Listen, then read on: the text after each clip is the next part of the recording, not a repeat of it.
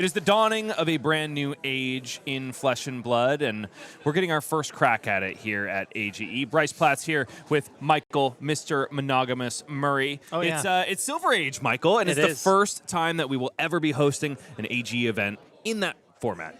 You've been tinkering with it long before it came out in its fully realized potential with Compendium of Wraith. How you feeling about it? I'm feeling really excited about it, I'll be honest with you. It's funny you say I was tinkering with it before. I tried Kayo way before people thought or realized that he was good.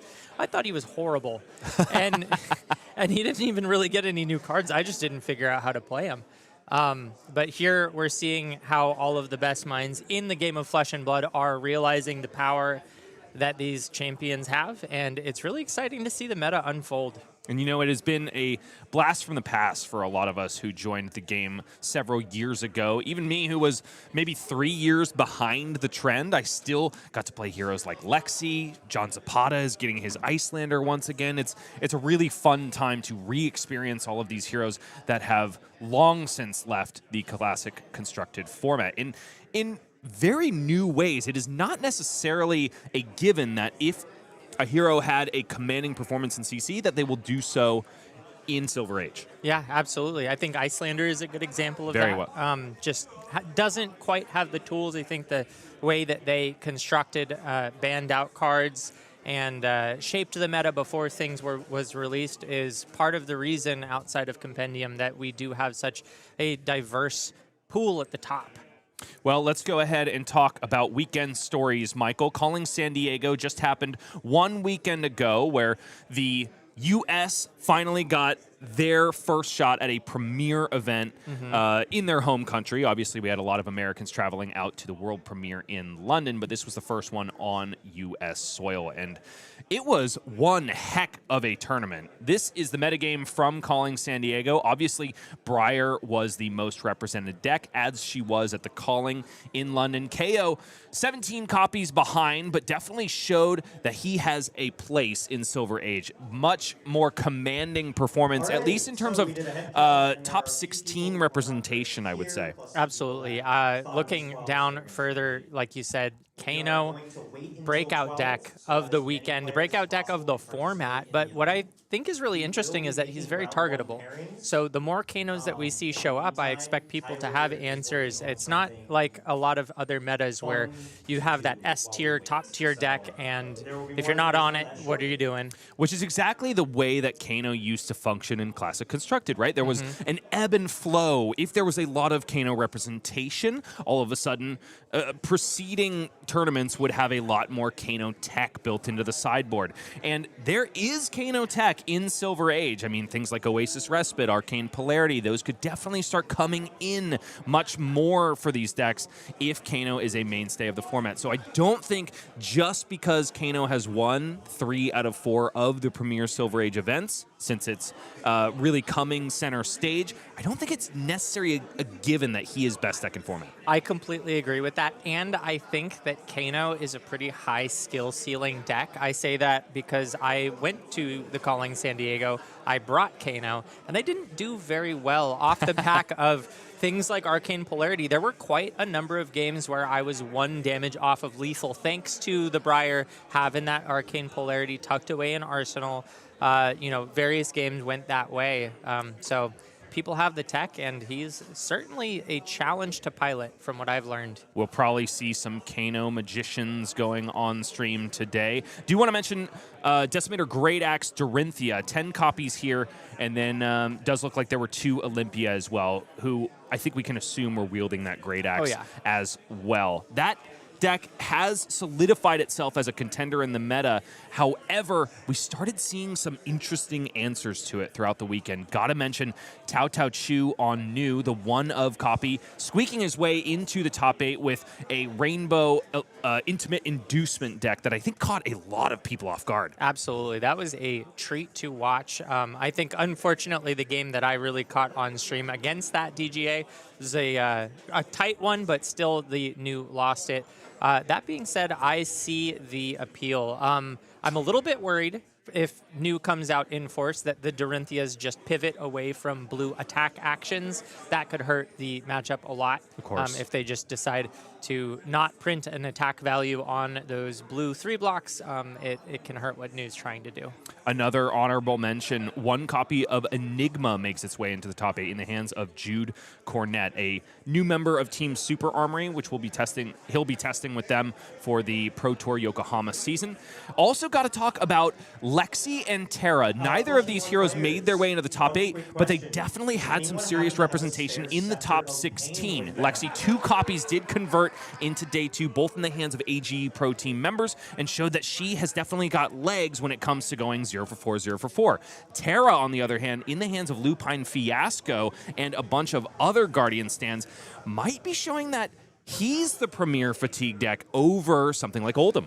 Yeah, I played a little bit of Tara on Talishar and dabbled in the various Guardian choices as as Silver Age was coming up, and I really feel like Tara's uniquely positioned, not necessarily as the most defensive Guardian, but the one that can play on both axes the best. One of the problems with Oldham is that he really lacks offensive potential, which you see can bite him in any deck that can go the distance, especially DGA. So I think Tara has a much better ability to wield that Sledge of Anvilheim, and because of that and the might tokens that get produced, he can play a much more mid-range value type of game plan, a more aggressive game plan when you need to, and he still has that, we're calling it block slop, those 4 defense cards to get through Briars and all of the aggressive decks that are giving a lot of other decks trouble. The Guardians can just say block 4, block 4, block 4, and it really is an interestingly positioned Guardian, probably the best one at the moment in the meta. Silver Age has made a big splash besides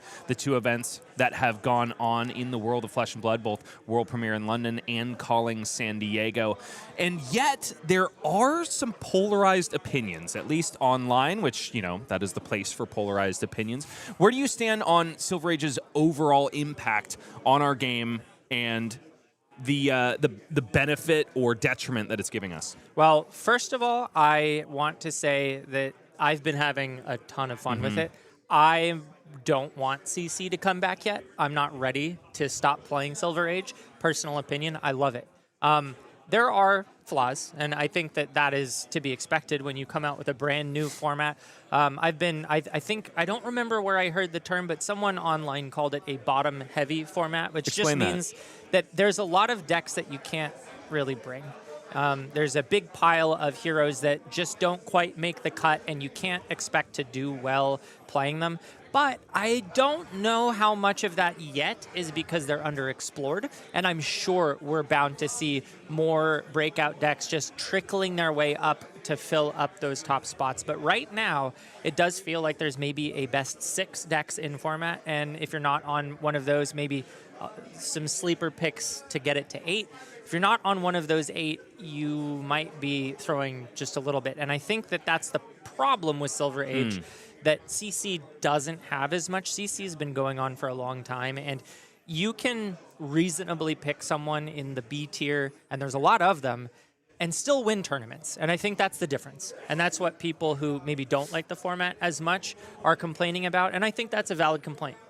Yeah, quite possibly. I do think that at the very early stages of a meta, there is so much left to explore. I mean, Justin Koo just came out with a magnificent article on the Fabtcg webpage where he explores both Zen and Lyath as potential aggro contenders that are underexplored. And I think with such little time since the release of Compendium, there's got to be more that we just don't know yet. And one of the things that I have seen online quite a bit is that Silver Age is just not a competitive format. Like, it shouldn't be at tier 3 and 4 events, but I do have to harken back to Calling San Diego and London. I mean, the best players in our game, the household names are still rising to the top. And that, to me, is the primary indicator that you still have skill expression in this format, whether or not the life totals are a little bit lower. Yeah, I do. So here's where I think that argument has legs, is in any aggro v aggro matchup, it does feel a little bit coin flippy. But that is kind of the downside of any type of 20 life format. If you decide to bring the aggro deck and your opponent decides to bring the aggro deck, you're going to have a quick game. I experienced that a lot when I was playing Kano, and it's actually one of the reasons I don't want to play Kano anymore. I want to play Flesh and Blood, and when I was sitting down in front of a Briar or a Kayo, yeah, I could win 50% of the time, but it was over in 2 turns no matter what. And so what I'm personally choosing to do, because I like playing Flesh and Blood, is I'm going to start pivoting over to a more mid-rangey, Fabtcg strategy, just so that when I do sit in front of a Briar or a Kano, I get to have fun and I get to play longer games of Flesh and Blood. But that's the way that I see, the coin flip kind of feeling of it.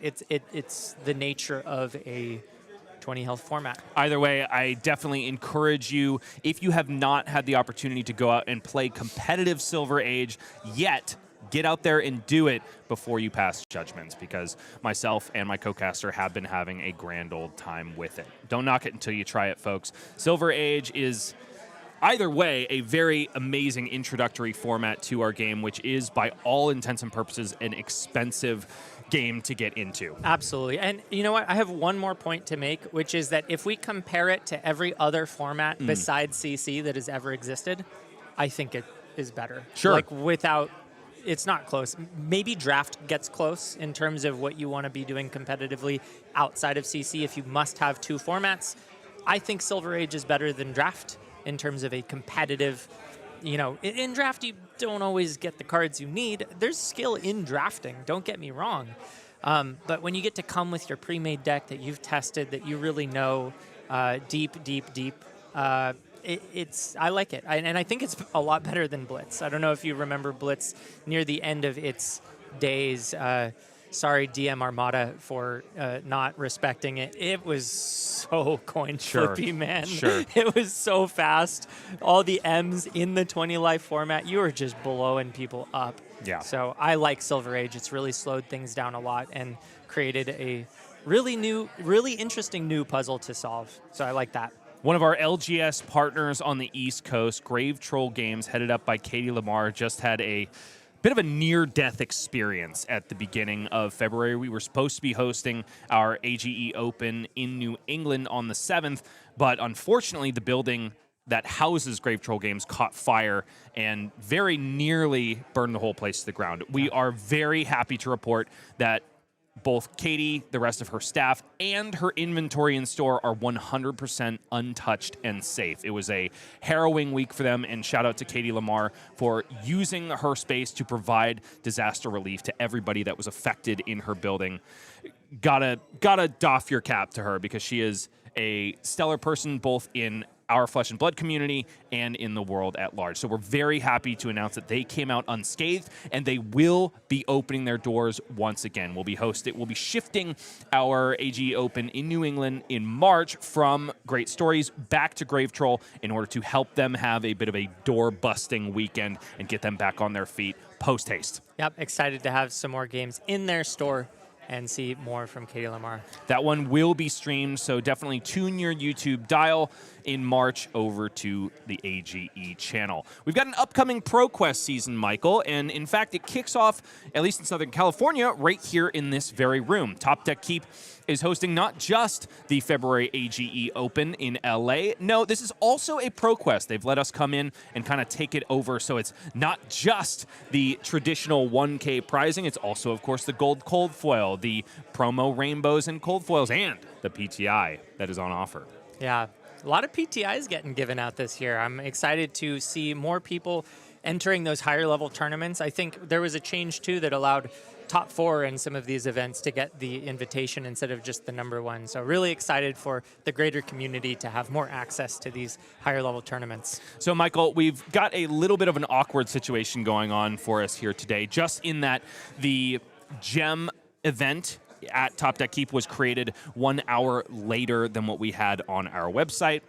It's a human thing. It happens. The downside for the folks at home, and I guess for us here in the booth, is we don't get to see the actual competition start off yet, but what do you say that we get over to the feature match area and show that we have the chops to play this game as well? Let's do it. And put our money where our mouth is. I will say, I regret talking about how I'm off Kano because it's the only deck I have right now, but I have been practicing it, and I think I can do better than I did in San Diego. I learned a lot from that tournament, so And I'm fresh. Okay. I think I can give a good showing. All right, well, let's go ahead and teleport ourselves over to the feature match area. After a short break, we're going to have a caster Silver Age show match before we get off to a real start here at AGE. It's going to be plenty of flesh and blood and 2 casters that are going to be out of their element and into the fire right after this. Don't go anywhere.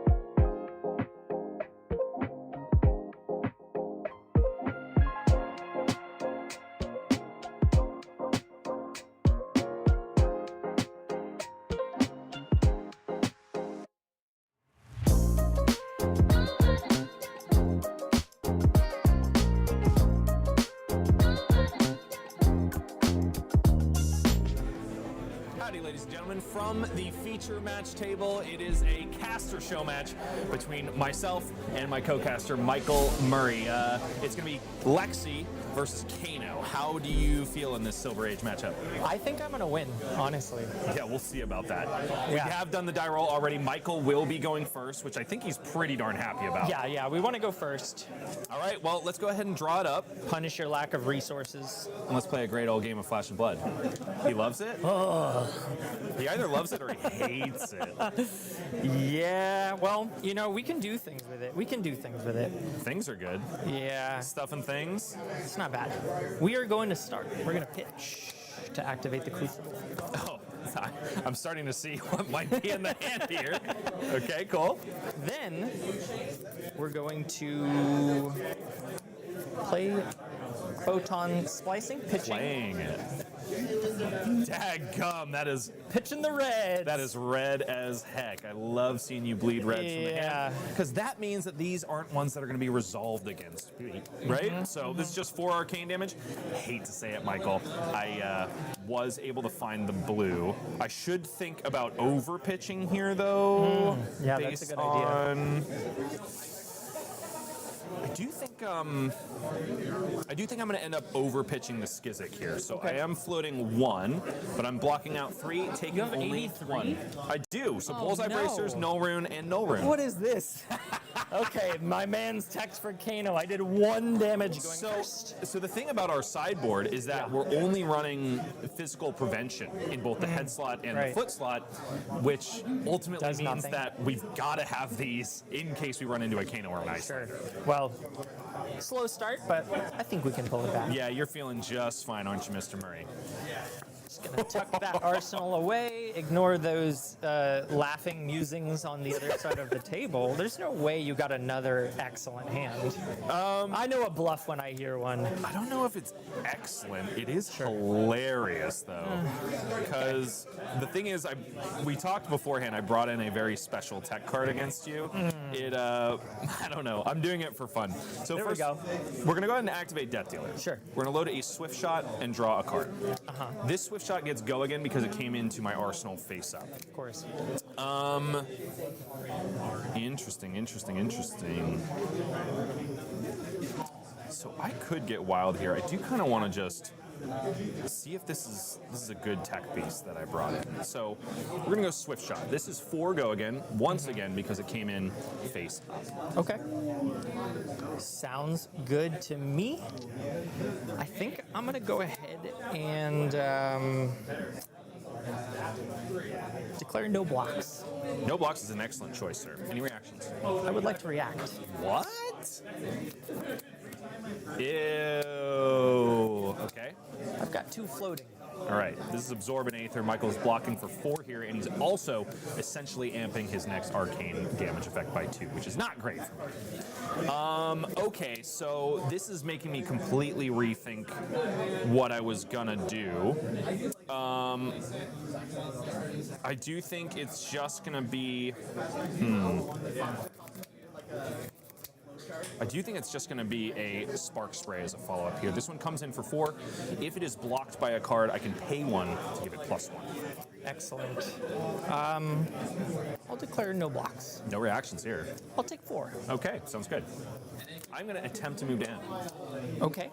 I'm going to attempt to pitch to Kayo. That makes a lot of sense to me. I could Talismanic Lens here, but I'm going to save it. All right, that sounds good. And I'm glad I did. Part of the card's Yugi. Hey, yo, baby. We're just going to go...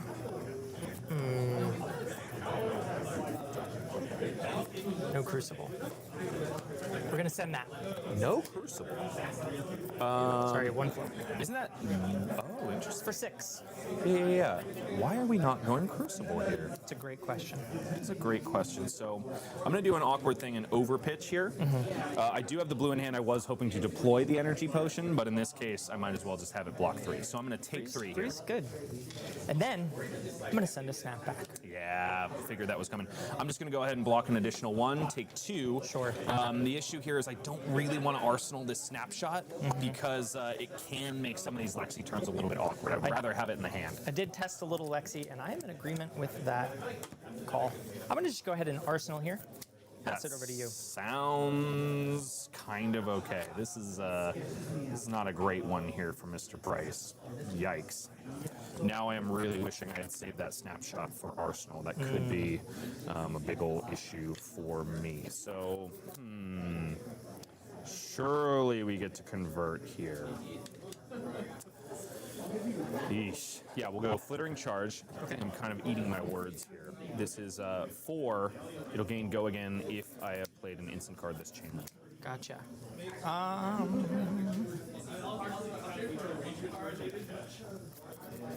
I'll go ahead and block 3 on this.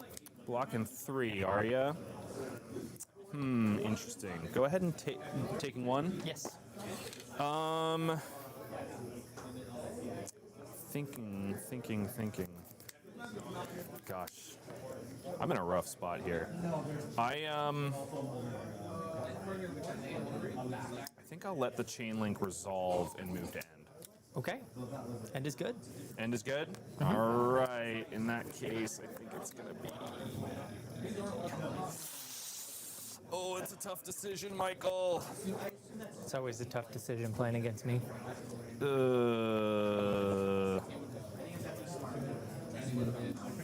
I think it's got to be this one. All right. Let's start things out with a Kano activation. Okie dokie. Interesting.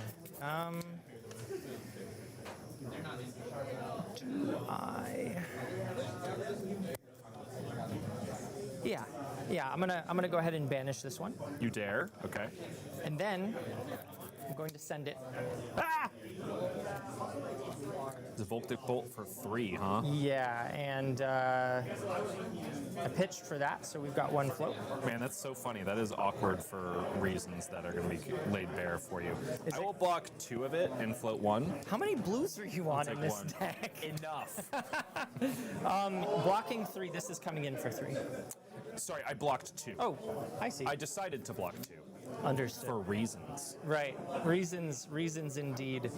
Who could possibly think of... Couldn't be Oasis. Definitely not. We'll go ahead and see if it is anyway. Okay, We're a gonna Scalding send- Ray. Scalding Ring. I will go ahead and block 1 of that. I'll take 3. Okay. There's the reason. Are you moving to end? I am. I'll play Arcane Polarity. I see. Game 4. Yeah.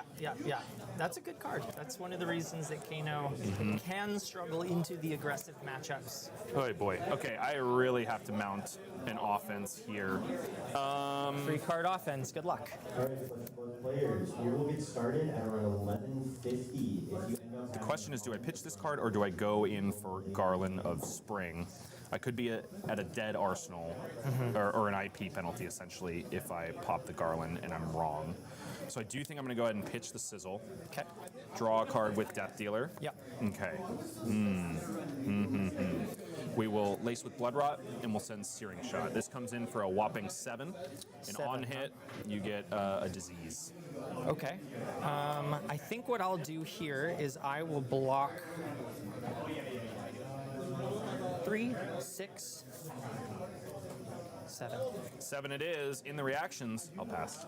Thank the Lord. is it. Man, I got by a lightning press in San Diego so Yeah. bad. I mean, it killed me, so that's about as bad as it can get. And when you know it, it's getting bad for me too, because I'm not going to Arsenal this card. Ooh. It's pretty bad over here. All right, Kano is up big. We're just going to go ahead and activate the Crucible and send a Haymaker your way. Voltic Bolt coming in for 6. Yeah, this doesn't feel good. This does not feel good.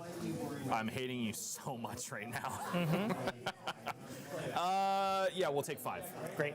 And I will Arsenal and be happy about it. Yeah, Wait, well, that's great take for you. 6.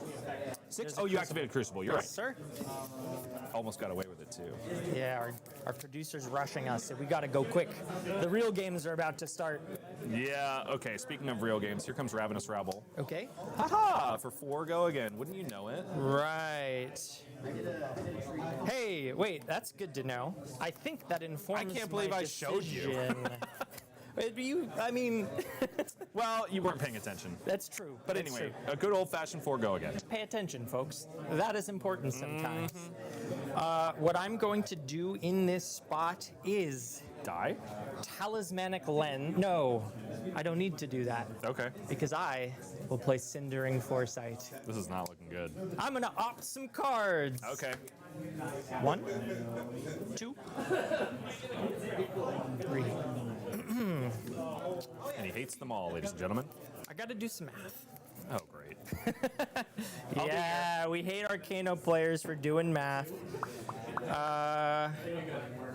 1, 3, 6, 7. 6, 7. God, that is distracting. Sorry.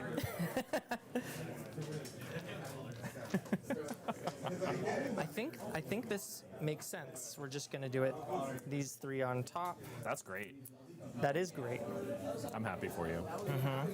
And then we're gonna pitch to Kano. Okay. We're going for it now? We're gonna show you. Yeah. we Okay. are. We're gonna show you Aether Spindle, and then we are going to pitch. Be sure. Send it. Sending One float. 6, right? This is for 4, 5. Oh, No 5. Crucible. Only the 1. Okay. 5 means I'm not dead, but then you left all 3 on top for this? That's great. So you don't really need to opt anymore. So this is basically a non-on hit. That is so unlucky, baby. All right, we'll take 5. Okay, I'll opt 5. Yeah, you 1, 2, 3, 4. I'll just stop there. Yeah, that's great. Leave them all on top. The next thing we're gonna do here Yeah. is Spellfire Cloak, Cool. Crucible. Allow me. Oh, Boop, boop, boop, boop. you're all good. Snap back for 4. Yeah, snapback for 4 is a pain in my tuchus. So, let's see. Pitch 2 here, so take 2, down to 1. Great. I'm gonna just go ahead and block that. Great, take 1. Yeah. All right, there you go, sir. And then, that was actually a mistake. Can I change my pitch card? Yeah. Thanks, buddy. That's really good of you, actually. I'm gonna close the chain. Of course. I will activate Garland of Spring, float a resource, activate Death Dealer, load a dry powder shot, face up, draw a card. Oh, are you attacking with it? Not yet. Okay, now 5. Here we go. Block 3. Take 2. And then I'll play out Arcane Polarity, What gain the 4. heck? The What do you drawing mean, what is the heck? So, who could have seen that coming? You are trolling me, right? A little bit. Okay, great. Pass back to you, bud. The pass back to me is good. Okay. This clown show is off the rails. You've resolved 2 Arcane Polarities and I'm still winning. This feels great. I did IP like 3 cards. Yeah, that probably didn't feel as good. Anyway, That wasn't ideal. I probably should have actually looked at that, but actually, I really should have did that in hindsight. Okay, great. I'm back on the board. Wait. You know how I gave you that thing? Can I just... Can I just- That's a bit of a can I weird just look- rewind. Can I just, no, it's Do you- fine. okay, I'm going to great. use this anyway. Wait, but you're okay. Great. I'm just going to, you know. I do wanna be- We are about to Kano, folks, at home. However, I could have known what I would Kano into. You are damn right about that. Okay, We'll 4 check. go again. Look, I am relying heavily on Heart of the Cards. Talismanic Lens is going to be cracked at this Okay. moment. That wasn't... Oh, okay. Well, let's just bottom this guy. As long as you're keeping 1, I think you're happy. Oh, yeah. By the way, folks, if you didn't make it to any of the events, the, what are they called? The tournament packs? Yeah. Oh my God, gorgeous art on these cards. That means that's an American scolding. Oh What are my you talking God. about? What do you mean? That means that's an It American could be any, it scolding. could be a zipper hit. Shut up. It could be a It modern. can't be a zipper hit, otherwise you're forfeiting right here. Jesus. I'm gonna go ahead and pitch to Kano. Yeah. Show it to me. Wow. Yeah. Oh wow. It's Who could have seen that gorgeous. coming? Look at this. Look at that. It's really gorgeous. Really, oh, you can. I can't wait to get my face burned off by this. Okay. The problem is I don't know what's after that, so I think you can maybe. Can you live here? Pitch to Crucible. Send this for 7. You can't. There's no way. You have 3 cards. You can live. I have 3 cards, but I don't feel great about No. it after that. No. Yeah, so I'll go ahead and pitch 3. Go to 1, Go down to 1. and then I will pitch to Kano. If this is a Yeah. potion, I'm gonna scream. It's a photon splicing. That's gonna do it. We're gonna send it your way. Good game, Good brother. game, fellow caster. Listen, I knew you needed it. I did. so- My ego was in the dumpster after San Diego. Too many frickin' sharks out there, man. You think you're good at this game, and then you go to an event like San Diego Calling. Turns out there are good people in the game of Flesh and Truly, Blood. truly. Yeah. And they rose to the top, of course. And in this case, the better caster did win. So I am very Good thankful to game. have Thank you lost for the game. And I can't wait to watch some better gamers than I in just a moment. Don't go anywhere, folks. We're going to be back with more Flesh and Blood in mere moments.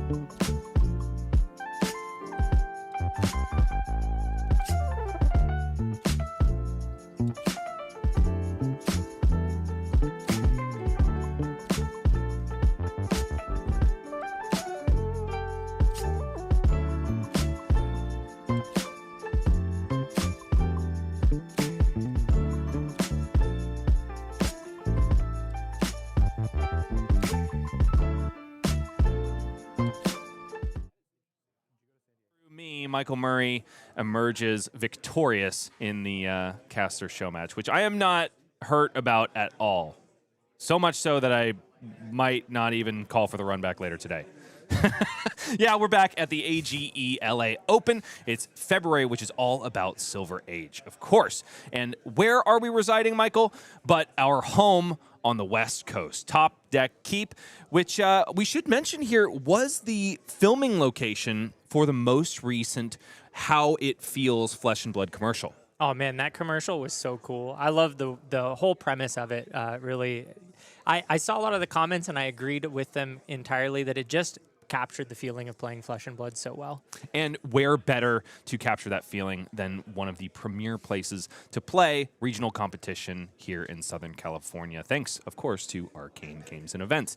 And it's not just AGE that you got to thank for this coverage. No, it is also Fabtcg. They are our first ever official sponsor, and you can get all of the goodies that you need, the bulk, of course, from Compendium of Wraith, Flesh and Blood's latest set. They got that and so much more for you at Fabtcg. Get over to their website and go ahead and use the QR code on your screen or the code down at the bottom of your screen, AGELA10. That will let them know that you sent us, and it's also going to get you 10% off of your singles order. They're going to be helping you out to build these brand new Silver Age and Classic constructed decks that have been revamped by Flesh and Blood's latest set. I wish I knew about that discount before I went and did my order. Uh-oh, well, you I'll have just to go donated buy a more little bit of cards. extra to their charity. Yeah, no, there's plenty more I need to pick up. And I actually just wanted to talk briefly about last time we plugged them, I talked about the promise of a single package, and it did arrive in but one package, and it was a much, much better shopping experience than TCG Player, which is what I'm used to. You got to click on every card and then optimize the cart and pick from a bunch, and then they just show up one at a time. And, you know, if one vendor gets it wrong, you might not get your cards in time or at all. So it was really nice to know that it was just all from one store, and you could really trust that they'd arrive when they say they will. Also have to shout out Fabtcg real quick for bringing you no commercial coverage today. Ladies and gentlemen, we have turned off YouTube monetization so that you can just enjoy a ton of games of Flesh and Blood. And that is all brought to you by Fabtcg. Thank you, Travis, and all of the good people there for providing ad-free coverage all tournament long. Okay, we have a match at the ready for you. Shall we dispense with all of the caster nonsense and get down to where the real players are, Michael? Let's do it. All right, let's go ahead and hit the button and show you Patrick R versus Ben U. Ben, it's becoming a tradition here, Michael, to showcase a never-before-seen player at Arcane Games and Events on Round 1 feature. Ben U, even though he is known in the local scene, he has yet to play here at AGE, and wouldn't you know it, he finds himself on camera already. Yeah, I was a little bit surprised to see him raise his hand, but he knows better than I. He'd never been to an AGE before, so we're very excited to bring you this game right in front of you. And you know who else has never been to an AGE before? It's Lyath Goldmane, either in his young or old form. And Patrick R definitely was not expecting to see this today because look at him reading at all of that equipment. Yeah, you got to make sure you're understanding what you're playing against, and Lyath being such an unrepresented hero here means a lot of new stuff is about to show up here on camera. Okay, and right before your very eyes, 3 might tokens generated by Cruel Ambition. And there's still 4 cards in the grip because that's just how Lyath works. And here we go, Prime the Crowd, a card that I really didn't think I would ever see played in my life. The crowd, all heroes are going to be both cheered and booed. The next attack action card Ben plays this turn is going to get +4. And so another might token generated for his troubles, and wouldn't you know it, it's a Mocking Blow out of the hand. This is a screamer of a turn 1 for Ben. Wow, that is a lot. 5 mites right out the gate, +8 on the chain. Let's see, that is, oh yes, and this is facilitated by the brand new reviled equipment, Line Crossers. Because even though Ben is at an equal life total to Patrick, our Line Crossers make it so that that counts as him being ahead. I have played against those arm pieces quite a bit recently, and I gotta say, they are even better than I was expecting. The number of times, especially when you start the game, where your life is equal, just happens more than you realize. It's a snap 4 cards out of the hand for Patrick R. Just blocking out that 8 damage immediately. Life totals remain at parity here. And now Patrick has his first say and full tempo here because both players, of course, drew up at the end of turn 0. And it's a Harmonized Kodachi for 1 immediately. Stonewall Impasse blocks for Ben Yu. Going to force a clash. It's a non-attack for Ben Yu, and so Patrick R wins this one and probably going to just put the Stonewall Impasse into the grave. I think Ben is really happy about that, though. This deck doesn't seem like it is built for winning clashes. Yeah, I think that in a lot of cases that's just like an opt, which is pretty nice to have when you need to draw cards and know what's coming up next. And Torrent of Tempo follows up the Harmonized Kodachi that came in for 2 thanks to Ira Crimson Haze's hero ability. And it looks like the equipment is just flying out of the combat chain for Ben Yu. Blade Beckoner plating, plus potentially a little bit more. He gestured a card into the pitch zone, which is, of course, Booze. So it's a blue plus Oasis Respite here, blocking this out entirely. This Blade Beckoner plating is not going to use all of its defensive capability on this chain link like the one that came before because, of course, it's blocking an attack action card instead of a weapon. And the thing I really like about this play here is, 1, you cancel out the go again, so IP1, but 2, you actually get to, if you don't need the rest of the resources, just use them for the Lyath ability and make another Might token. So that Oasis Respite, creating even more offensive potential here. And Patrick, at the end of his turn, left with nothing but 2 blues. The better of the 2 do go into the arsenal. It was Pouncing Chi as opposed to a Rushing River, which is yet another just random blue card that facilitates Harmonized Kodachis. I was a little surprised to see Ben commit all of his equipment so early, but I think in these low health formats, it does make sense to just kind of cash them in when you can. Oftentimes against other decks that don't have a ton of on-hits, it can also mean that there is not a whole lot of reason to save them. A Villainous Pose out of the hand. Ben Yu is striking it. Even though he's brand new to the AG scene, he knows we love to live evil. A Villainous Pose plus Nimblism and an Instill Fear, which comes in for 1 at its base, but plus 6 Might tokens brings us to 7, 10, and then an additional 4. This is 14 whopping damage, and also an Intimidate trigger to boot. That's pretty good. Ain't too shabby.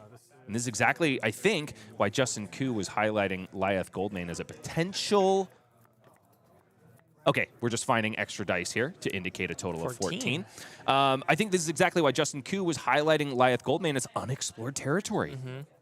Yeah, I was talking about this being a bottom-heavy format, but that might just be because not enough people have tried with some of these other heroes to make them work. And here we're seeing Ben Yu put at least something together with 14 damage after taking none the turn before. Now, one of the things I am worried about here for Ben is perhaps that Patrick R could take this game long, in which case he is burning his cards because he has that 5 intellect a little bit faster than Patrick. But with this opening salvo, maybe Patrick is just not interested in going long whatsoever. He is only blocking with 3 pieces of 1 defense equipment and, of course, a Crane Dance in the hand. Yeah, if your goal is to take it long, going to 13 off the first swing is not the way to do that. So surely, potentially, he could still pivot, but this indicates to me that he's looking for value. Now, it should be a total of 9 damage taken. Oh, no. Is there a 2 block in the equipment? I thought they were all 1s. Yeah, 1, 2, 3, 4, 5, 6. Yeah, Tearing Sheep 7, only 8, blocked 9. for 1. It should have been 14. Patrick would have blocked 6 on that. Okay, so 8 comes through. That's all good. Cool. 5 cards back in the hand for Ben Yu, but Patrick gets to have his say with 3 and 1 in arsenal.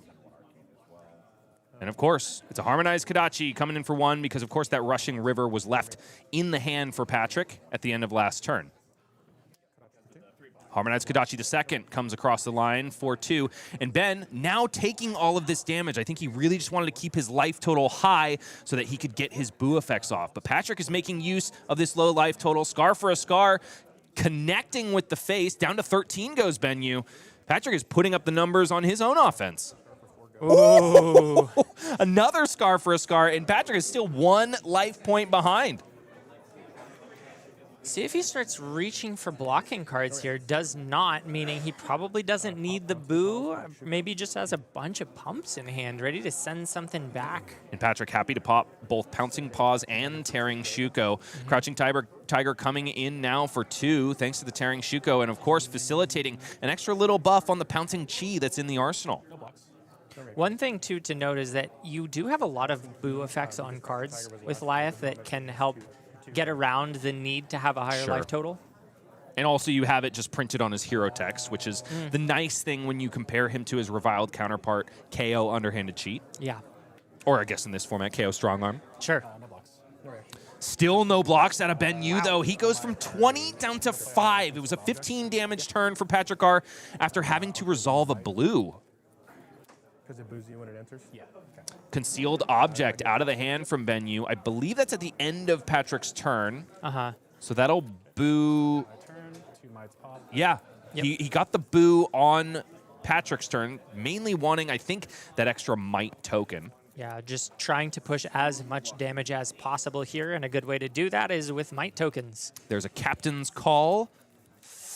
Another concealed object, so that's not exactly a blocking card. Right, but it does facilitate the boo here for the mocking blow, This which is pretty nice. revolting gesture out of the hand here.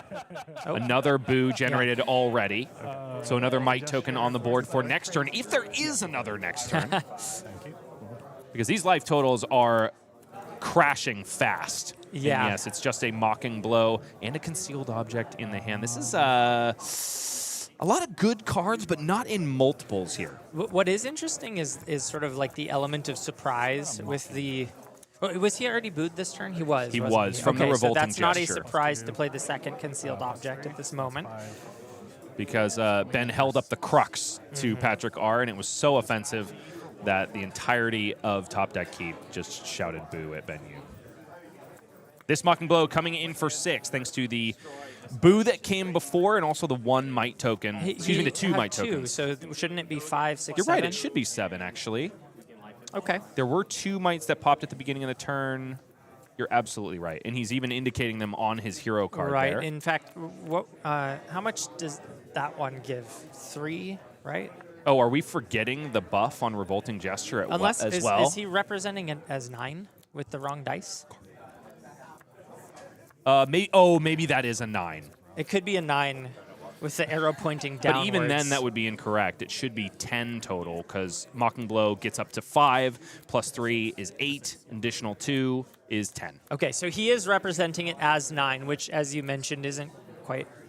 Oh, it is 6? He's representing 6, supposedly.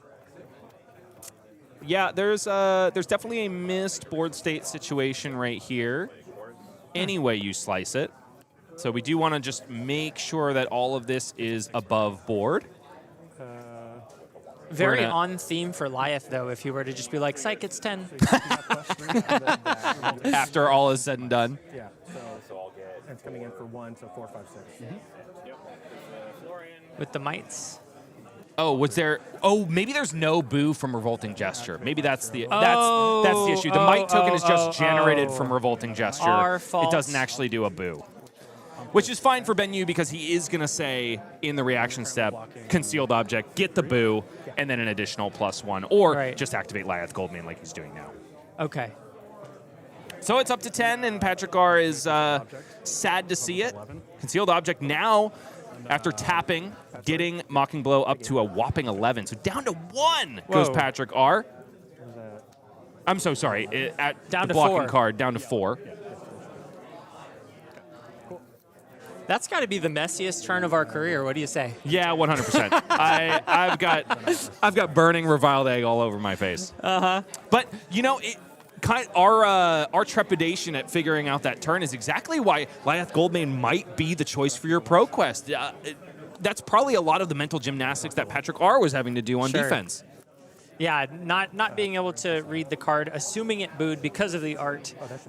But there are so many tricks that Lyath can pull out to surprise you with that boo. Now Patrick R showing a turn cycle that is even good enough in Living Legend in the hands of Naib Mobasir. Harmonized Kodachi sends Sirens of Safe Harbor for 7. All of a sudden, it's a 2-card 9. That's so good. So good.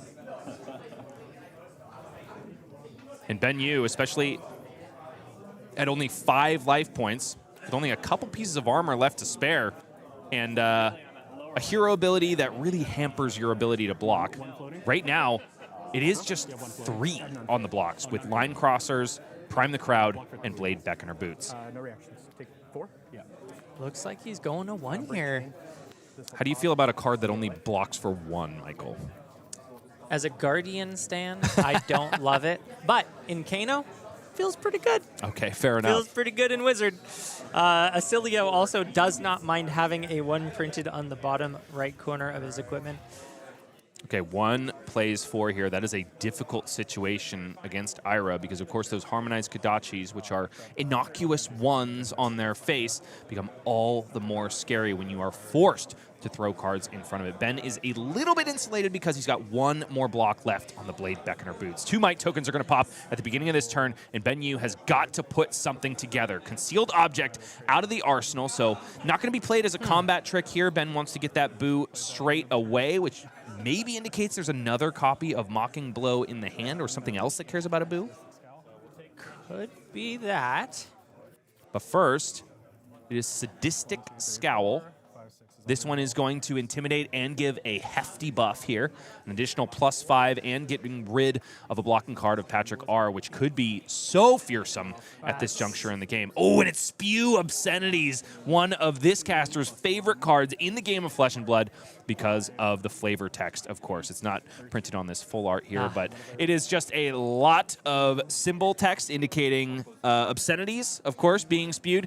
But the quote is by my boy, Fugger Grimes. Oh, yeah. That guy goes hard. That guy goes very hard. So Spew Obscenities is going to get +1 if you can control a Might or a Confidence token, and I think that's exactly why Ben went for the Boo early, although it is a static effect, so could have held off even a little bit longer if you wanted. I was trying to understand that play because I feel like the ability to have a combat trick in this spot is so potent, so not exactly sure if maybe I'm missing something or if Ben didn't consider the ability to keep that information hidden due to the static text. Entirely possible that Ben, you thought it was an on-attack trigger.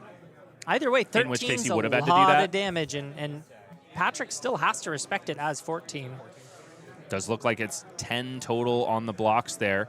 Ben Yu buffs it up to 14, and so that is it, because Patrick R didn't have an extra card to give. It was intimidated out of the hand, and Lyath Goldmane looking so fierce at the first round here at the AGE February Open, which is, of course, Silver Age all the time. My guy just looked at his hand and said, nah, this'll kill. I don't need to surprise you. And man, did it look good. I mean, all of the things that make Lyath solid as a choice in Classic Constructed in the hands of someone like Jason Rolfe at Calling Valencia makes him look even better in a format with 20 health. Yeah, I got to say, that's a real 5 intellect play. You just show him the reaction beforehand, like, I'm going to kill you. Intimidate, and you're dead. 100% killer stuff. And if you want to be a killer in your local scene, then you had better get yourself over to AGE Premium. It is a brand new exclusive content service that we are running through our website, which is now the front page of competitive Flesh and Blood. It is $10 a month, which we realize is a steep price, but you must consider it our Patreon. We are the PBS, I would say, of Flesh and Blood, and every donation that you make doesn't go into our personal coffers. It goes back into the game that we love so much. It means better tournaments, better production value, and a little bit of learning for your troubles. Get over to www.age.events and see what I'm talking about, because we have got a lot of competitive articles from, names like Jacob Clements. Next month is going to feature an article by Simon Nielsen. This is the article that Jacob wrote for us, Thinking Like a Pro Value. I had the pleasure of editing it myself, and it is one heck of a way to level up.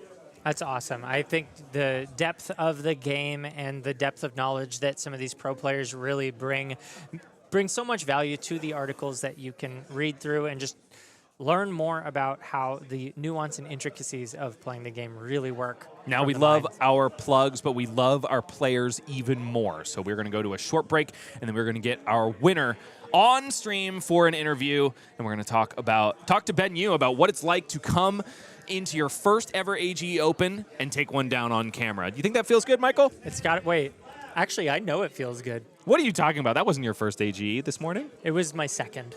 Okay, fair enough. Second on camera. I am happy to give that to you. And it was then, my friend. first win on camera at an AGE event. Actually, ever. Even That happier. was my first win on camera ever. Which makes me even happier that I took that L for you, brother. So There we go. We're going to go to a quick break, and we'll be back with Ben Yu, the mastermind of Lyath Goldmane, after this. Feeling like a puppet controlled by some strings. It's killing me 'cause I just can't say what I mean. And everywhere I go is the wrong place to be. I think I should go home, but I don't know where it is. Bring it back to me, please. Bring it back to me, please. Bring it back to me, please. It's making me feel so weak.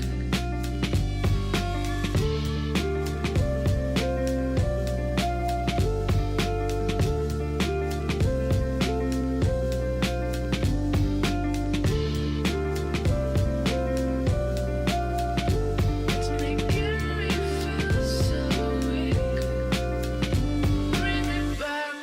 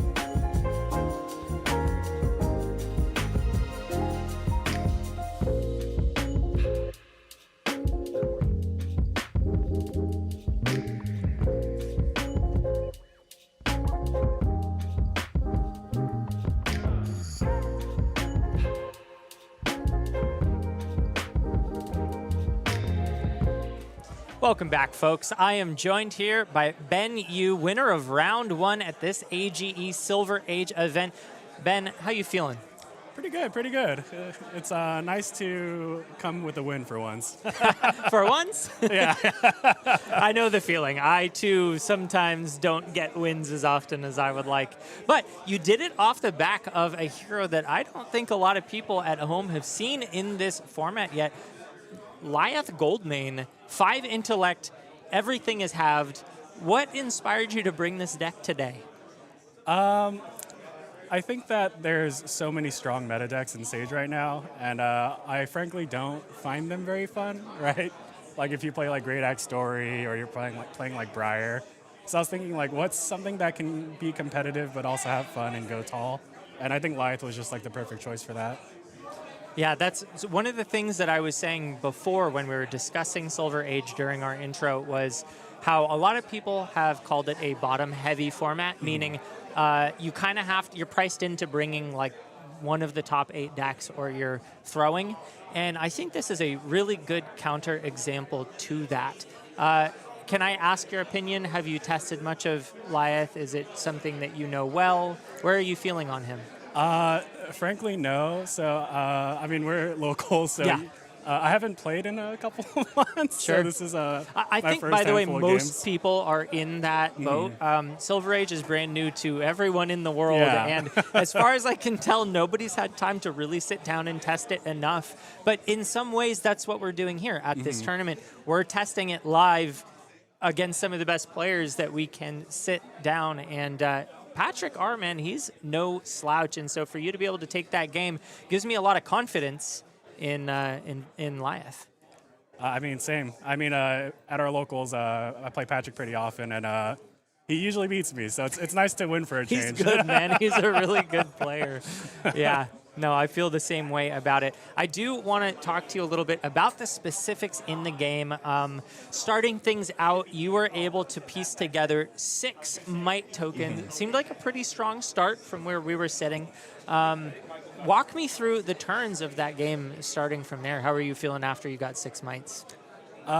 So I think the biggest decision was like whether to go first or second, right? And I think the new set, the item line crossers, is like really good where like Lyath kind of wants to set up that might, and I usually get a pretty like paltry, measly like first turn without any of that might setup. So getting a Cruel Ambition the first turn and also having the line crosses to throw out the like the free Mocking Blow to get another might was really what I needed to get this team rolling, and especially against pretty aggro decks like Ira, and I played against like I forget what the other, I think it was like a Viscerai. I can't really set up like 10 mites, right? So I kind of just need to get the ball rolling. And I think that gave me a lot of momentum to just build up 6 might and just swing it out the first turn. Yeah, there was a turn in the middle of the game there where Bryce and I botched it horribly. We thought that you had missed a boo trigger on a card that does not say boo or anything along those lines. So you were coming in for 6. You had a little combat trick up your sleeve, but we ended up sort of, well, spoiling it a little bit. How are you feeling in that moment? I mean, realistically, I think Patrick already knew what the trick was, so it wasn't. It is on the hero text, Yeah. although you had the one in the hand too, so it wasn't that. It was pretty face up. Yeah. So I wasn't too worried about it. Like he was also confirming. He's like, yeah, it's like I know what the number's gonna be, but it's fine. Like we mathed it correctly. Sure. Yeah. And then as the game went on, it was very just aggressive. There were blows being thrown and very little blocking being done unless it would, in fact, kill you. And then it came down to the final turn. You played out, I think it was a concealed object. You intimidated a card from his hand. You came in for 13, 14? Yeah, I think 14 at the end. 14 at the end there. He had 3 cards, so I'm sure you were feeling really confident going into that you had him dead to rights. I do have a question, though, because you had the option to hold the concealed object back for the boo. Was there a reason, or was that just something that you wanted to kind of play out? I think it's just because I misplayed and I wanted to get it out there. I actually meant to play it the turn prior to get the extra might for the next turn. So I think at that point I was a little frustrated, so I just kind of threw it out there. Okay, I mean, and not trying to throw you under the bus. It's something I'm trying to learn. Maybe there was something I didn't know about the hero, because as we mentioned, Lyath isn't something that shows up on camera all that often. So I'm trying to make sure I don't have another mistake like we did in the middle of the game where we think a card does something or doesn't do something. So it does sound like it was a slight misplay, but it didn't really matter in the end because you still intimidated his hand. And one of the things I said in the booth was, it seemed like a sort of a double big brain play. Like instead of keeping the information, you just slam it on the table, look him in the eye and say, you're dead anyway. I wish I was that smart about it. Yeah, you're just like, I'm going to show you what I'm going to do before I do it. No, I don't know if you noticed my face at that, and I was like, why didn't you block 4 cards? Okay, I totally forgot that I had intimidated a card. Sure. Oh, okay. So we're definitely still learning this deck together. 100%. You and I, me in the booth, you on the... I'm glad it worked out for you, though. And, one of the things that I really enjoy about playing in these events when I played in San Diego is win or lose, I felt like I learned something every single game. Because when the stakes are high and your emotions are flowing, there's something about that just, the lessons you learn, they sink in a little bit better. For sure, yeah. 100% agree. Yeah, awesome. Do you have any shout-outs you want to give? Any thoughts? Yeah, I'll shout out to my friend Corbin, who didn't make it today because he decided that he wasn't competitive enough. And then my other buddy, Jeffrey Reynolds. So I probably shouldn't say their names, but whatever. I mean, if you're at home and you have one of those names, thanks for being friends. And maybe this game is a perfect example of don't doubt your skill. Just show up. You might just still win, even with a couple misplays. Yep. Awesome. Well, thanks so much for joining us. Folks at home, we will be back shortly with some more Flesh and Blood, so don't go anywhere. We've got a break.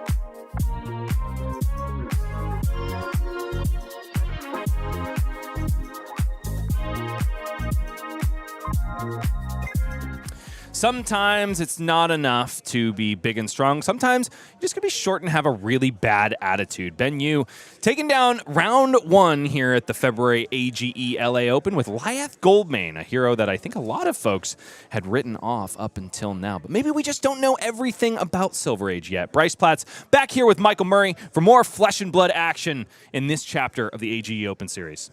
I am looking forward to learning more and more as the day unfolds about what heroes could or might not be good in the format.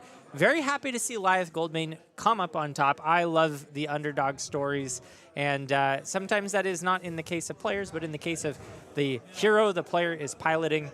I want to see a nice full meta. I want to be proven wrong about this being a bottom-heavy format and just say, guys, it's because we didn't explore it enough. Well, there are 2 players that are going to be helping us do just that in the next feature match. But before we get to that, ladies and gentlemen, we've got to plug our sponsor. That is, of course, Fabtcg, bringing you ad-free Flesh and Blood action all day long. They're also providing the prize pool for the 50 players that we have in the room today. They're also going to be the official tournament organizer for Pro Tour Las Vegas. They've also had their hand at tournament organization at both calling Kansas City, calling Columbus, and I believe battle-hardened Portland in the past. They are just stand-up folks, and they are saving us from less than stellar tournament organization of the past, shall I say? Yeah, you know, sometimes it's nice to have a group that believes in you and helps support you. And speaking of supporting us, go ahead and use your phone to scan that QR code or use the discount code at the bottom of your screen. That is AGELA10 to get 10% off your next order at Fabtcg. You can put in that code at checkout or, like I said, just scan that QR code at the top of your page. They have been immensely helpful to us, so I hope you will be immensely helpful to them as well. It's an easy-to-use website and just stellar people in general. You can also notice that rewards button at the bottom of the scrolling page right there on your screen. You accumulate awards that you can use towards future purchases. It's a very simple process of just you get X points and you get to spend X points. I love points. Points are absolutely fantastic. Up next, we have a known quantity here at AGE. It is Talon Stradley from the Pitch It To Me podcast and Southern California. I'm really glad he's here today because I thought he had moved to Eastern Europe for a while. Oh, I hadn't heard that, but I'm glad to see him here at AGE today. But anyway, he definitely thinks that Riptide was the guy that benefited the most from Compendium of Wraith. I think he is solitary in his opinion there, but he has been a Riptide stan at AGE forever, and he has made the Players' Championship with that hero, and he is, believe it or not, bringing him to Silver Age today. I will say ripping pen packs and looking at all of the spoilers as they were revealed with Paul, the Marlin player, and seeing his disappointment as every single card turned out to be a Riptide card. Yeah. There might be something to this that Talon can see that the rest of us just don't. I mean, he's been playing the hero more than anyone I know, so if anyone's going to show us how it's done, it is this guy. And he's going to have to show us how it's done against the lesser wizard in the tournament. It is Iyslander in the hands of Henry Gomez. So it's going to be a bottom-heavy match any way you slice it. So let's go ahead and see how it all shakes out. Both of these players are 1-0 at the February AGE Open Series, and it's Silver Age for 2 heroes that are definitely down bad, at least in terms of public opinion. Yeah, Iyslander especially. I think nobody's talking about Riptide, but a lot of people are talking about Iyslander, and it is not positive. No. That being said, I do think that oftentimes, especially in online communities, things can get blown a little out of proportion. And, you know, maybe a hero is not the S-tier hero doesn't necessarily mean they're horrible or unplayable. So we're about to find out for ourselves live on camera if these 2 heroes can, in fact, pull out some W's. Even though Riptide might not be too familiar for you, I will say that the equipment suite is all too familiar. Of course, no rune boots, no rune hood, and bullseye bracers mean that Talon can block this Aether Spindle for 3 with the help of a blue. Henry Gomez now going to take a look at 2 cards on the top of the deck. I do believe I am seeing a blue that is, I think that's just an... It's an Aether Frosting, maybe? Yeah. Aether Frosting. That's not a card. card. I just made that up. It's an Aether something. I think it's an Aether Dart. So just a 0 for 1 in terms of the blue. I do believe Henry left both of them on top. Talon down a little bad at the beginning, but then an Arcane Polarity saves all. And is that an Arcane Compliance he just drew up? That's a Majestic. That can't be. No, yeah, I hope not. Okay, cool. Definitely not. Talon is going to remain undisqualified in this match so far. It is a Boulder Trap. Is that a yellow Razor Reflex? It is. Holy cow, Talon is definitely cooking. Death Dealer activation here, and Henry Gomez is holding priority, as Wizards abound are known to do. I do want to mention the equipment suite for Henry here. Glacial Horns is probably a card you haven't seen in some time. You can destroy it and choose a hero. Frees up to 1 card in their arsenal and 1 ally they control until the start of your next turn. And the dream for Iyslander and Ice heroes in Compendium of Wraith is to freeze things and also destroy them. Wait, if he does that to like a card in a Ranger's arsenal, you're just going to brick the whole turn. Quite possibly. Ooh. Emeritus Scolding out of the hand of Henry Gomez. That was, of course, at the end of Talon Stradley's turn because, of course, Iyslander can play blue non-attack action cards, whether they're wizard or not, from Arsenal at instant speed. She will also generate a Frostbite token for the opponent anytime she plays an ice card on their turn. Yeah, those blue Emeritus Scalding have to be the bread and butter of this list. And here we go. Glacial Horns coming out right after we read it to you. So this is going to be a frozen card in Talon's arsenal unless he's able to respond to it. And if it was an arrow, that means the entire turn, like you said, Michael, could be bricked. For now, it's Henry who's a little bit bricked. He's at his starting life total of 18, but forced to pitch an On the Horizon, one of the few 0-for-4 defensive tools available to his class. But it is an Aether Quickening cracking in for 4 Arcane. I think at the very least this makes Talon's turn pretty easy. You just AB3 and go next turn. Maybe sculpt the hand a little bit. It's at least 1 Pitfall Trap in the hand. That might also be a dual copy at the top of Talon's hand. He is over-pitching, perhaps indicating that it is just not going to be an efficient offensive clapback for him. Glacial Horns could be doing some serious dirty work. At least it's off the table now, because that was a full-time walk. And it is not Talono Stradley. It is Talon Stradley, of course. Talono Baloney. Perhaps it wasn't Eastern Europe he went to. It was maybe Italia. Yeah, he went and to Talon Italy, came back with a completely back as different name. Talono.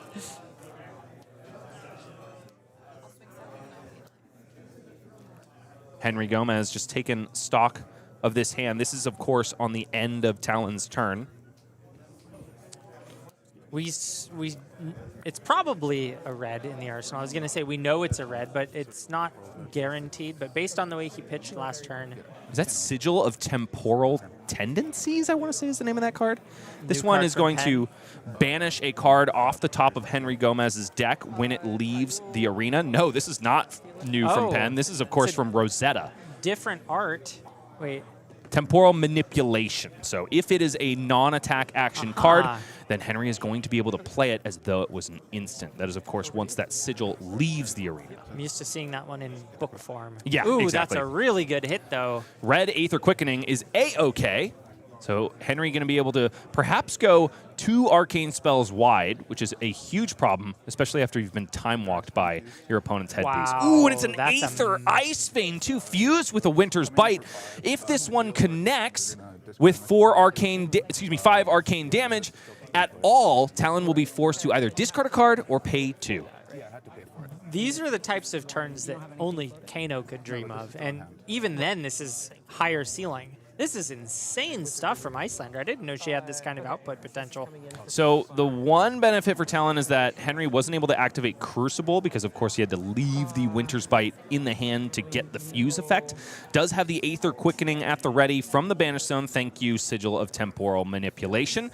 So there's more damage coming, of course, but after Henry is able to strip cards out of the hand this way or that way from Talon. Imagine the Aether Quickening connects, does get the go again, and he's got some kind of one-cost finisher in the arsenal. So now Talon does have the opportunity to stem the bleeding a little bit. It's a blue in the pitch zone. It's Quickening Sand, one of those brand new Riptide-only cards from Compendium of Wraith. And then he's also going to be able to block 3 on the next arcane spell, but that means he'll have to discard a card out of hand in order to keep enough resources to do so. Yeah, this is really disruptive stuff. You discard unless you pay 1. Right, but you're going to have to pitch it anyway. Talon just I do still have crossing his T's, dotting his I's as far as what is going to come out of the hand for Henry Gomez for the remainder of the turn. He will not have an action point after Aether Ice Vein is resolved. Aether Quickening going to come in at instant speed. Thank you, Sigil of Temporal Manipulation once again. Important to note, though, that if Talon does not block this, it will gain go again, and then he will have an action point. We will. So it's one resource left for Henry Gomez. Yeah, and I'll take 2. Talon only pitching 2, though, from that second copy of Yellow Razor Reflex. Absolute mad lad. And it does look like there was an arrow in the arsenal for Talon. Yeah. I do wonder if he's packing Spellbane Trap, one of those brand new cards from Compendium that can be really nasty against wizard opponents. We're going to play Frail Swing Line. This is first Frail Swing Line. Representing, I think, probably the most elegant design decision in Compendium of Wraith. This is the first action speed trap that we have ever seen. For the most part, traps are also defense reactions, and that's just the way that they come. In this case, it offers Riptide an ability to run a ton of traps that have debilitating effects, like Frail Swing Line does, but not completely brick his hand if he draws them in multiples. No, it's a really interesting case of these sort of multimodal cards making their way into a hero that, frankly, probably needs the help. Bricking is something that Riptide is very wont to do in these trap-heavy lists. So giving the traps the ability to have an offensive outlet is really nice. Ooh, and even though it has go again, Talon Stradley forced to just park that drill shot in Arsenal, allowing Henry the opportunity to resolve yet another sigil of temporal manipulation, which is looking equally as good as an Aether Hail hits the Banish Zone. These turns from Iyslander, it's like you're watching Kano, but you also get ice. Yeah. This is really, I mean, there's certainly an element of luck here, hitting 2 red spells off the top, but that's true of Kano too. So. Now, because we have seen 2 copies of that sigil, do you think that Henry is on a no-attack Iyslander list? Well, I think I would say that very few attacks is likely. Maybe you have the Wounded Bull package for maybe some more fatigue matchups or something. I know that Kano brings it for the tempo push near the end of the game when you need to combo off. I don't know how Iyslander would utilize if she does such a tech piece. So it very well could be a no-attack list. But if anything, maybe a few in the sideboard that you just don't bring into aggro matchups. So for the first time passing back, Henry unable to convert the entirety of his 4-card hand, does leave 1 card in the hand. Talon now down to 11, though. Definitely not feeling good in this situation.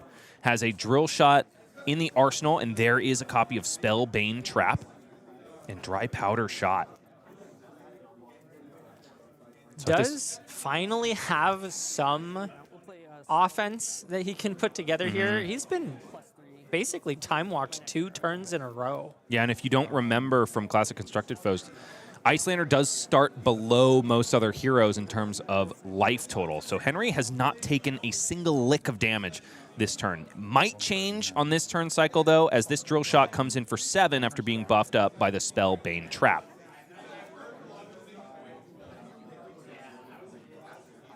And in the hand for Henry Gomez, an Ice Bolt, Snapback. That is a Photon Splicing, I want to say, in the red, and then a blue Winter's Bite. Does have a convenient 7 block here, but instead going for Stir the Aether Winds in the blue here, then beefing up a Photon Splicing, now coming in for 5. Stir the Aether Winds, an interesting inclusion in blue. Henry, of course, wanting to utilize it because of its blue color strip, but it is really expensive for just an extra bit of arcane damage. It is, but it certainly gives you reach that I didn't quite think about in terms of what Iyslander can do. You never think of Iyslander as having, I mean, I guess she has the blue Emeritus Scalding, but other than that, most of the spells they're still blue, so they're not all that impressive. But playing here, you know, this is a 2-card, or I guess a 3-card 5. Energy Potion popped here for Henry Gomez in order to play this snapback, beefed up by a Crucible of Aetherweave. Talon down to 3 at this point, and Henry just shipping all 7 of this damage. And, of course, the on-hit, maybe not, though, because Blade Beckoner and Ironhide Gauntlets are getting into the fray here. And Spellfire Cloak being popped just to pay for that extra little bit of block on the Ironhide Gauntlet. So now that on-hit from Talon Stradley basically null and void because, of course, an extra -1 counter on Blade Beckoner boots doesn't matter to Henry because Talon is never going to be actually swinging a weapon. You're telling me he can't pick up the bow and start beating you over the head with it? Man, if you could, Rangers would be so much better. Wow, Henry is really showing us what Iyslander can do, though. I am thoroughly impressed. And I think that's exactly why Iyslander has captivated so many players in our game. Her playstyle is just plain interesting. And here comes another little bit of trouble for Talon Stradley. Winter's Bite out of the arsenal, and it's a smiley face Winter's Bite that looks a lot more like an Ash token. Surely. Talon is definitely not smiling here, though. There we go. That's what I was going to say.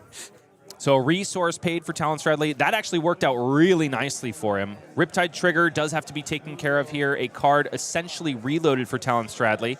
It's an extra one in the pitch to pay for that Frostbite and also the hamstring shot to follow. A curious choice here because with one floating, Talon could have held it back and just activated Death Dealer instead of loading it with Riptide and then reset the arsenal. Hamstring shot here coming in for 8. Does have an on hit. A pseudo Frostbite, if you will force Henry to pay an additional resource when swinging his first attack on the next turn cycle. But based on what we've seen so far, Henry just doesn't have attacks. Yeah, his list definitely seems to be leaning into the Ice Wizard portion of the Iyslander deck. I do remember when Bullander first appeared, I was a little saddened by the fact that it didn't seem... You and a lot of people. Hold it's that a Photon Splicing discarded here. Crucible of Aether Reeve active. So Voltic Bolt coming in for 7. It is an Arcane Polarity in the hand for Talon Stradley, but it's just not going to be enough. The tall Arcane makes it so that he has to accept that damage before healing. And Henry Gomez on the Wizard that couldn't, now ascending to 2 and 0. That looked oppressive from Iyslander.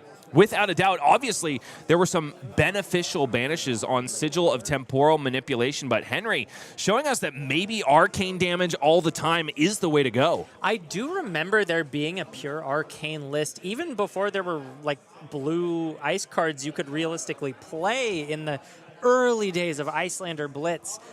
This feels like a little bit of a callback to that, and it seems like there are a lot of tricks that I hadn't quite pieced together that you are capable of doing.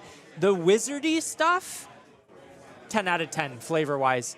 Blue, Stir the Aether Winds, shooting red cards from your hand at instant speed, 10 out of 10 wizard shenanigans. You know, ultimately a 3-card 5, and the only case that that really works in the game of Flesh and Blood is in the Wizard Suite. Listen, you don't care about playing under rate when you are killing your opponent.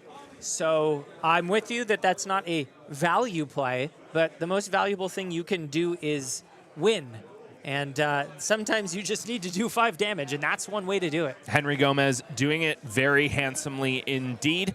And folks, we are sitting in a very handsome store as well. Top Deck Keep is our home on the West Coast for AGE, and we are so thankful to be here for our 2nd year in a row. Our consigliere, Tyler Horspool, has been a fantastic host. Gotta say, the facilities are top-notch here, and the play space is right behind us. You gotta love it, folks. Top Deck Keep in Riverside, California. We are so blessed to call this place our home. Yeah, definitely one of, if not the premier Southern California Flesh and Blood store, and I just love showing up here and seeing the amount of attention and dedication they have to this game specifically. And we will be back next month, folks. March 21st is going to be our next open in Los Angeles. It'll be back here at Top Deck Keep. The format reverting back to Classic Constructed so that we can see the real impacts, the premier constructed format in Flesh and Blood. Right now it's Sage all day, and not just here, Michael. We're also having an open concurrently in St. Louis. It's Silver Age in its own right, and that is happening at Impact Gaming Center in Fairview Heights, Illinois. Loving the format, loving the things that we're seeing.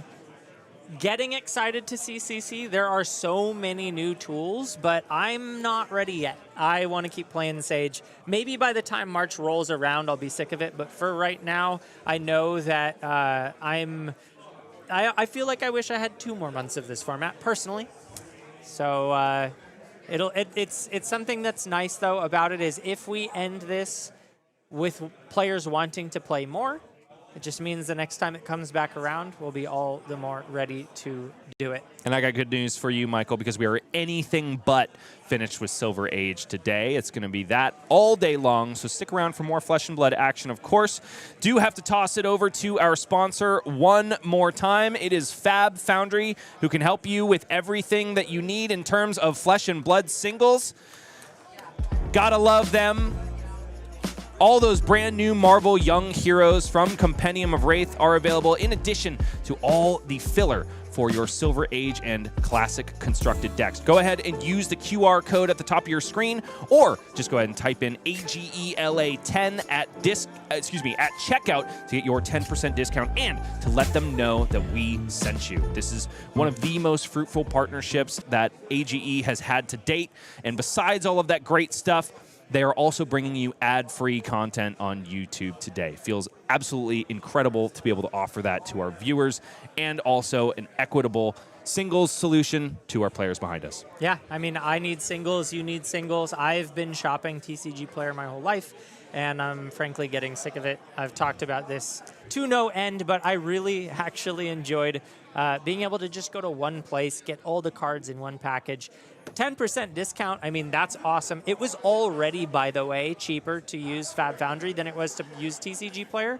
So an extra 10% on top, count me in.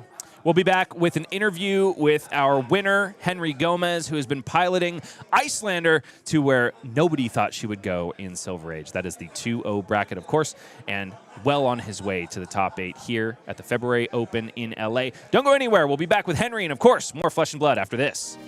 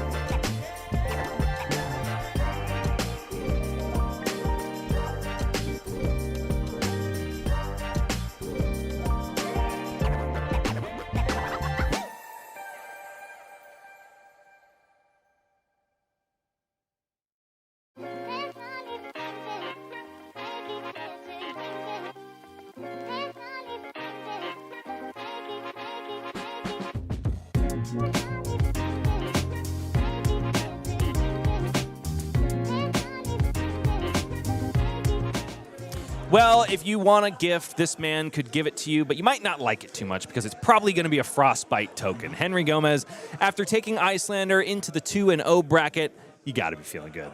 Yeah, it feels good. I think with Iyslander, I've been trying to find a build that feels good for a little while.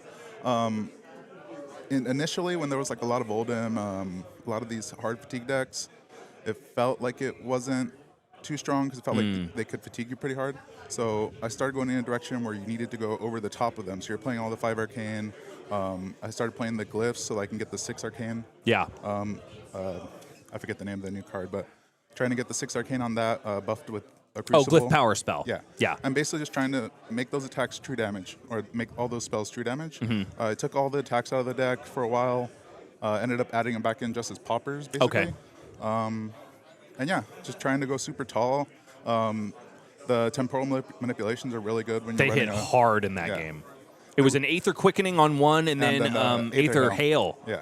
So they're like kind of like extenders. You're running so many red arcane spells in this version of the build that, you know, it's a little over a 50-50 that you're going to hit one. If not, you're probably going to hit like a blue arcane, and it's just a little extra chip, or you're getting a card out of their hand if they're pitching into it, which I'm fine with because then I'm doing something on their turn right back at them. Henry, before we get into the nitty-gritty of the actual game that we saw, I do have to ask, do you have a history with Iyslander? Because I think that Silver Age is affording us this opportunity of going down a nostalgia rabbit hole and playing the heroes that we loved before they LL'd. Yeah. So Iyslander was the first hero I played. So I started playing just before Uprising. I was learning, and Iyslander was the first hero that I picked when the set came out. So I played that up about hard in like a week after I started playing, and I played it basically all the way until it L'd. I played Prism for a little bit after that, and then a mishmash of heroes after. But I've always like the Iyslander the most. Is my favorite hero. How does it feel to be back in the saddle? It's great. Yeah. Yeah. It's the hero that I enjoy in Sage. It's like a really fast format, and I was having trouble finding a hero that I clicked with, so I just went back to what I like the most. You and casting legend Pankaj Bhajwani together. So, Henry, we've kind of talked about how she doesn't have the greatest place in the meta. At least that's what people are saying. So, do you feel like this was a pick that you made trying to win, or are you just trying to have a blast? I think you could do both. You trade into Briar really well. Like, they're not running enough blues to actually deal with you giving you Frostbites or throwing Wind Bite at them, blue Aether Ice Vein. And you're throwing enough Arcane over the top of them that when they're only running AB1, they don't really beat you in the race. Like, I beat a Briar first round. I've beaten most of the Briars that played before this. So, like, those really aggressive decks you beat, I think you beat Warrior in a long game, particularly since you're going over the top and dealing true damage to them. The Great Axe makes blocks a little inefficient, but it works out really well. It does end up working out. I think where you end up having trouble is like your Oldens, your Full Fatigue, Florians that are gaining enough life that the damage you're doing to them is just being gained back. Just null and void. But that's not really where the meta is, so I think it is a good pick, and I think it's something you can win with. But I do think you need to mix up the traditional Iyslander list a little bit because the older one isn't quite where it needs to be. So I will say, I think that Kano, you're trying to emulate a bit of what Kano's doing with more disruption and 3 more life. And Kano's going to spike much harder, and in general, it's going to be the better wizard, but I think that Iyslander is pretty close. Sure. Maybe takes a little bit more agency back than banish, like random banishes off the top. Yeah, and I think you have a much more consistent game plan into the aggressive decks. Like the disruption that you have, if you're drawing it early enough that they aren't able to put you in a position where you have to block everything that they throw at you, and you have a little bit of room to fight them and trade damage, you end up coming out ahead. So, Henry, I am going to have to let you go soon because you've got another match to play. But I do need you to rep your home store because this is it. Team Top Deck Keep is the team that you represent here. Tell me what it means to be killing it at your own store. I love it. This is a excellent store. I love the community here, and thank you to everybody involved in the store and all the members on the team for helping me become a better player. All right, and that's what AGE and Flesh and Blood is all about, leveling up your game. And Henry's doing it right here, so what the heck are you doing? Get out to an AGE event near you and level up just like Henry. Henry, how are you feeling moving into the next few rounds of the day?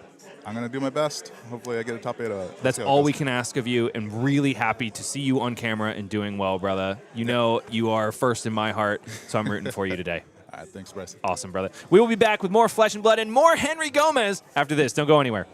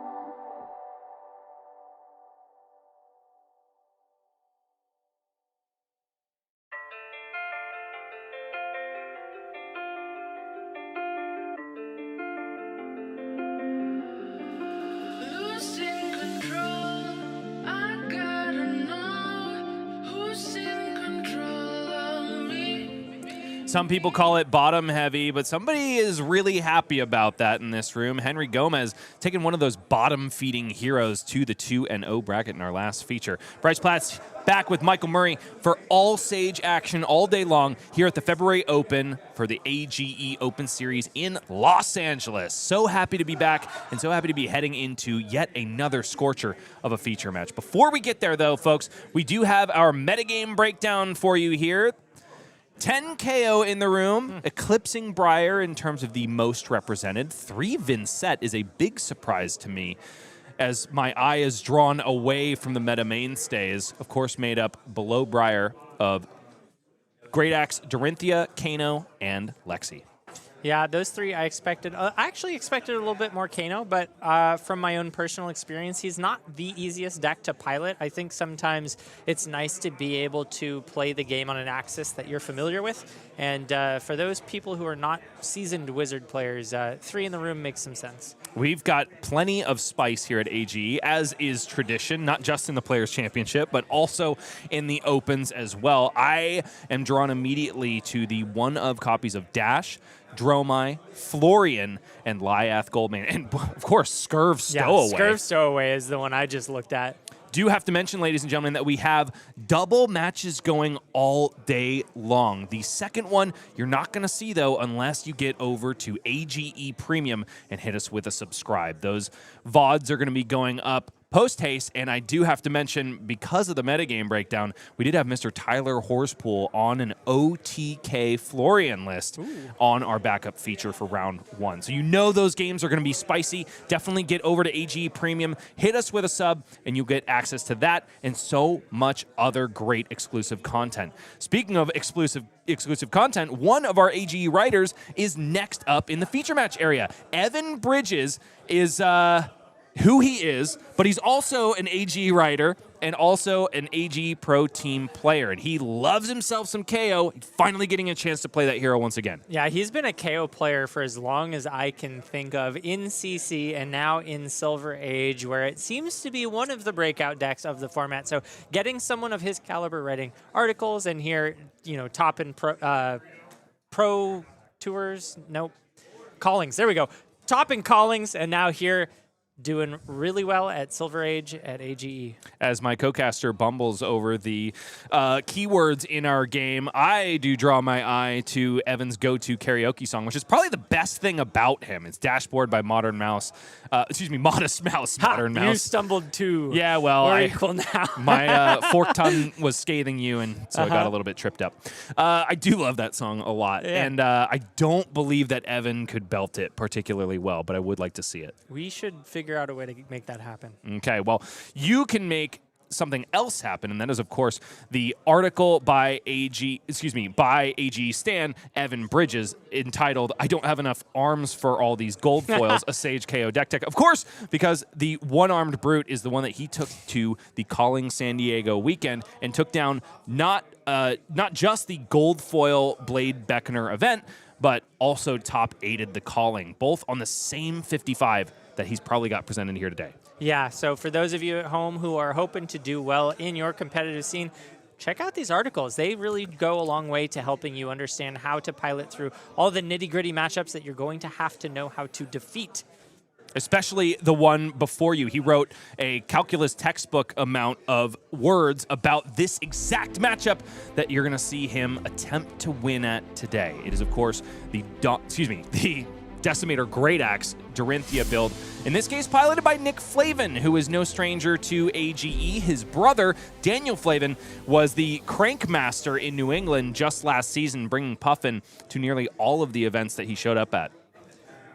Evan starting things off just the way you want, with a might and an agility to kick things off. And this card exactly is one that Evan Bridges brought into his list that he hadn't seen utilized before. Both the top 8 lists in London were bereft of yellow agile windup, and Evan thinks that it's the difference maker in not just this matchup, but also the ones where your opponent tries to take you long. He has left things like Pack Hunt at home in order to facilitate wider turns in the endgame. I will say, though, if you're going to have a start with Dorinthea on Great Axe, Red Felling Swing is probably the best way to do it. Power card. power start here from Nicholas Flavin. Especially when your opponent decides to give you absolutely no value on the blocking end of things and just reaches for the predatory plating and the beaten trackers. Bare Fangs coming out of the hand. I think Evan's going to be popping the foot piece sooner rather than later because he doesn't want to waste the rest of those cards. Sorry, that is a yellow Bare Fangs, likely going to be coming in for a big bad 8. Yes, rough up discarded there. And so it's a might token generated for next turn and a little bit of a buff on power, both by the Bare Fangs effect and the might token that popped at the beginning of the turn. No need for those beaten trackers, however, due to the agility. So Evan's got everything he needs right here. 8 go again, 2 cards in hand and 1 in arsenal. This is looking to be a beat down of a turn. It's a solid start for Evan. I do think I spy a Buck Wild and a blue in the hand.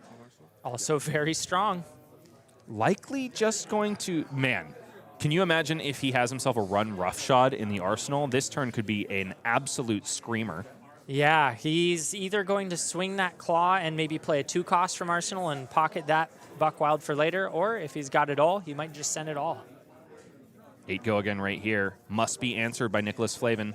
Does so by Refraction Bolters, Gauntlets of Unity, and a card from hand. Down to 18 he goes. Mandible Claw is going to be the follow-up here. And it wasn't a run roughshod in the arsenal. It was one in the hand for Evan Bridges. So likely going to finish this up, yes, with a 2-cost. And what a 2-cost. It's Sirens of Safe Harbor, a card that has been looking so good in so many Silver Age decks, but almost especially Kayo, because not only is it a solid 2-cost 7 if you resolve it, but if you happen to randomly discard it, you get a little bit of extra value. Yeah, Sirens of Safe Harbor has just been such an outstanding card in KO specifically, but across the entire format. So many heroes really liking the ability to gain that life. When you have such low life totals, gaining life is good. 6 damage now for Nick Flavin to answer, who lies at 15. Still in the lead in this game by 2, but Evan is very happy with the beginning of this game for him. Steelblade Shun out of the arsenal from Nick Flavin. It's a 2-card 6 on defense. Not the most efficient way to use Steelblade Shunt, but when you got to block, you got to block, and Evan definitely made Nick block. Yeah, both of these players really coming out swinging. Great hand textures from both of them to start out. Now Nicholas, 2 cards in hand, simply swings that Great Axe. Saving something in the arsenal for later. It's a Knucklehead and a Blade Beckoner Gauntlets block for Evan Bridges. Just trying to get maximum value from his equipment as early as possible, insulate himself on the life total front, and put the beat down on Nicholas Flavin. Might token pops at the beginning of the turn, and it's another hand that came together for Evan Bridges. Wild Ride is the first thing resolved here. No need for an agility token on this turn cycle. This one is almost assuredly going to get go again. Do you know if he runs any misses in this deck? I don't think that he does. Discard is High-Pitched Howl here. 7 go again for this Wild Ride, thanks to the Might token that started off this turn cycle. And in the hand is the other copy of Run Roughshod, and I believe, is that an unexpected backhand? Ooh. So it is 2 blues, which might seem like a clunker, but of course there's a red Buck Wild in the arsenal for Evan Bridges, so he's going to go 3 wide, 2 of which are going to be 7s. Yeah, he's just putting together the same turn that we thought he could put together last turn now here. He's got 3 go again with 1 float and 1 cost in hand. And that final coup de grace chain link is going to be the Run Roughshod in hand. So there's going to be a 19 damage turn from Evan Bridges. He's putting on the hurt. Without a doubt. And Dorinthea with the Decimator Great Axe really wants to take things slow, get incremental value, kind of like Ira does with that Decimator Great Axe. When you start forcing your opponent to block, they are in a losing situation. In this case, it's Nicholas who is doing all of the blocking here. Run Roughshod, resolve this third chain link here, and Evan is absolutely giddy at the way that this game has started. You can tell by how fast he is adjusting the board state and passing back to his opponent. When Evan is playing fast, he's feeling happy. One of the things, though, I got to point out about this Warrior deck, the amount of block on those equipment is insane. Nicholas still has an effective 9 life here as he's still able to send 7 forward.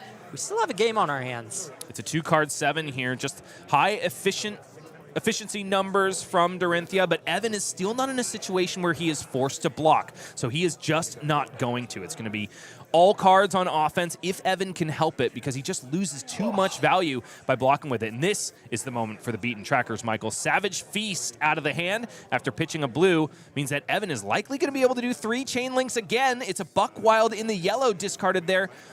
Beaten trackers to follow. Action point regained as Savage Feast does not have go again. Will be coming in for 7, and the card drawn for Evan is just hidden from us. It's another unexpected backhand in the hand. And do I spy another Buck Wild? Can't quite make out that last card. I do think it is a Buck Wild, so wouldn't be... Oh, no, it would be 3 chain links because he's got the 2 floating for the Mandible Claw. Yeah, is the unexpected backhand blue? It is definitely blue. I think KOs are only running this in the blue. I see. In that case, he's got another banger of a hand, and Nicholas is starting to run low on those armor, putting one more piece in front. With an on the horizon, so this is a good blocking hand for Nicholas Flavin. If he can get Evan to close the combat chain, he will get an extra little bit of value from Sirens of Safe Harbor, but the beatdown continues. 3 go again on the Mandible Claw, taken immediately by Nicholas Flavin, who's still got a couple cards in hand. Oh, it is a resolution of that unexpected backhand because, of course, the Buck Wild in hand was also blue, unfortunately. So it's only 5 to finish this combat chain. Evan's still feeling really good. Yeah, and if this happens to go second cycle, that blue Buck Wild is slightly better in the end game than the unexpected backhand. It doesn't look like that will be the case, but you never know. So you might as well play optimally and pitch the one you think is best. I had the pleasure of watching Christopher Ayali, who also brought KO to Calling San Diego, win a game by clashing with unexpected backhand. That was not something you see every day. Yeah, that's why it's in there. The ancillary potential for extra value. As a Victor player, I do love including cards that have benefits when they are shown off the top of a clash. Nick really in the tank here, rolling up his sleeves, trying to find the way through this defensive turn. Yeah, the way he blocked, it seems like he wants to keep all 3 cards. Could very well be the time to block out completely and go next because Evan doesn't have an agility token, has already played one of his copies of Wild Ride. It could be a situation where he just doesn't draw the go again necessary to put the hurt on Nick, but got to hand it to him for putting his nose to the ground and trying to figure this one out. Has the opportunity to give just 1 card plus the final copies of Unity equipment in order to block this out in its entirety, and then can still at least swing the Great Axe. Yeah, Evan very astutely recognizing that the Great Axe loses 1 value every time you don't block it. So as much as you can avoid putting cards in front of it, you want to do that. And we can see here that he's really gained quite a bit of an edge so far with just avoiding playing any amount of defense other than equipment. It's Raging Onslaught plus 2 copies of Unity equipment. Nicholas Flavin goes down 1 there. I think he should block that out and gain 1 from the Sirens of Safe Harbor.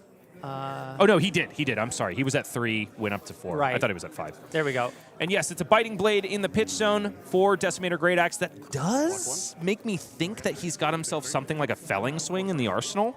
It could be that. I think that if you can ever hold on to 3 cards, if that happens to be an overpower, that's a really nice way to close the game. And Evan, once again, not going to block with a single card and give Decimator Great Axe any value besides the 4 that's printed on it. And yes, it's another copy of Wild Ride for Evan Bridges. The hands are coming together, if I have anything to say about it. Evan's got everything to say about it as he comes in. Let's see what he discards. It's going to be a 6 no matter what. And yet another high-pitched howl into the graveyard coming in for 6. Now go again on this yellow Wild Ride. And the rest of this turn cycle could very well be more hurt. Mandible Claw has been turned on. I think I spy a blue in that hand for Evan Bridges. There's an Agile windup, not sure on the color. And the other card is a yellow Buck Wild. Okay, a bit of a clunker. It doesn't have the full resources to... Except for predatory plating is there. Can be popped now because, of course, Evan Bridges does have a card technically with 6 or more power in his pitch zone. So this is another 3 chain link clean clean turn for Evan. He's put his foot on the gas at the beginning of this game and has not let up. It's been 3 chain links every single turn. And now Nicholas is in the treading water position. He must block out this turn enough to not die, obviously, and then just pray that Evan bricks. We've seen it live. I've seen Kayo put out a 4-card 4 live on stream. I believe that was at the Calling London in the top 8. In this So case, it's though, possible. it is anything but. Nicholas, it's got a tall order to tread these waters. It's going to be Wild Ride for 6 go again, then Mandible Claw, and then, of course, the pop of the Predatory Plating to finish off with a Yellow Buckwild for 6. In this case, this one is blocked out all except for 1 with Sirens of Safe Harbor. And Evan is just not going to close the combat chain until he sent all of his physical damage for the turn. Yeah. A pop of the Predatory Plating gets a damn it from Nicholas Flavin. Darn, he remembered. And you're blocking 2, so you take 1. Yep. Down to 3. 1 damage comes across the line. Nicholas Flavin now down to 3, and that is exactly the amount of power that Mandible Claw swings for. 3 go again, once again for Evan Bridges after Wild Ride in the yellow gets reduced down to 3. An Iron Song response blocks that out readily. And a final 6 from Buck Wild, and yes, it is another Steel Blade Shunt here. Wow. This one in the blue, though, so Nick only surviving at 1. Now back up to 2 after Sirens of Safe Harbor goes to the graveyard. Nick now finally able to swing for lethal and force Evan to give him value on this Great Axe. Yes, actually. Except he has no cards in hand. Oh, I thought he kept 1. My bad. Yeah, so Evan's still in a good spot, assuming the hand he drew functions. In the hand, unfortunately unable to be seen by us. I do see a blue Smash Instinct here. Oh, and he's just going to be sending that. Unfortunately, no action point generators for the first time all game for Evan Bridges. One of these cards is going to be intimidated, but the other 2 almost assuredly going to be able to block out this Smash Instinct. So Nick, if he draws well enough, could be in a situation where he gets to send something like Sharpened Steel and Decimator Great Axe. The hand has to cooperate, though. This is precisely the breathing room that Nicholas needed. I do see an Iron Song response. I think another copy of Sirens of Safe Harbor, which luckily, because Nick is not down to 1, is a valuable blocking card here. And then a blue Sirens of Safe Harbor in the hand. Assuredly going to be able to at least swing the axe on the next turn cycle. I do want to point out, backup feature match John Zapata has finished his game already and is watching with bated breath. 2-card hand. Didn't see the Intimidate. Intimidated card was Sharpened Steel. Are you kidding me? That lined up so perfectly for Nick. Here comes 7 on this Decimator Great Axe. Evan must give cards now, and thereby extra value on the Decimator Great Axe. Still going to be able to block 5 pretty easily. But does have a copy of Sirens of Safe Harbor in the hand. It's a big turn for Nicholas. And finally, just fighting his way, treading water, as you said, Michael, through so much damage and finding his footing at the opportune time here to put the hurt on Kayo, who has been doing all of that this game. It's a blue bear hug in the arsenal for Evan Bridges. And in the hand, no non-blocks, which is a good situation. Excuse me, 1 non-block, a yellow bear fangs. But the important piece here, no access to go again. Yeah, he'll have to give at least 2 cards. Is maybe thinking about how much is the bear hug? That's a 3 cost, isn't it? It is a 3 cost. So no, it's a 2 cost. It's a 2 cost? Okay. Comes in for 5. I'm going to block for 5. It's a total of 5 block here because Decimator Great Axe, of course, is going to have one of those cards from 3 down to 2. It is a rounded up half. And both players now down to 2. Evan Bridges, 2 cards in hand and 1 in the arsenal, but only 2 are going to be played here. Sirens of Safe Harbor cracking in for 6. And I like this play here because after the incidental life gain from Sirens of Safe Harbor, Evan, if Nick only sends a swing of Decimator Great Axe, will be able to survive by blocking with only 1 card.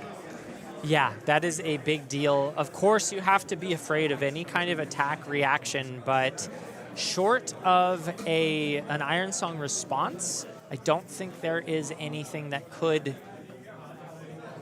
push that. And we've already seen at least 2. I think Evan's seen at least 2.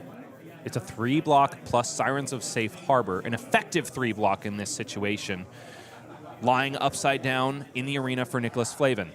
The question is, does what he has in hand put enough hurt on Evan Bridges? There was a yellow. I kind of think it was a springboard somersault, Ooh, that but would be I didn't really think that nice. Dorinthias were really running that card all too much. I've seen it in older lists. I think Lay Low kind of replaced it, but there's still some argument because it's +1 if it makes its way into the arsenal. I mean, it would be absolutely huge here if he's It's able a to resolve shunt. it. It is a shunt, which can still be useful on the next turn cycle. Nick has shown us that he's running shunts in all colors. So if he's able to draw them in multiples on Evan's next affirmative turn, could be his way out. And this is also a moment where if he's now priced out of swinging that Mandible Claw, going down to 1 as you predicted, but he's got to be careful here because we know that Steelblade Shunt is sitting in the arsenal. Evan snaps off a 1-card block, does send only Bare Fangs, had an all-red hand on that turn cycle, but still only blocks with 1 card and gets himself down to 1. He thinks this 8 is enough. I'm not convinced. Yeah, I mean, I think that was the best he could do, but... Could have blocked with 2 cards, perhaps, and do send a nothing? Mandible Claw? A Mandible Claw. I hear you, it sucks, but also going down to 1 against Decimator Great Axe hurts.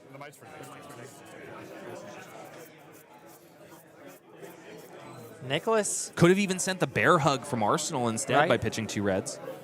Yeah, that's an option. I think right now he's just thinking about how can I push the most damage possible. The thing you have to be so careful about playing into these Decimator Great Axe decks is leaving them with enough cards to do an attack reaction. Well, and what Nick needs to worry about here is the number of 2 blocks he had in that hand. 2 copies of Blue Fiendal's Fighting Spirit, which just don't gain that incidental life gain if you have more life than the opponent. And unless Evan resolves another Sirens of Safe Harbor, which I don't think he has in the deck, that's just never going to happen again for Nick Flavin. Evan blocks Decimator Great Axe with 2 cards immediately, giving value to that axe, but it's another red Bear Fangs as the clapback. This one now for 9 because of the Might token generated by the one that came before. But this is the game state that Dorinthea wants to be in. Demanding 3 cards is not enough because you're still going to need to send 2 to the block. And if this play pattern continues, which it seems like they're locked into for the time being, Nicholas Flavin very much could take this game. Decimator Great Axe once again coming for Evan Bridges' X and O. And in the hand are some blocking cards. I see a Strongest Survive. I see... Is that a Sirens of Safe Harbor there? No, that is a Run Roughshod, so we are back to pitch stack for Evan Bridges, which means that there's not that much gas left in the deck. Wow. Man, Nick fighting tooth and nail to stay in this game, and he certainly has. Evan able to send yet another 2-card 7, this one in the form of a yellow Agile windup. But he could very well be circling the drain. There's 2 copies of Steelblade Shunt in the hand, which pairs so nicely with the one in the arsenal, except for the fact that Evan isn't sending enough damage. So it's just 1 yellow that Nick would have to pitch in order to block this out. Tanking just a little bit, trying to stay efficient. Having that extra 1 life sitting at 2 is kind of a big deal here. It could mean that he can save an entire card for offense. The question is, does he have enough to convert? Evan just looked to the sky, perhaps considering a decision point changed in the past, but simply can't at this point. Time travel, as of yet, is still unavailable to us. Maybe LSS will print that mechanic next set. Yeah, we'll see about that. Nick Flavin with 2 shunts in the hand, 1 in the arsenal. And with AGE legend John Zapata looking over his shoulder. After probably being written off by myself and you earlier in this game, stays alive at 1. Only resolves a red shunt. Might be trying to get that felling swing out of the hand and make it so that Evan Bridges just can't swing again. Unfortunately, it's just a pitch of a red drag down and a yellow felling swing to send Decimator Great Axe Evan forced to give 2 cards here. Is Evan on any Clash cards? Because if he No. is and happens to hit, oh man. He is not.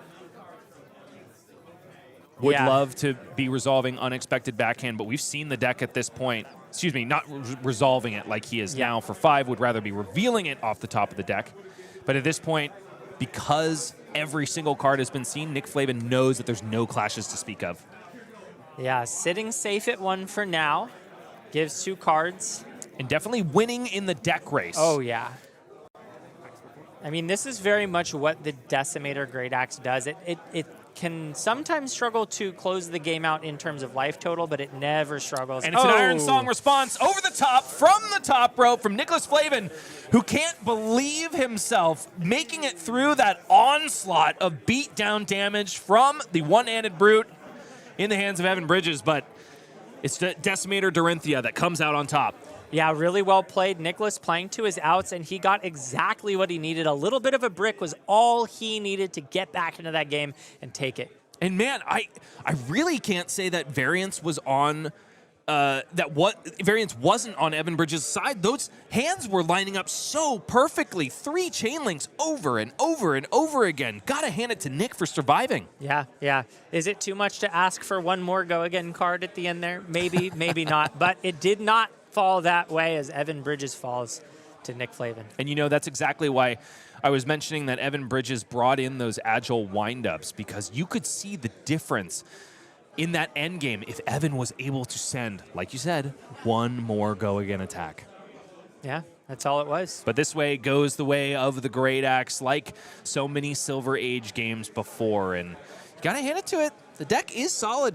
Oh, yeah. Both decks are solid, but that DGA, I mean, it was all that armor, right? That's what we sort of talked about at the beginning. The amount of life that you get to start with is obscene, and it just was, he was able to weather that storm of like 15 into 16 into 19 damage, didn't die, didn't keel over, still kept the card to swing the DGA, and at the end of the day, ended up being able to claw it back. And also never gave up. Gotta hand it to Nick as I would've being flipped a the stalwart table. competitor, 100%. Not getting tilted by some seriously good draws from Evan Bridges.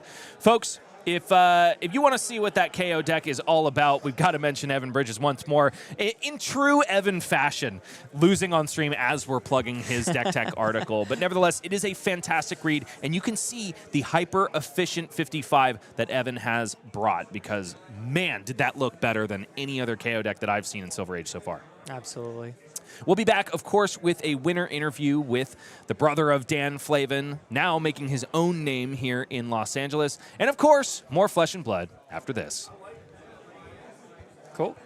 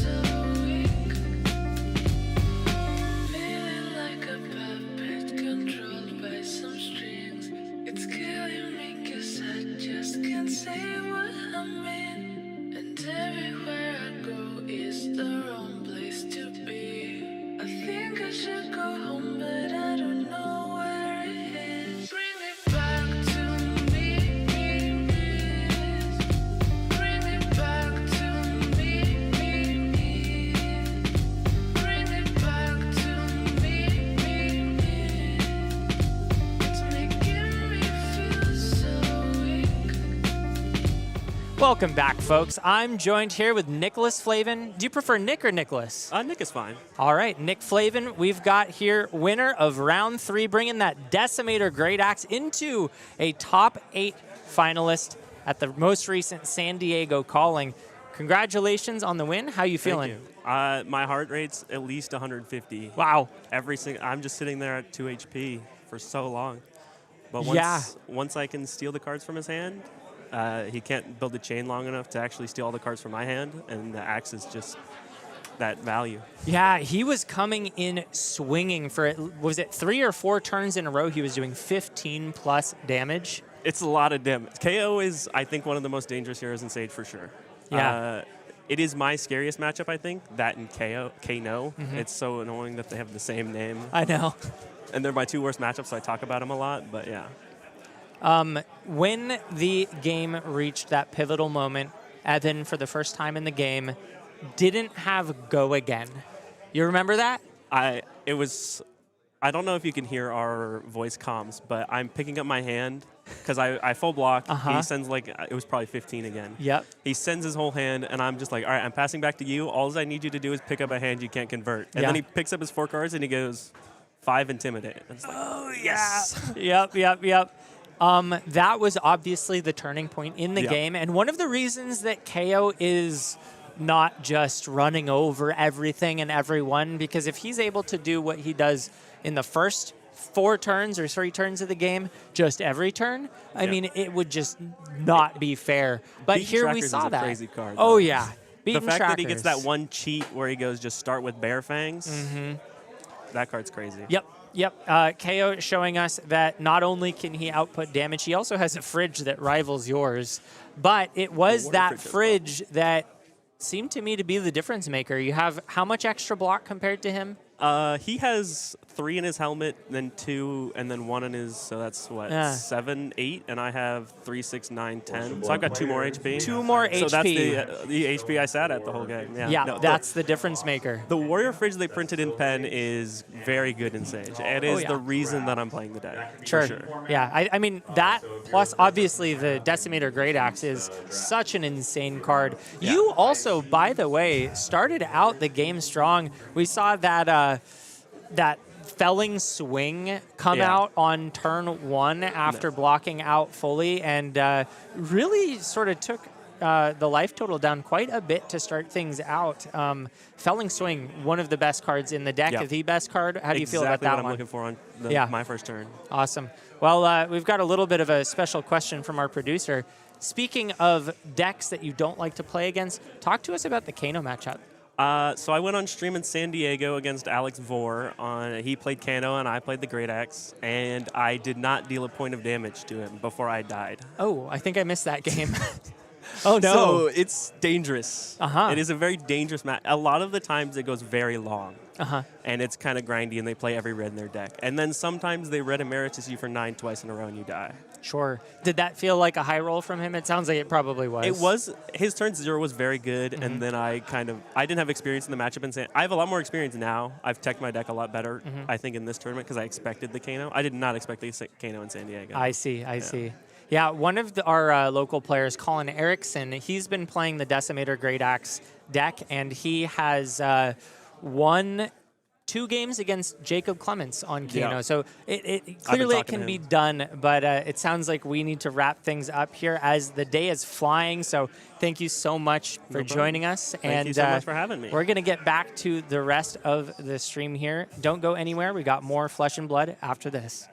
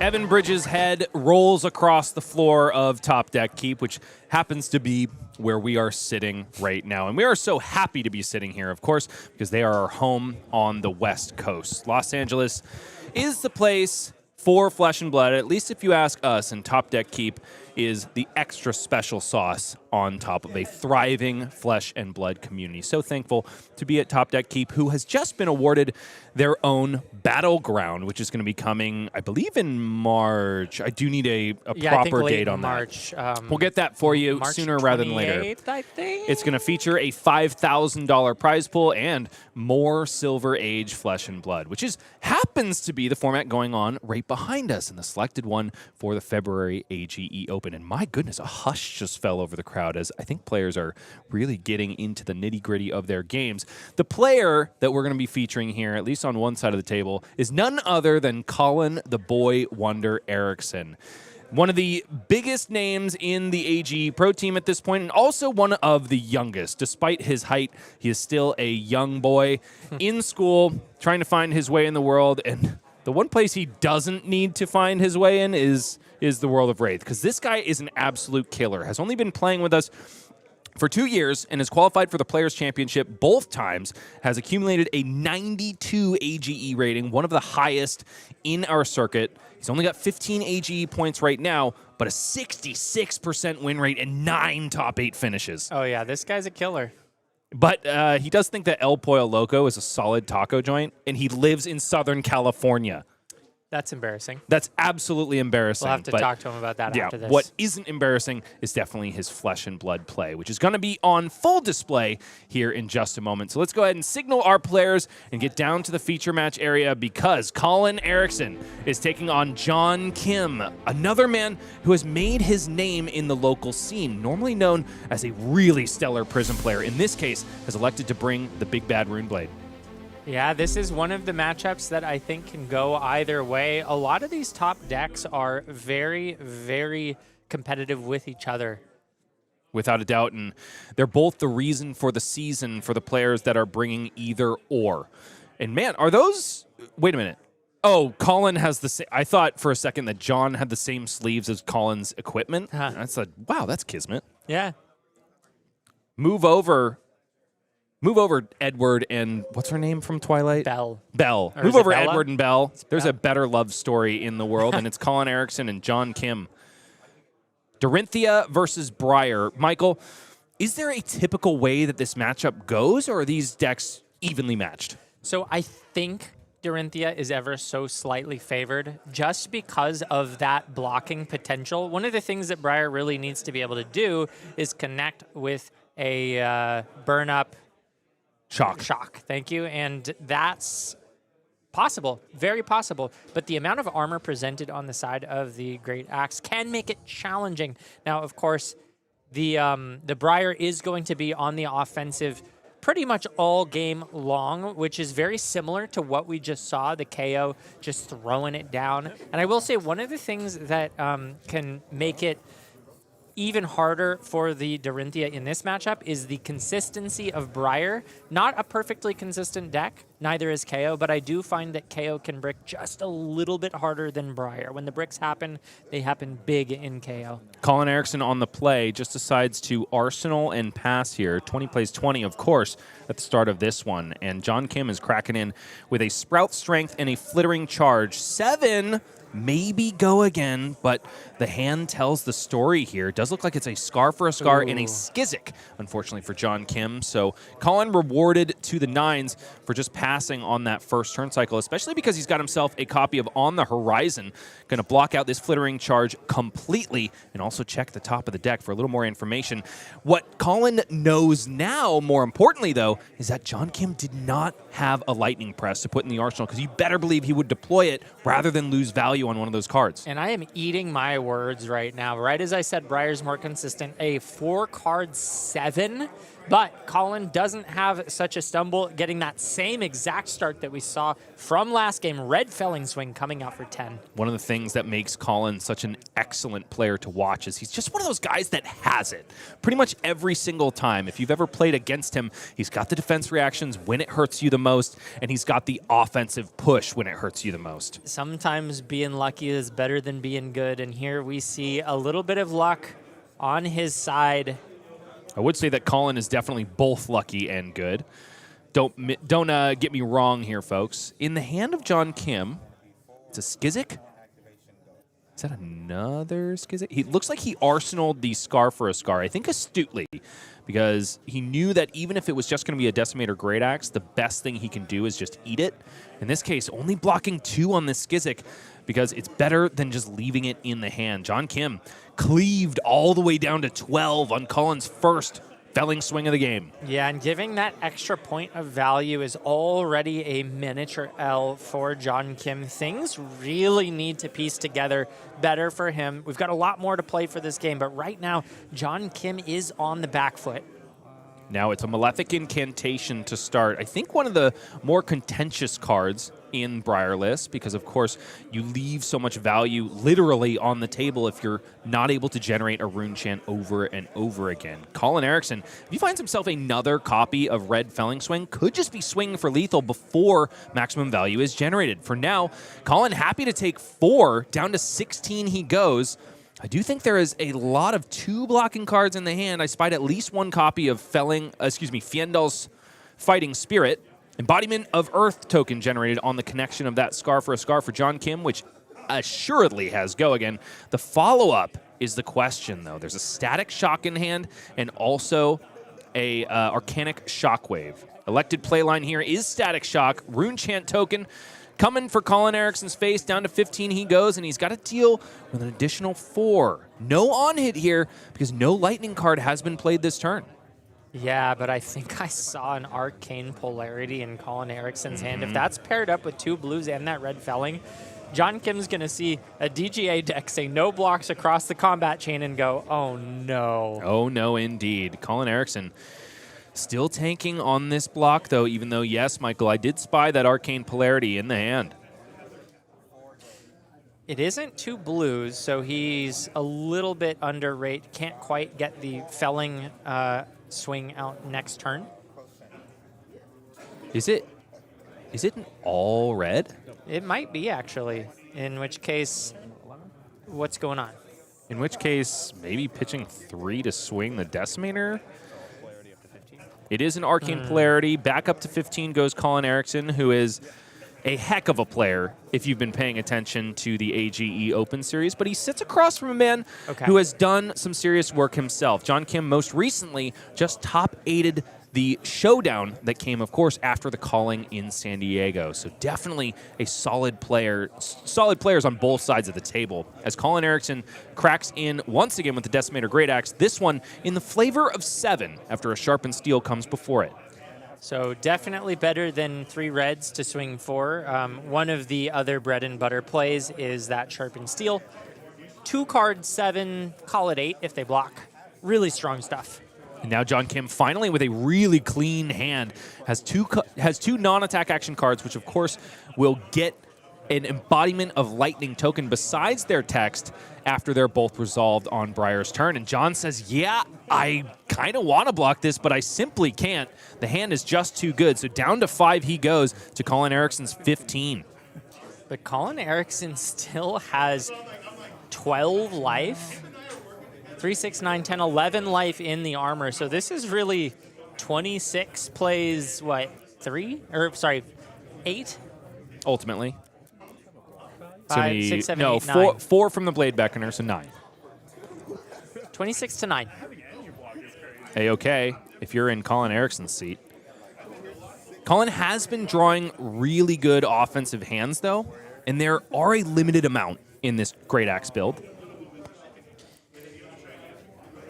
Might finally be relegated to blocking duty for the first time this game. John Kim just making sure that the sequence lines up. There is a Scar for a Scar in the hand, so he could be thinking about just the proper time to deploy it.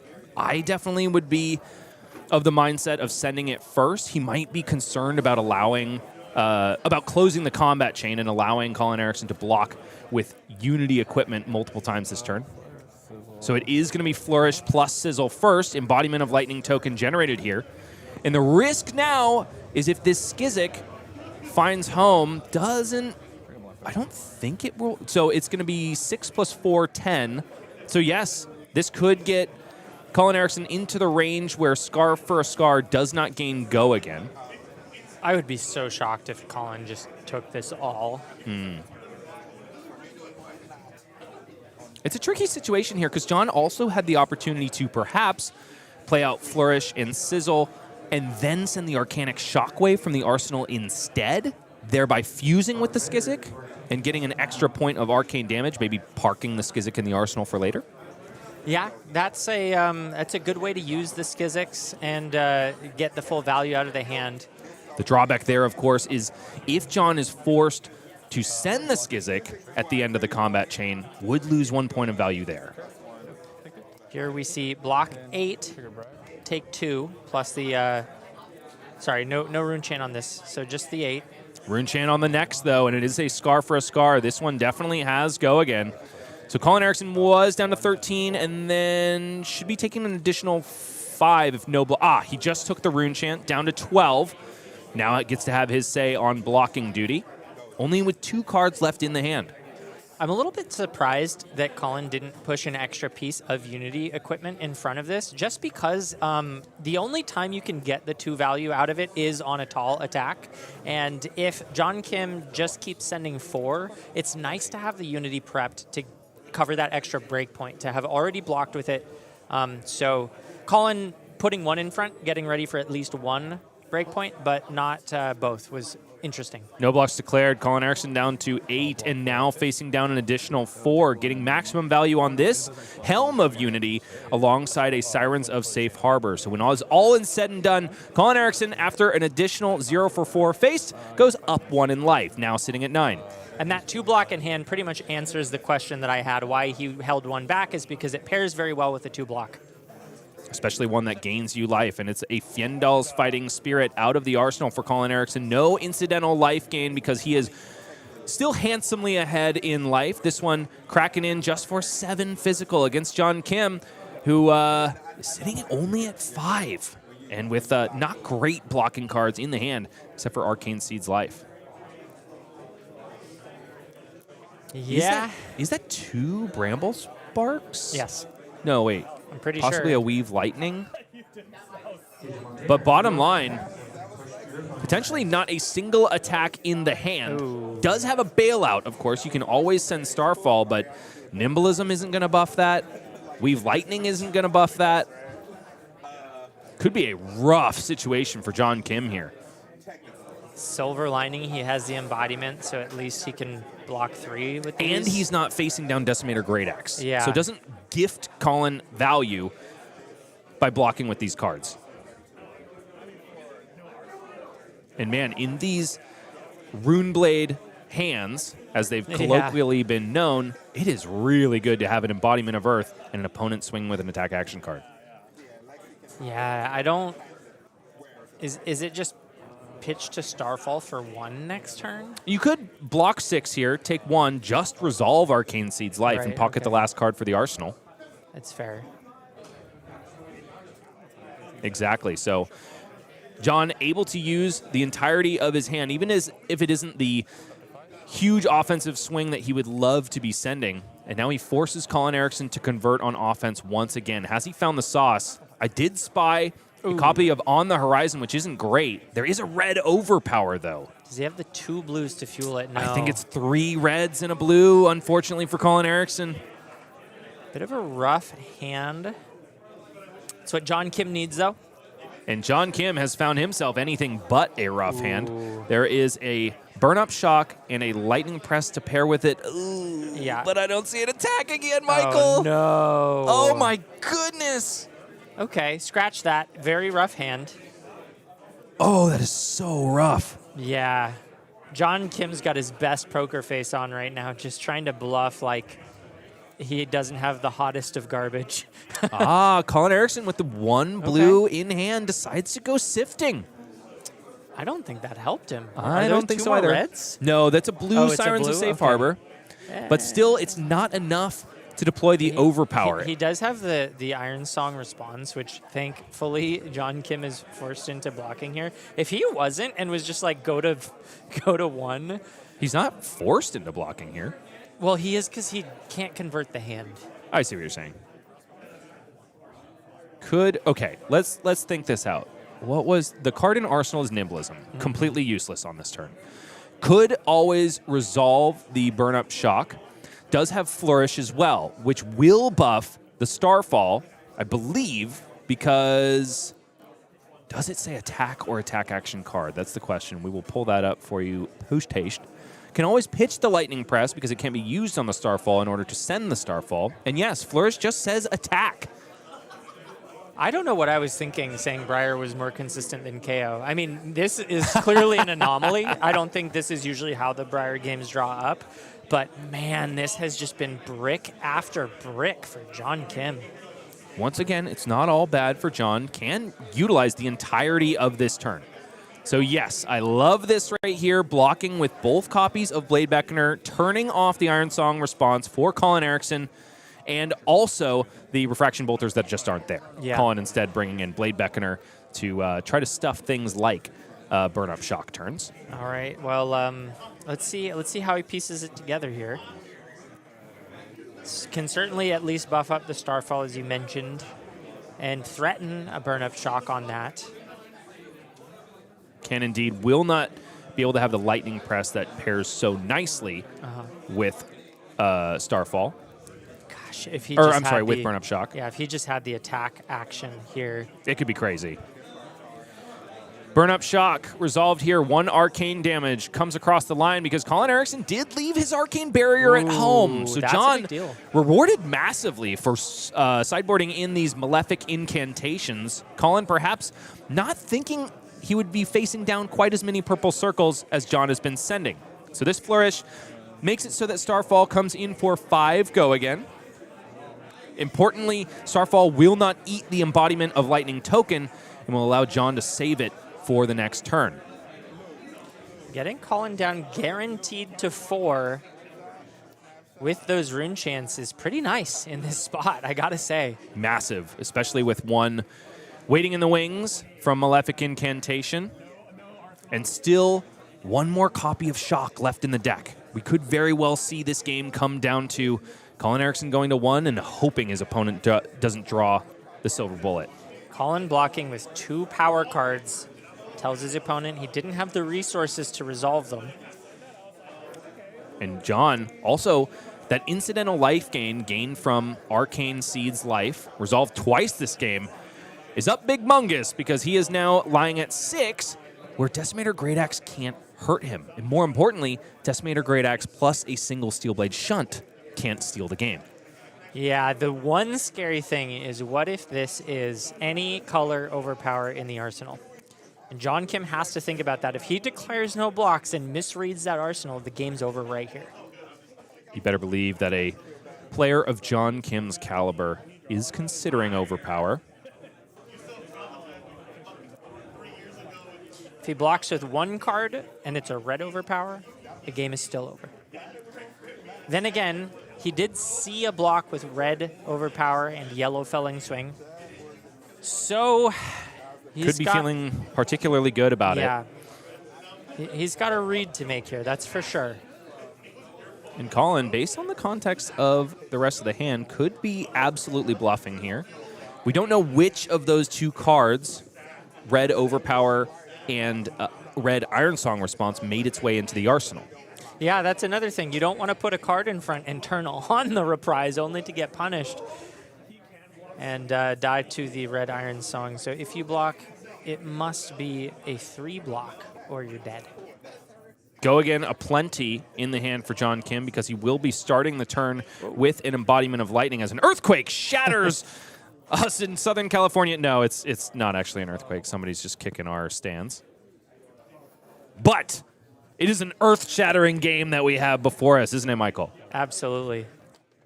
Earth shattering. It feels like we're on a boat right now, just kind of rocking back and forth gently. John Kim not punished at all because Colin Eriksen forced to just let him take 4 damage and pass. So it was indeed, I think, the Red Iron Song response in the Arsenal, and Colin perhaps kicking himself for not swapping that with the Red Overpower. Yeah, that would have been nice to get that out. Maybe he could have cleared it for nothing, but it's a tall ask to clear such a potent reaction. That being said, does suffer an intellect penalty for the decision, and now John Kim with 2 life has a 5-card hand to Colin Eriksen's 4. This is a game. We've got a game. Apologies for the motion sickness there, folks, if you are so sensitive. Looks like things are stabilizing now, so you can open your eyes and feast your eyes on some great flesh and blood once again without fear of losing your breakfast. Bracers of Belief popped here, showing a lightning surge on top of the deck, giving +2 to the next attack action card this turn. Oh, hey, and there's also 2 Nimblisms and a Sprout Strength to pair with it, so that is 3, 6, 9, 11 put onto the next attack here. Flittering Charge now, oh my goodness, coming in for 15, if my math is right? Yeah. That's a lot of damage. Also has Go Again, thanks to the embodiment of Lightning token generated both last turn and this turn. Double Go Again, my favorite kind of Go Again. Completely useless except for style points. Oh, wow. I'm a little surprised. John Kim just clawing it back and now is in a really good position. We've seen a lot of agency gained by players in the blocking seat these last 2 games. John Kim, the hands aren't lining up great as you would like for a Rune Blade, which is to say just throw them all at your opponent's life total. In this case, astute blocks in Silver Age are still a way to gain some serious equity. One of the things I like so much about this format is when you play into the slower decks, there is a lot of flesh and blood mechanics that come on display. And I think the really good Briar players are the ones that understand how to block. Even though you're playing that aggressive deck, it's the blocking that makes or breaks these matchups. Now, Colin does have to be considering Lightning Press, of course, but he did just see John Kim pitch one on the previous turn cycle. So the chances are a little bit lower that a combat trick could steal this game. I think you've got to think about playing to your outs, right? If you start respecting that Lightning Press right here in this spot, I don't think you have a window to come back into the game because you need to be efficient at this point. And Dorinthea with Decimator Great Axe is definitely a deck known for being efficient. Colin knows that there's at least going to be 1 more chain link this turn because, of course, John Kim popped Garland of Spring at the beginning and gained a resource. That resource almost assuredly to be sunk into Starfall, coming in for 2 Go Again after this Flittering Charge. I think it's pretty realistic to assume 7 points of damage after this. You've got the 1 Rune Chant sitting on the table, 2 from Starfall, and what you should be expecting to be a 4-power attack. And so, yes, it is 3 cards plus 2 copies of Unity equipment. 1 blocks for 1, the other blocks for 2. So it is 9 plus 3 here, and a lay low over the top. So 12 plus 3, 15, blocked out perfectly. And Colin Eriksen blocks with Blade Beckoner Boots on the Starfall. 1 arcane damage finds home, and then is it? Ravenous Rabble shows the Lightning Surge once again. 4 damage connects, and the Boy Wonder falls to John Kim with the Earth Runeblade. Wow, that was a 21 damage turn. Absolutely huge, especially after the middling jaws of John Kim, who kind of can't believe it in his own right. He was giggling to himself at the end of that game. I didn't think I would take it. Yeah, we were really focused on those bricks on the side of John Kim, but Colin Eriksen had his fair share of them as well. He got stuck with an intellect penalty for at least 2 turns in a row, and I gotta give credit to John for those plays. He turned Reprise off, or rather he chose not to block in exactly the right spot, and because of that, Colin wasn't able to convert his hands. And furthermore, Colin, unfortunately, just choosing the wrong card to Arsenal. Iron Song response instead of Red Overpower could have changed the texture of this game entirely. Was there an opportunity when they came up for him to choose one or the other? I believe there was, yeah. Okay. He had both of them in the hand. Right. tempting John into blocks, but because no blocks were given, he had the opportunity to arsenal either one. The other sticking point of that game was the choice to send Red Fiendal's Fighting Spirit from the arsenal rather than sending another Decimator Great Axe. And that was where we saw John Kim get so much equity from his one embodiment of Earth Token. Yeah, I mean, he couldn't have possibly known that the hand didn't convert, but like you mentioned, that choice meant that it was the only other opportunity he had to get Reprise, and he was forced into it. John Kim had to block that turn, and very fortunately for John and unfortunately for Colin, was the one turn he didn't swing the axe. Unfortunate for Colin, but fortunate for you, ladies and gentlemen, that we do have an excellent partner here at AGE. And it is, of course, Fab Foundry, the folks that can get you your Young Marvels and deck staples from the brand new set Compendium of Wraith. The LA Open Series is brought to you by Fab Foundry, and I should mention, all ad-free all day. Gotta thank them for supplying our prize pool and giving our players some spoils to fight for. You can get your spoils, though, by scanning that QR code at the top of your screen or entering at checkout AGELA10. You'll get 10% off your order and be happier for it. Cut out those middlemen and order from Fab Foundry, because they're Fab players just like you. So that 10 is for the 10% discount? Do you think if you change it, you can get more? Like if 100%. If you just add an extra 0, they'll give you whatever the heck you want. Hey, I figured out the hack. I hope that's not true for their sake. Yeah, I think their coders have kind of figured us out. Why didn't we think of that? Well, you can think about more Flesh and Blood games because it's coming at you right after this. But before more action, it's, of course, a winner interview with the folks we had on stream. Psych. Might get straight into the match. No interview. We don't have time. Bottom line, we're going to hit the break screen, and we'll be back with more Flesh and Blood after this.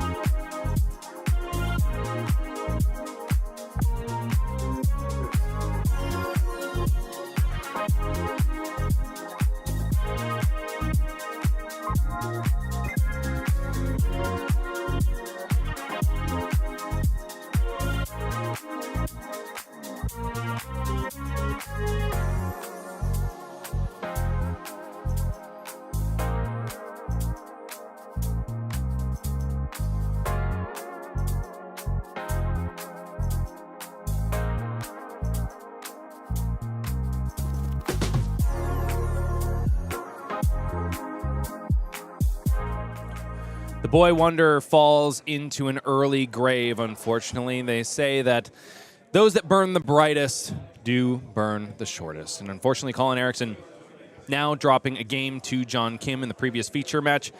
And now we have more action for you to feast your eyes on. But of course, we do have to talk about our sponsor. Fab Foundry is not just an incredible place to pick up singles and bulk alike.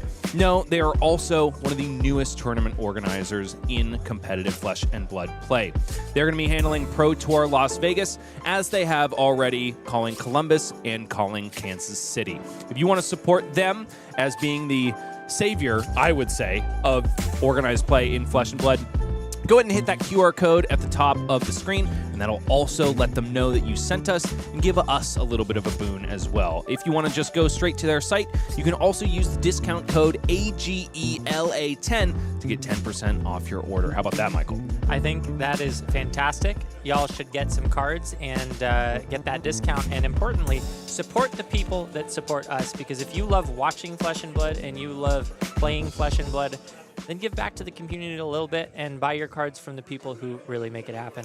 Now, a quick metagame minute, ladies and gentlemen. We've hit it once, and we'll hit it again. It's 10 KOs versus 7 Briars, who no longer, at least in Los Angeles, the biggest, baddest in the room. There's 4 I keep doing that. Great Axe Dorintheas, 3 Kanos, 3 Lexis, and 3 Vincent. The interesting parts of this meta do start coming out after that. Got to shout out our one of Mr. Ben on Lyath Goldmane, who made him look so good at the beginning of this day. Taking down an Ira, another deck that I found to be just at the heels of all these top decks. Really powerful, but not quite up there with the DGAs. See some news. I personally am really excited to try new out. I'm not sure how they're faring. I actually don't know how anyone's faring other than the people that we've seen on camera so far, so really excited to see that. One of those news, of course, is the progenitor of the deck, Mr. Tao Tao Chu, who just made top 8 at Calling San Diego. And at least last round, he was still running hot. However, has taken his first L and potentially a second one. So it is yet to be seen if we'll see him in the top 8 once again. I do want to direct you to the top right of your screen. Lexi is going to be on full display with one of 3 Bryces in the room, which is not a place that I normally find myself, but Mr. Bryce Douglas is going to see if he can handle, a reigning national, an ex-reigning national champion, Charles Dunn, running it back with his favorite hero, Briar, but in a much different format, ladies and gentlemen. Charles Dunn, known for taking Briar an all-gas, no-breaks deck as a fatigue style to U.S. Nationals in Las Vegas and taking the whole thing down, thereby catapulting her into the living legend sunset. Not playing Fatigue, though, today. Going with the traditional Briar that you all know and love. All gas, no breaks unless you brick, and then you got to break a little bit to block out and try again. And curious here, I do think Charles Dunn has got perhaps a little bit by the presentation of Lexi. He has brought Unflinching Foothold, one of the classic pieces from Compendium of Wraith for getting rid of Dominate. Perhaps Charles was expecting a Shiver slanted build, or at least just didn't want to get got by it. Yeah, seeing Shiver and suddenly not having the tools to deal with it is probably worse than just what would have probably been in that slot, which is Blade Beckoner, right? So you don't really lose anything by hedging. A very true statement. Bryce Douglas is, of course, leaving the Shiver at home and bringing in the Death Dealer, much like you can expect, I think, most Lexis to be doing in Silver Age. The dream here is, of course, snapshot, snapshot, snapshot, snapshot, and then whatever, another 4 go again at the end of it. Sizzle here out of the hand for Charles Dunn is going first and wants to put Pedal to Metal. Has a Sigil of Suffering in hand and a Jack Be Quick. I think a tech piece that a lot of people have been leaving at home. That one is going to allow Charles Dunn to banish a Nimblism from his graveyard and get +1 and go again on that card. The rest of the text, not all that relevant in this case because it's early stages of the game. Charles Dunn hasn't seen a Nimblism and wants to get this one out of the hand. Bryce only having 2 blocks, it seems, in this hand. Takes 1 on the first chain link. No, just wants to keep that last card. I can see why, too. The snapshot coming down on the chain begrudgingly. And you know, Bryce did show us a little bit of interesting tech there. There was a Weave Ice in the hand that was blocked with there. So this could be a slightly more control-centric build of Lexi. And there it is. Yeah. Arctic Incarceration in the hand. I think that's a red, and that is exactly the reason for the season if you want to play Lexi into Silver Age metas. That is the Briar killer. Card drawn off of Death Dealer is a Dazzling Crescendo. Bryce Douglas is vibing here on it. Will require him to either pop the Garland of Spring to pay for Death Dealer or pitch that all-important Arctic Incarceration. And I don't think he's going to be doing that. I think he really wants to resolve this one as the coup de grace of this turn. Looks like he's reaching for that chest piece. Which makes a lot of sense to me here. Yes, Garland of Spring popped for a free resource. And here comes Snapshot, likely to be fused with that Lightning Surge in the hand. With activation, I can give it go again. As of right now, technically, You haven't fused it, right? Yeah, Charles Dunn correctly telling Bryce that he's got to fuse a card. He's got to show him one first. You can't get by a U.S. national champion. Lightning Surge is revealed, and now all is above board. So even though this Snapshot doesn't have Go Again on its face, it does, as a fuse trigger, allow Bryce Douglas to activate Death Dealer at instant speed and additional time this turn, which means because Death Dealer has Go Again stapled onto it, it will buy him his action point back, and heck, another card for his troubles. And that card is Weave Ice. Dazzling Crescendo, now in the arsenal, means that this attack is going to gain not just +3, but also Dominate. It doesn't have to be an ice fusion, it just has to be fused in order to gain that keyword. And all of a sudden, Charles Dunn might be loving that unflinching foothold. Yeah, coming in really clutch here if he wants to block. We'll see if he makes that decision. What we know at home is that he probably does, given what he's about to see come down after this.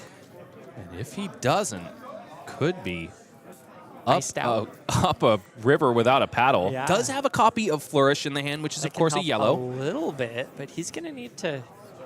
That'll mean that Pay if he 3. says no blocks, Right. he'll still be able to send Ravenous Rabble and Arcanic Shockwave, which is still 8 damage. Yeah, it is. It is still 8. Also has the Sigil of Suffering in the arsenal. No blocks, but here comes the reaction. Sigil of Suffering out of the arsenal. Charles Dunn is one of the premier blockers in our game, even though he is definitely trying to kill his opponent here. Really clean block there. 3 damage comes across the line. Down to 14 goes Charles Dunn, and there it is, Arctic Incarceration. Charles, not phased, though. You better believe that he planned for this eventuality. Yeah, as you mentioned, having that yellow here is very, very helpful compared to a red. It is the difference of 4 damage on this turn. And yes, Ravenous Rabble. Oh, it is a blue flourish. I didn't know they ran that. Charles, incredibly insulated from this turn all of a sudden. Wow. 4 go again, and Bryce, the consternation on his face tells the story. Even though Arctic Incarceration is the Briar killer, 1 blue in hand kind of mitigates all that it does. Yeah, that's a big deal. That card is here to kill Briar, and if Briar can just pitch a blue, they're not supposed to have blues to get around it. Yeah. 4 damage finds home. Charles Dunn generates an embodiment of Earth token for his defensive turn. And it's 14 plays 14 now with a second strike in hand and an Arcanic Shockwave to pair. I think at this point, Charles is wondering, should I just get the extra value on the fuse and pocket the second strike for later? It's not like Lexi's known for blocking. Yeah, I kind of like that line. He's a value gamer after all. And maintaining value here. Second strike destined for the arsenal now. And Bryce accepting all of that damage post-haste and proceeding down to 9 to Charles Dunn's 14. But Bryce has got a 4-card hand and an arsenal. And, of course, a snapshot in the hand. Love those snapshots. Any resources, though, for the Death Dealer? That's the big question here to make that efficient. That's Doesn't all reds, look baby. Like it. Yeah. Could be a rough spot here for Bryce now that Garland of Spring has been expended. No free draw anymore. The other thing we're looking for is a non-arrow attack action card to pair with that Lightning Surge in the arsenal. Exactly right, because of course the reveal with Lexi Livewire's ability will give Go Again to the next attack this turn.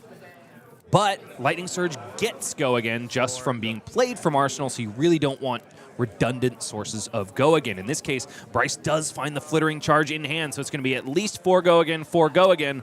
And that's before he activates Death Dealer and draws a card. Yeah, really, really efficient stuff. One of the things that Lexi is doing so well in this format is taking advantage of all these 0 for 4 attack action cards. And you know, Bryce also has the Bullseye Bracers at the ready. Even though this deck doesn't really run Bolton shots, it does run Swift shots, which are essentially going to be better Bolton shots as long as you don't need the reload trigger. As long as they come in face up into the arsenal, they'll get Go Again. Yeah, Lexi is just doing the 0 for 4 thing as well as any of these other aggro decks with the addition of having that Arctic Incarceration. It really makes a lot of sense to bring it into a Briar heavy meta. You know what I don't see in the hand of Briar right now is any way to give Go Again. Unfortunately for Charles, a little bit punished by parking that second strike in the arsenal. It can happen. Yeah, we've seen some bricky plays, so if that continues to be a theme here, how do you feel? Oh, you know what? We just played a game. Lexi can brick. That answers my question. Lexi can absolutely brick. For Bryce, though, he's got a pretty good hand here. The consternation, the question mark in his mind is, how do I get maximum value here? Should I be activating Bullseye Bracers or pitch straight into the Death Dealer? If you go for the Snapshot, you're not maximizing the potential of that card. You really want to pair it with a pitch card, which is exactly why Snapshot is going into the pitch zone instead of something else. Card drawn here is a second strike, and Bryce Douglas has dealt damage this turn. So I like this sequencing here, starting with Swift Shot, of course, can save as much information until the end of the turn as possible. And then still has a Searing Shot to pair with the Bullseye Bracers. This is a monster of a turn.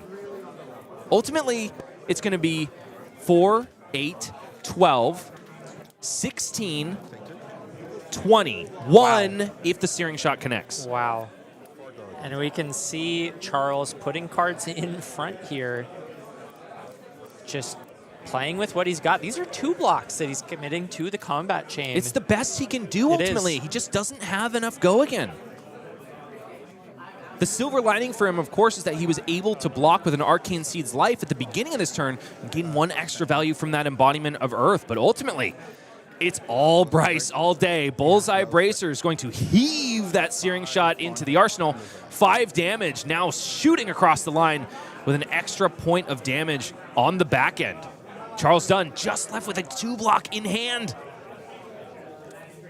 I forgot the Bullseye gave +1. That's a huge deal here. Absolutely massive, because Charles Dunn has the capability to block exactly 4 with the card in hand and the equipment available. Probably misses that Sigil of Suffering right about now. This on-hit is definitely finding home. Even if Charles Dunn commits with all defensive tools at his fingertips, still going to be proceeding down to 5 and just passing back. Yeah, a 4-card hand, full tempo. I mean, there's a maybe he just takes it, and yeah, he does. He says, I need to be able to play these cards for the value printed on them. And in this case, it is going to be Snatch. Better as a 0 for 4 on offense than a 1 for 2 on defense. Yep. In this case, Bryce doesn't have to care about the on-hit, though. Unless, of course, his ears are ringing at the possibility of a Lightning Press in the arsenal. No blocks are declared, though. 4 damage connects. Card drawn for Charles Dunn is a moot point here. Yep. Embodiment of Earth token could be really useful on the next turn cycle. But because Bryce said no blocks, I'm thinking he's got a lot of gas here. Ooh, well, he can certainly strip the hand with those Winter's Bites. It doesn't look like he has a lot of offensive potential. There's a Lace with Blood Rot. I couldn't spy whether or not there was an arrow in that hand. but I really hope he's got a plan for these cards if he declared no blocks on that snatch. Death Dealer activation here. Yes, it's Dazzling Crescendo, which is all he really needs to put this turn completely together. He did draw a snapshot, so another inane card. It is not lightning, it is elemental, so unfortunately not going to be able to fuse that Dazzling Crescendo, but he's got a pairing for that Lace with Bloodrot. That is the all-important part of this turn. Can provide it go again via the Bolton Boots, a brand new equipment piece from Compendium of Wraith, but ultimately with another arrow in hand, it's not going to be a useful form of go again. Winner's Bite buys the Lightning Surge out of Charles Dunn's hand. Lace with Bloodrot plus Dazzling Crescendo equals 7 big ones that Charles has got to deal with before he can have his say. That breakpoint's pretty annoying. Charles has the equipment to cover it, though, and a 4-block potentially in hand with that embodiment of... Actually, he's got just clean 7 if he wants to commit the non-attack. So it looks like he'd rather use the attack action card. I didn't see his arsenal, but... His arsenal is 4, Second 5, Strike, 6. placed Okay, there several turn cycles ago. And I do love this, because Charles is going to be able to block 7 here. On his turn, he can go Sizzle, Blossom of Spring, send Starfall, assume that Bryce is going to let at least some of that hit, follow it up with a 0 for 4. Yeah. And it's 4, 5, 6, 7. Instead of blocking with the Sizzle, Charles Dunn leaves it in hand. I think we're going to see that exact turn cycle that I just described play out. And Bryce is going to be on the back foot after Charles responds only with a 2-card hand. Briar is immensely powerful, both on offense and defense, as it turns out. I'm a little surprised, maybe not. He can break the bracers afterwards. I was surprised to not see him break it, but he needs to see that Bryce allows this to connect before he makes such a commitment. Now at this point, Bryce should be looking towards the Blade Beckoner helm. Has not cashed in any of his defensive equipment as of yet. Yeah, the Blade Beckoner is a big deal here. Turning off that extra point of damage on the second strike might not seem like much, but when you're sitting at 5 life, that's still 20% of your life total. Now Bryce doesn't know about Second Strike necessarily. Actually. Well, if he was keeping track of it, the Second Strike, I believe, was revealed as a few. No. Oh, you're right. No, you're right. On the Arcanic Shockwave, you're absolutely right.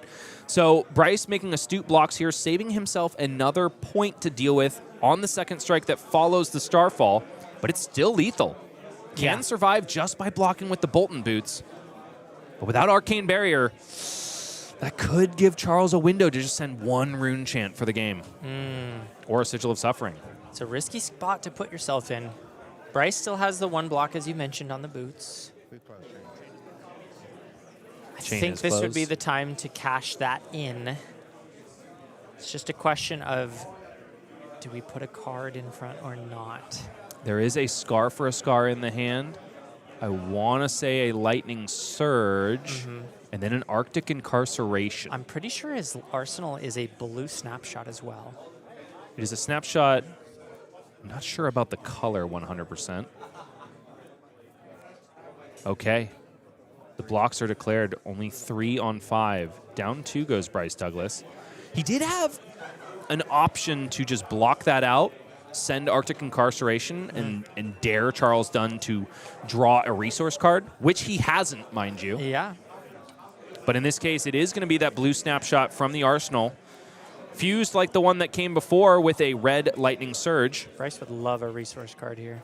He's going to ultimately have to pitch the Lightning Surge just to play the Arctic Incarceration, which is not great, honestly. 3 on 2 blocks Charles Dunn. Yes, Lightning Surge is going to buy back the action point. You can do that even if you don't load an arrow. And because Bryce has bought 1 card from Charles, this is going to be a time walk. He can't do a thing. That's a big deal.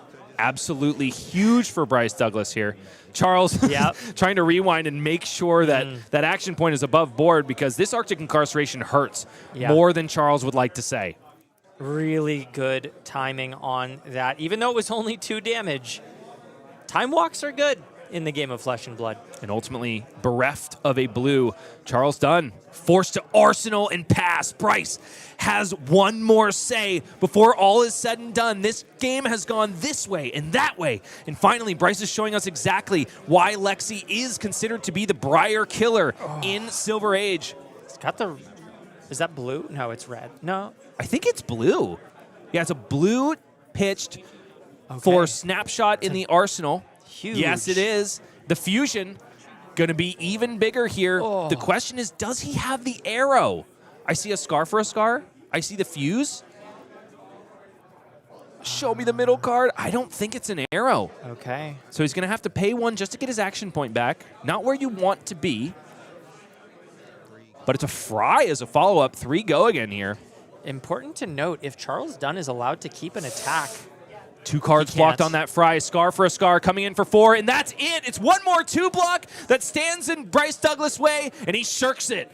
Charles Dunn falls, our ex-national champion, on his favorite hero to Lexi, a hero from the same set, but doing what she wants to be doing with a little bit of Arctic flair. there have been a lot of whisperings of Lexi being the hero to bring into this very aggressive Whisperings? I've been shouting it, literally. Meta. Have you been shouting? I mean, you've been casting a lot of stuff recently. Have you been I mean, that's talking literally about my Lexi? job. Yeah. I shout a lot. Shouting about Lexi, though. Yeah, 100%. Live. Okay, 100%. great. Well, there it is. And so She's you saw it obviously before really your bad eyes. into Kayo. Obviously. Yeah, when you IP like 4 cards in the game. Well. All right, you know what? We got to go fight again, don't we? No, we'll save you from the caster grudge match, folks. What we won't save you from, though, is more AGE events. And boy, howdy, do we have a lot of them on the horizon. We've also got more that are locked and loaded, ready to be scheduled, but not as of yet. Because, of course, at the AGE Open Series, every single region that we represent will get 8 opens, which will all culminate into a top 16 cut for a Players' Championship at the end of the season. But as it stands, we are still very much at the beginning of this one. February 21st, that's where we are right now. It features a double header of both Los Angeles and St. Louis.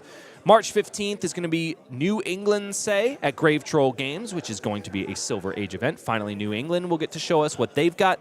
And then we proceed on into the month of March with both Los Angeles and St. Louis firing on the 21st and the 8th, respectively.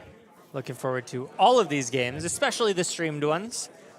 And we are going to be back in just a moment with an interview with Bryce Douglas, our winner, against the Elemental Runeblade. It's the Elemental Rangers instead that reign supreme here at AG. We'll be back with that and, of course, more Flesh and Blood after this.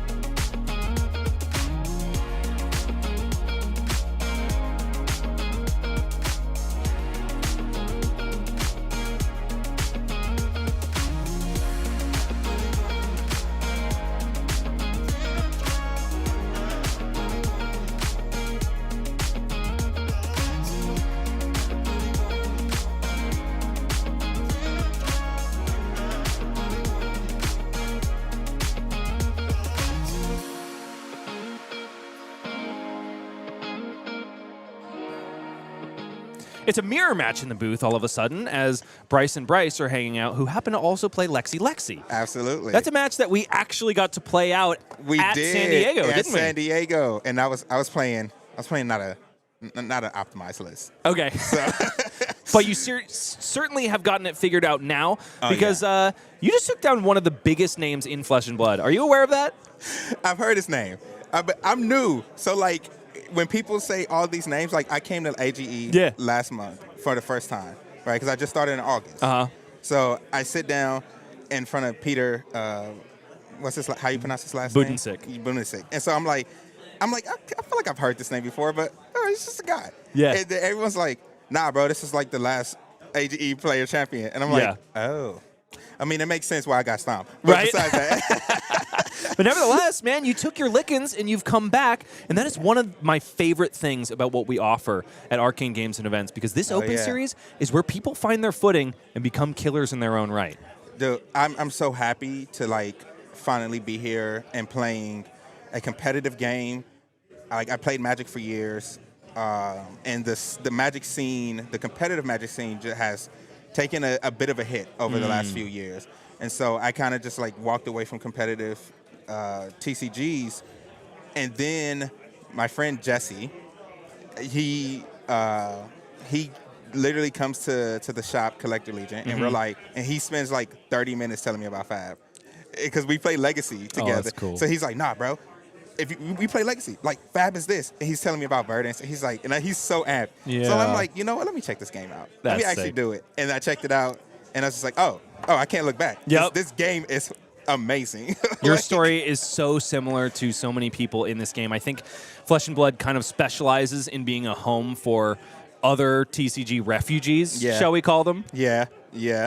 I mean, I've talked to a lot of people who play other TCGs, but everyone's like, we come back to Fab for that competitiveness, because it's amazing. Like, this game is so well designed for a 1v1 game. Totally. And like I said, I play Magic. I love Magic. I still love Magic. But for a 1v1 competitive game, it's like, it is almost unmatched, which is crazy.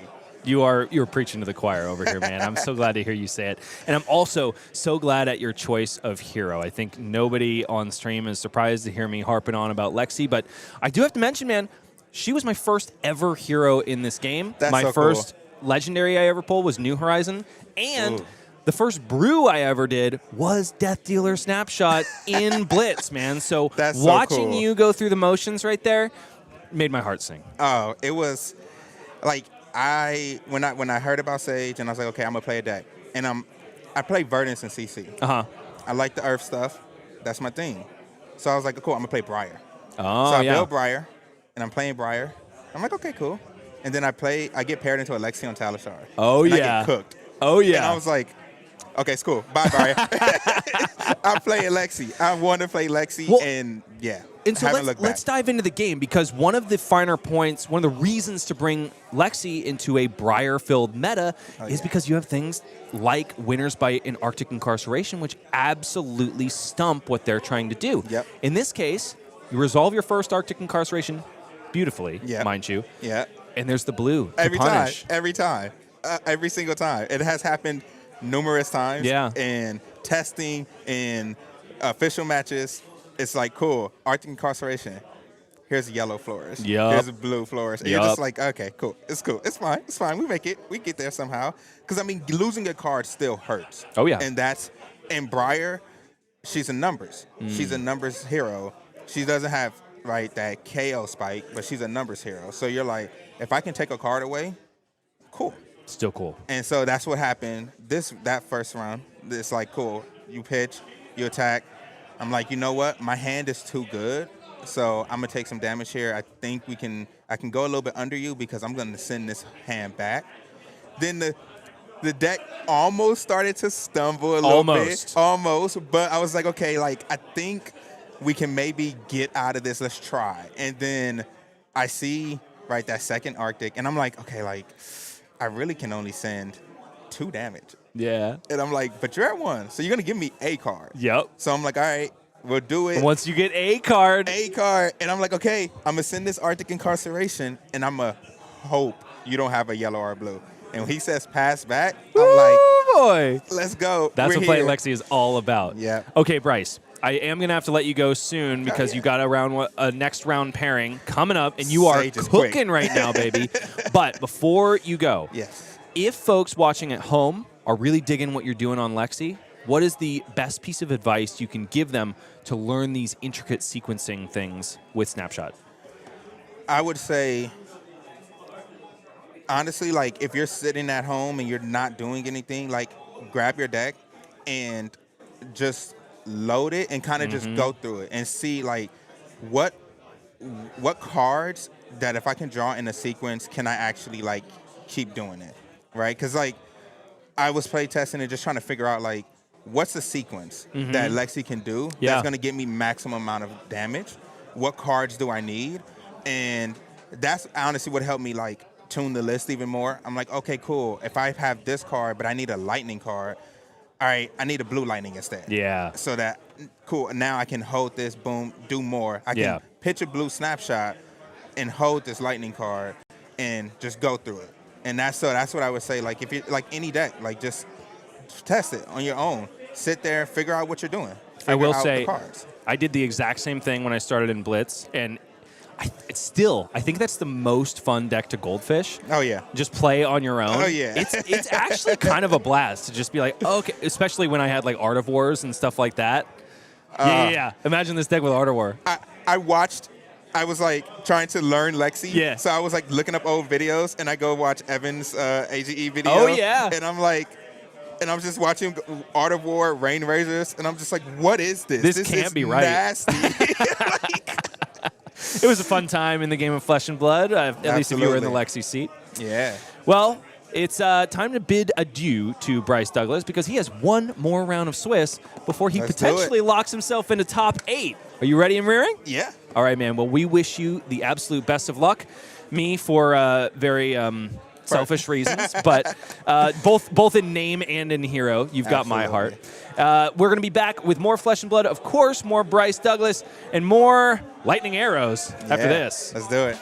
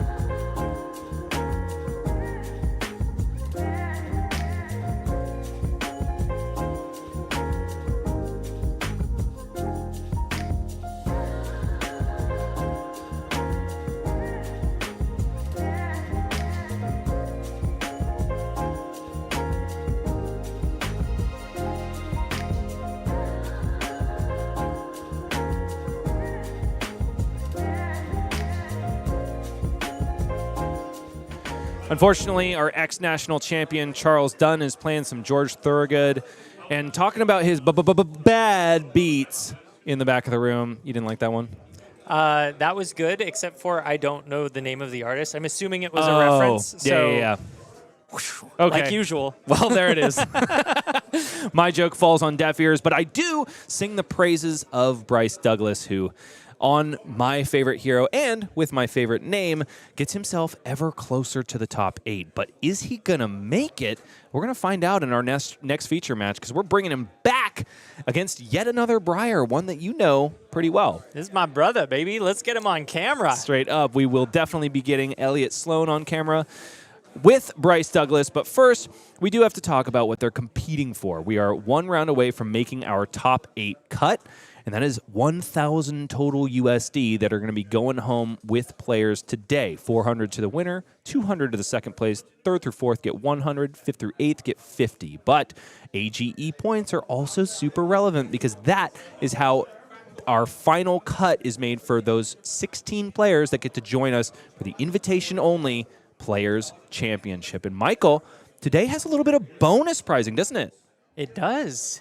ProQuest. Oh yeah, this is coupled with a ProQuest. We have the gold cold foil on top of a PTI?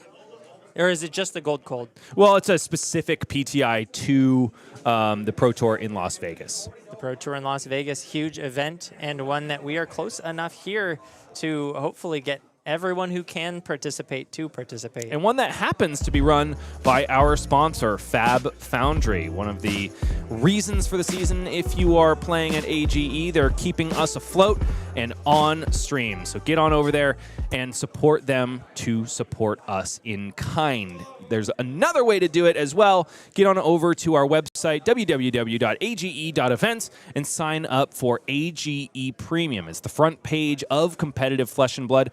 You don't believe me? Well, how about the winningest player in Flesh and Blood? Jacob Clements is on our site, and he's got an incredible article to help you level up your game. It's called Thinking Like a Pro, Value. It's, of course, by Jacob Clements, as I mentioned, and it's a heck of a read. I had the pleasure of editing it. Jacob and I put together a really solid piece for you.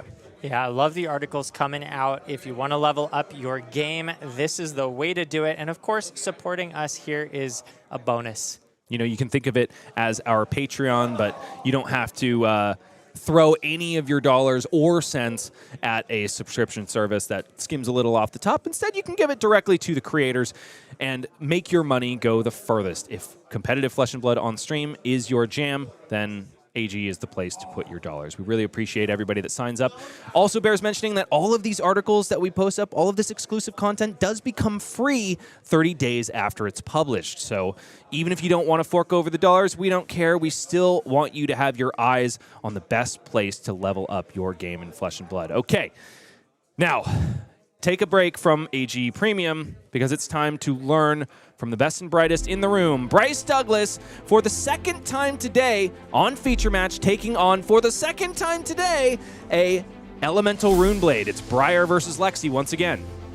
Looking forward to this match and answering the question, is Lexi the answer to Briar, or was it a bit of a fluke as he took down Briar in our last match? It certainly looked like the answer, at least in the last feature match, but Elliot could have something to say about it. It was still a very tight game against Charles Dunn, and Elliot seems to be on the play, question mark?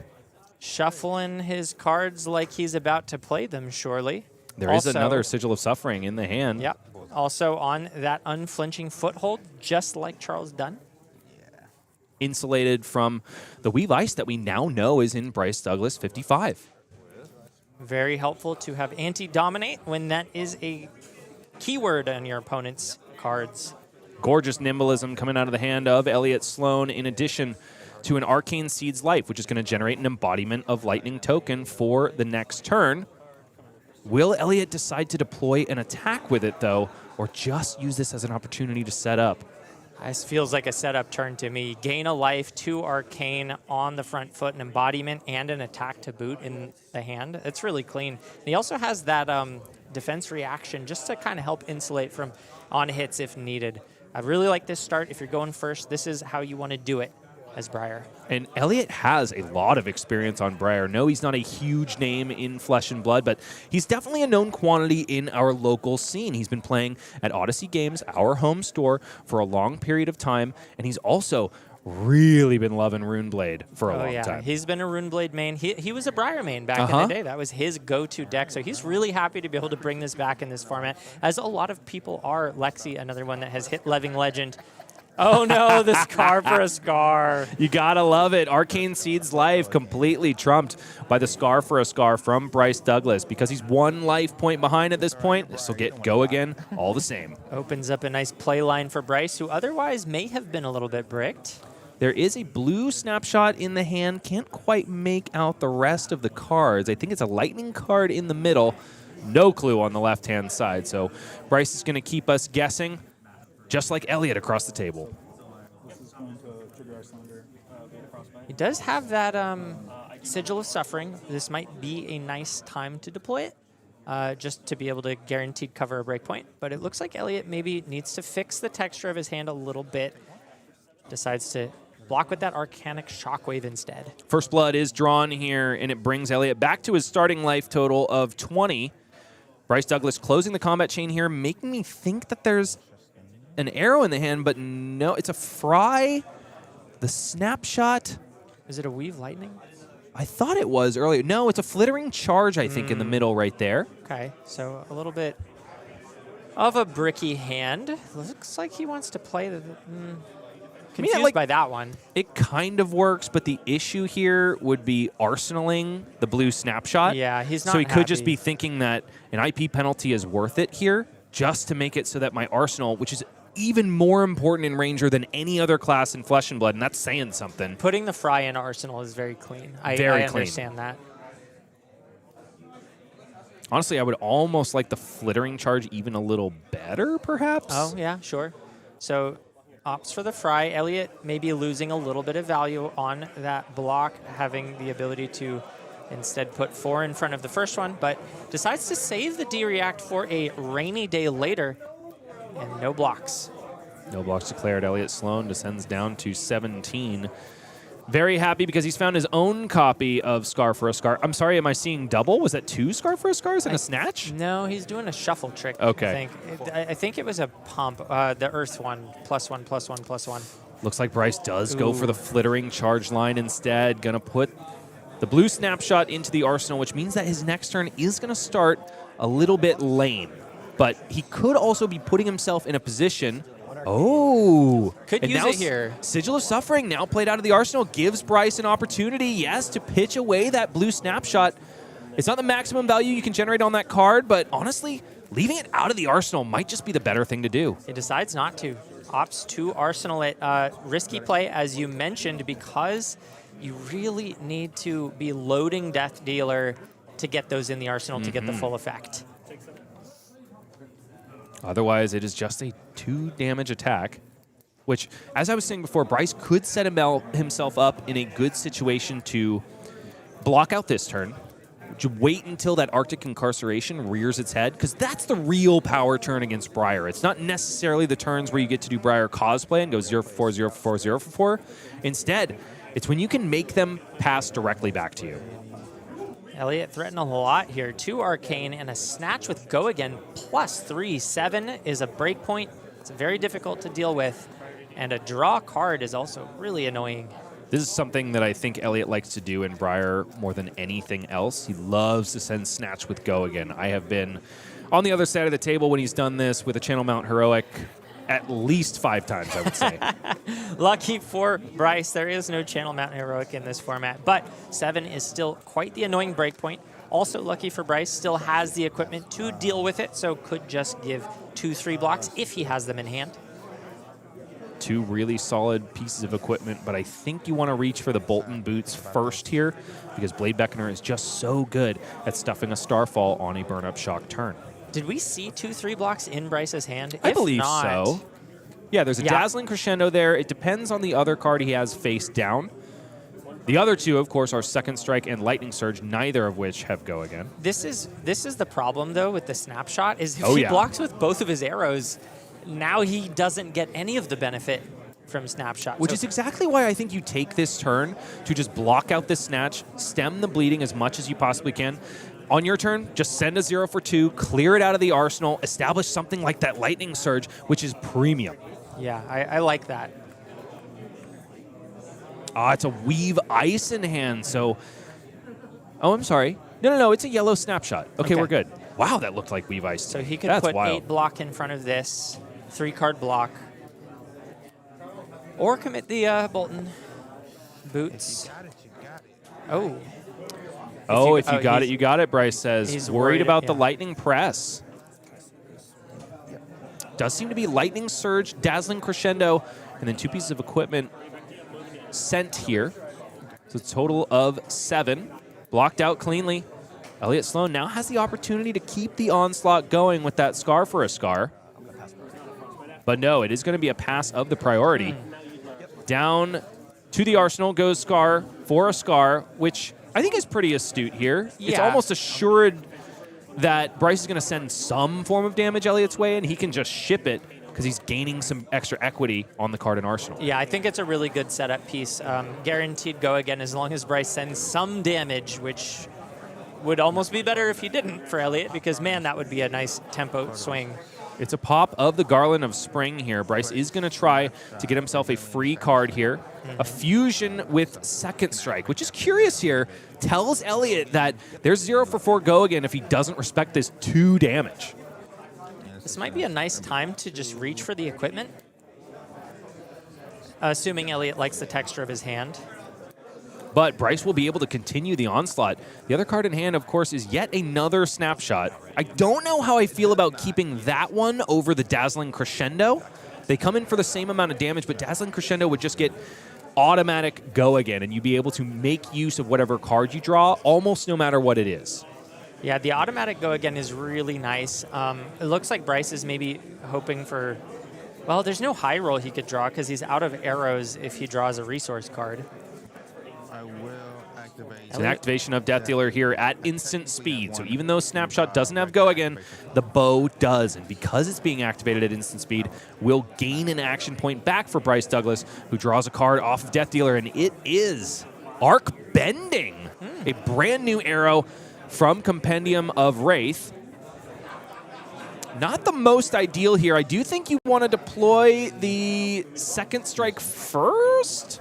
Oh, no, I guess you pitch the Second Strike and send the Arc Bending ultimately. The problem, though, is that there's a 1-cost stapled onto Arc Bending, and so Bryce is going to be forced to pitch both the Second Strike and the card drawn in order to send it.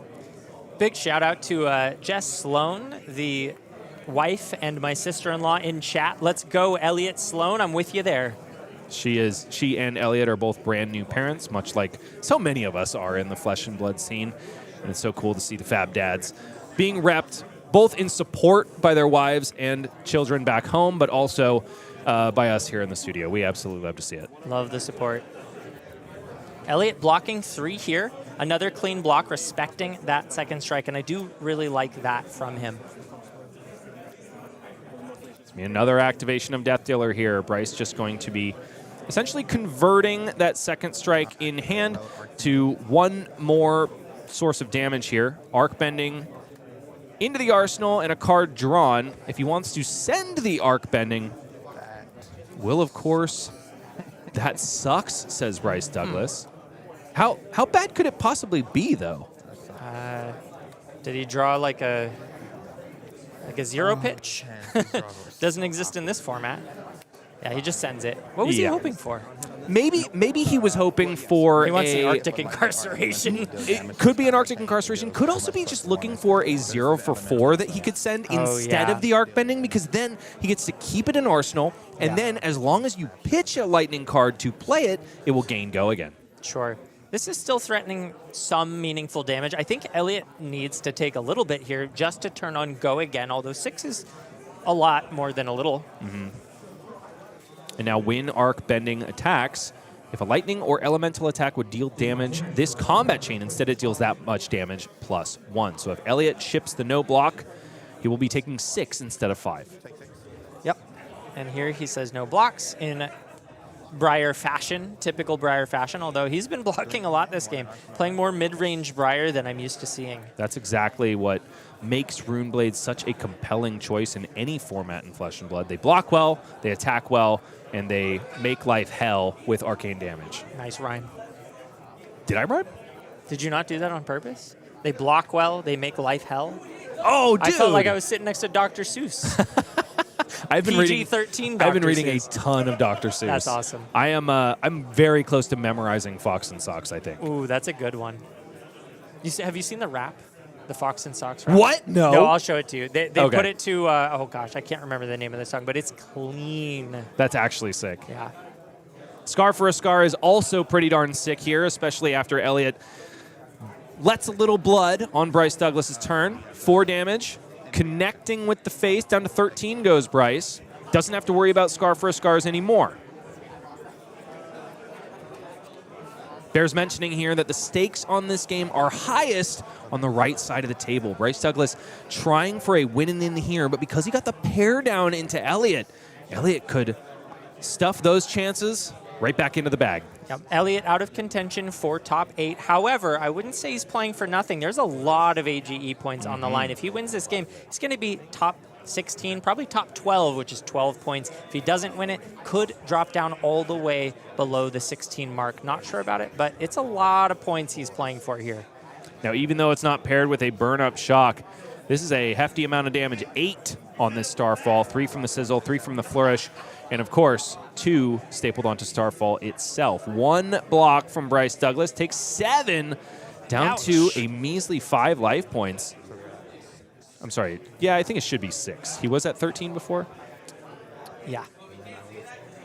And Elliot just arsenaling that last card, even though he had Go again, either couldn't use it or didn't want to because of the embodiment of lightning token established by playing 2 non-attacks. Just wants to save it for what is hopefully the final turn of Bryce's life, unless, of course, he can get Elliot blocking once again. Yeah, Elliot playing very conservatively and setting up, preventing future bricks. I really like this from him. I think one of the things that I've seen many players make the mistake of is going all in too soon and then bricking on their next hand. So Elliot playing it safe, just keeping everything he can to make sure his future turns are smooth. And now Bryce Douglas is suddenly vibing. He hears the music because, of course, he pitches second strike to draw off the top, and it is, of course, the Briar Killer, Arctic Incarceration. So unless Elliot is able to sniff this out or just happens to find a resource card, he's going to be feeling the hurt. Yeah, the toughest part about this is you don't know it's coming until the very last chain link. So if you like your hand and you decide to take all that damage, go down to 1, and then you just get bricked, Or it's even so rough. Even worse, if, like Charles Dunn did in the previous feature match, you block with 1 card. Yeah. That means you're sending diddly squat. It's either all the cards or none, and choosing to block with your whole hand with Briar just doesn't make any sense. So you have to kind of gamble and say, I don't think you have it again. And I think the card flashed in the arsenal for Elliot Sloan was another copy of Sizzle, which does mean that even if he blocks with 1 card here and has 3 reds to pitch through the Frostbites, it would just be for a non-attack that does nothing. Yep. It's another fuse of a fuse snapshot coming out of the arsenal here, following up the Entwined Lightning, which means that Death Dealer can be activated at instant speed to gain the action point back. Likely, we're just going to see it to be able to play Arctic Incarceration for Bryce. Yeah, and Elliot doesn't know what's coming, takes 3 damage. If he knew, he would be putting cards in front of this. But right now, he's still in the dark. Now listen, on its face, we've been talking about value here and when value isn't exactly what it seems. In this case, Bryce going to be essentially making a 2-card Arctic Incarceration play here, but when it forces your opponent to do absolutely nothing and give you tempo back after leaking 4 damage, it can be worth its weight in gold. Yeah, didn't push a ton, but here it is, and Elliot's reaction says it all. Oh, it's like he just smelled a stink bomb or something. He did not like that, and just like you said with Charles Dunn, he blocked with a card, which means he's going to need to pitch all 3 of these to do a damn thing. The question is that even the right play to make? And will that damn thing do a damn thing? win that card in Arsenal, unfortunately, is just a sizzle, I'm pretty sure. Yeah. I mean, it's like pitch 3 to Starfall for 1, right? That's Literally that's you can't do that. Oh, you because can't do Starfall that. costs 1, and there's 3 yeah, frostbites. Excuse me. Yeah, he's completely bricked. There's nothing he can do. Elliot absolutely 100% just has to pass here. Yep. At least if I spied that Arsenal card correctly. Consternation is on his face. Elliot, even after such diligent play, keeping those life points in a healthy stack, has found himself exactly where Charles did 1 game prior. Well, he says, I think the next word will be pass. He's going to try to do the thing I suggested and then realize Yep. he's 1 resource short. An unfortunate place to be indeed. You do Starfall for 1. It's a 3. Wait. Yep. Cannot do that, unfortunately, Elliot. The math ain't mathin', brother. Yeah, thanks to Bryce for catching that. Just got a glimpse of the hand instead, and Elliot passes back. And this is exactly why Lexi is the deck to target Briar if you think it's going to be around in your Silver Age meta. Now, does the hand cooperate for Bryce Douglas? I think I see a Weave Ice, a Lightning Surge, a Swift Shot, and a Blue. Okay. He's got the resource to load up and potentially fuel any more snapshots, although he has seen a lot already.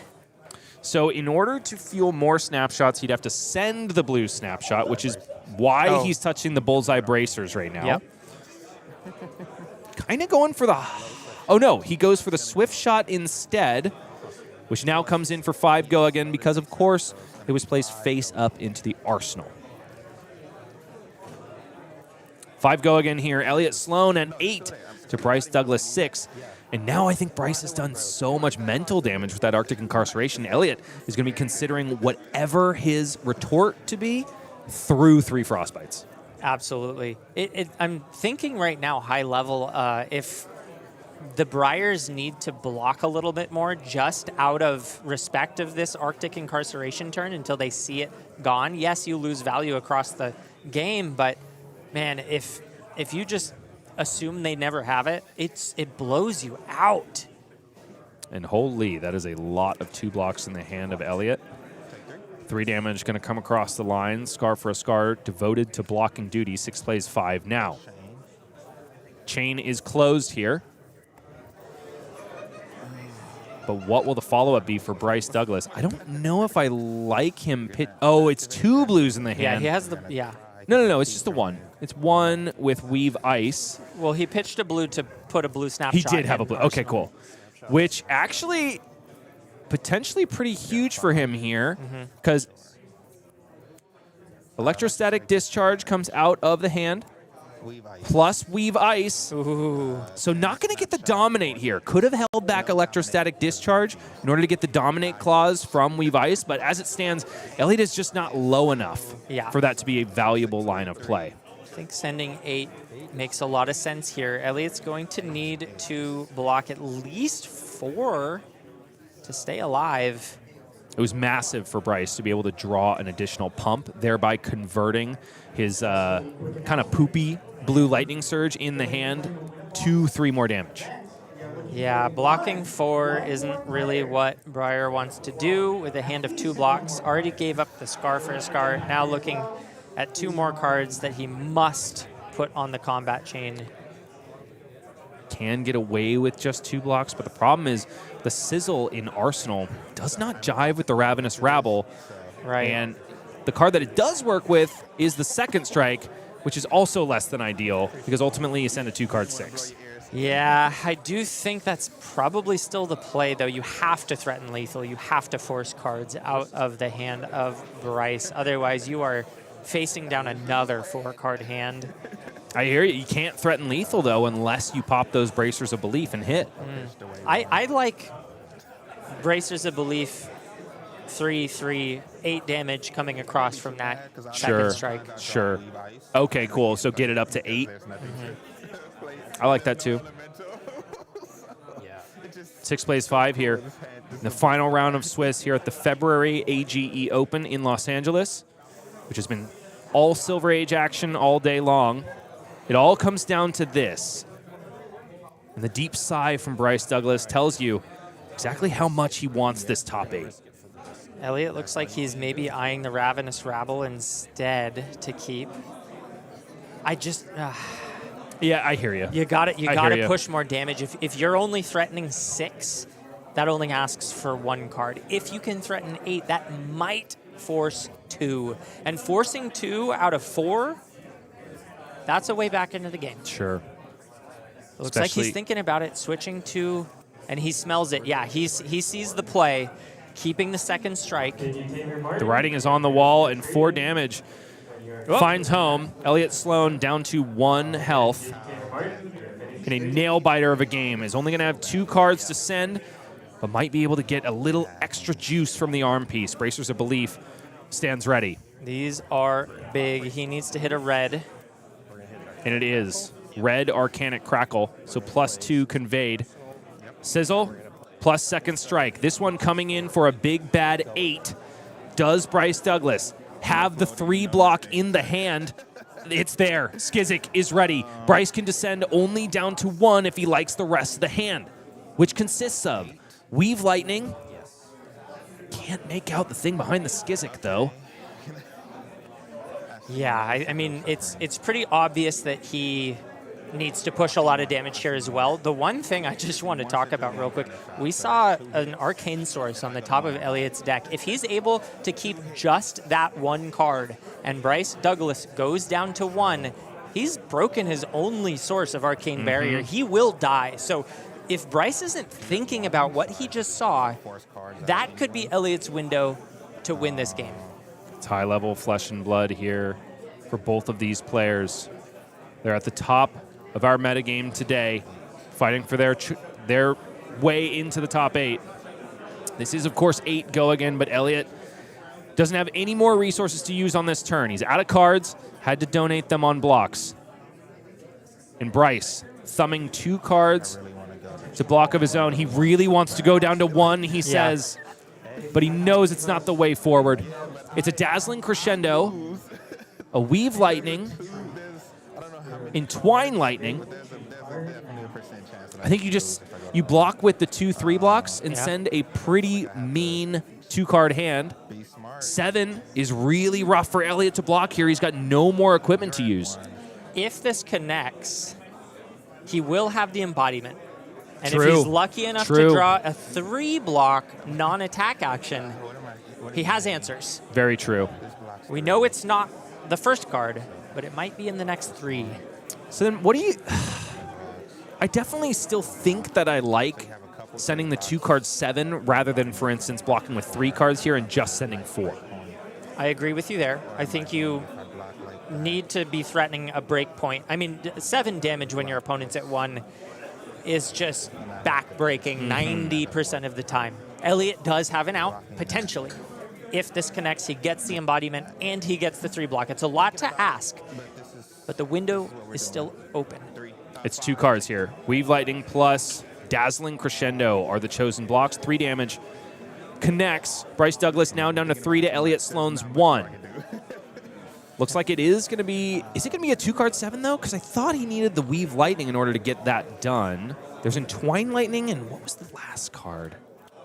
Seems to be a Skizik. So he's trying to entwine with the Skizik and then send the Skizik. Sure, it's a different form of a 2-card 7, I suppose. But he lost 1 value on the block. Yeah, ultimately, you're right. So a little misstep, I think, with this play line. Could absolutely be. He is still insulated from any form of arcane damage. And Elliot has the taking this away 3 block in hand. So he can 1-card block this. Does he also? No, that was I thought he had a Sigil of Suffering. Now, Bryce could be in a situation where, yes, he is presenting a Skizik for 3 after this, but might just go to Arsenal if he gets enough. If he got 2 cards from Elliot, he could potentially just park it in Arsenal and have a big turn next turn. Yeah, I think that is an argument, but I don't like the timing. Sure. I think when you're this late in the game, demanding cards is more important than saving a card for later, because if you die, you don't get to use that card. Elliot Sloan thumbing the perfect block. Arcane Seed's Yep. life, covers it up. Bryce Douglas gives a wry smile and sends Skizik, which will buy another 3 block out of the hand. Bryce knows that it exists because it was Arcanic Crackle revealed on the top. So now it's Arcanic Crackle and Lightning Surge in the hand for Elliott Sloan. Doesn't have an embodiment of Lightning token this time, so it's just going to be forced to send 1 attack here. Bryce Douglas, after taking 1 Arcane, is going to easily be able to shirk this one away as long as he's got a 3 block in the hand. Important to note that Arcane damage does still count towards the embodiment creation. So while this is 3 physical that surely will be blocked out, the 1 Arcane that Bryce must take is going to result in another fairly good blocking hand, most likely on the side of Elliott Sloan. Bryce Douglas does have to take this Arcane damage. There's no more Bullseye Bracers to cover it up. So I think he's just going to think about his blocking decisions and then take the Arcane damage as a bit of a shortcut.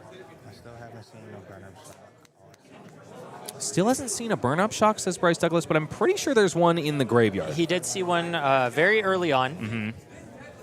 But at this stage, it's not really burn-up shock you need to worry about. Why not? If you go down to 1, that steals the game. Oh, okay. The shock portion, yes. Yes, absolutely. I'm with you there. It's a blue Lightning Surge, a Searing Shot. So the 3 block is there. Arctic Incarceration. Ooh. That's a play. It's a play, but I would like to see Bryce sending an attack beforehand, because then you know that that turn is going to be passed right back to you.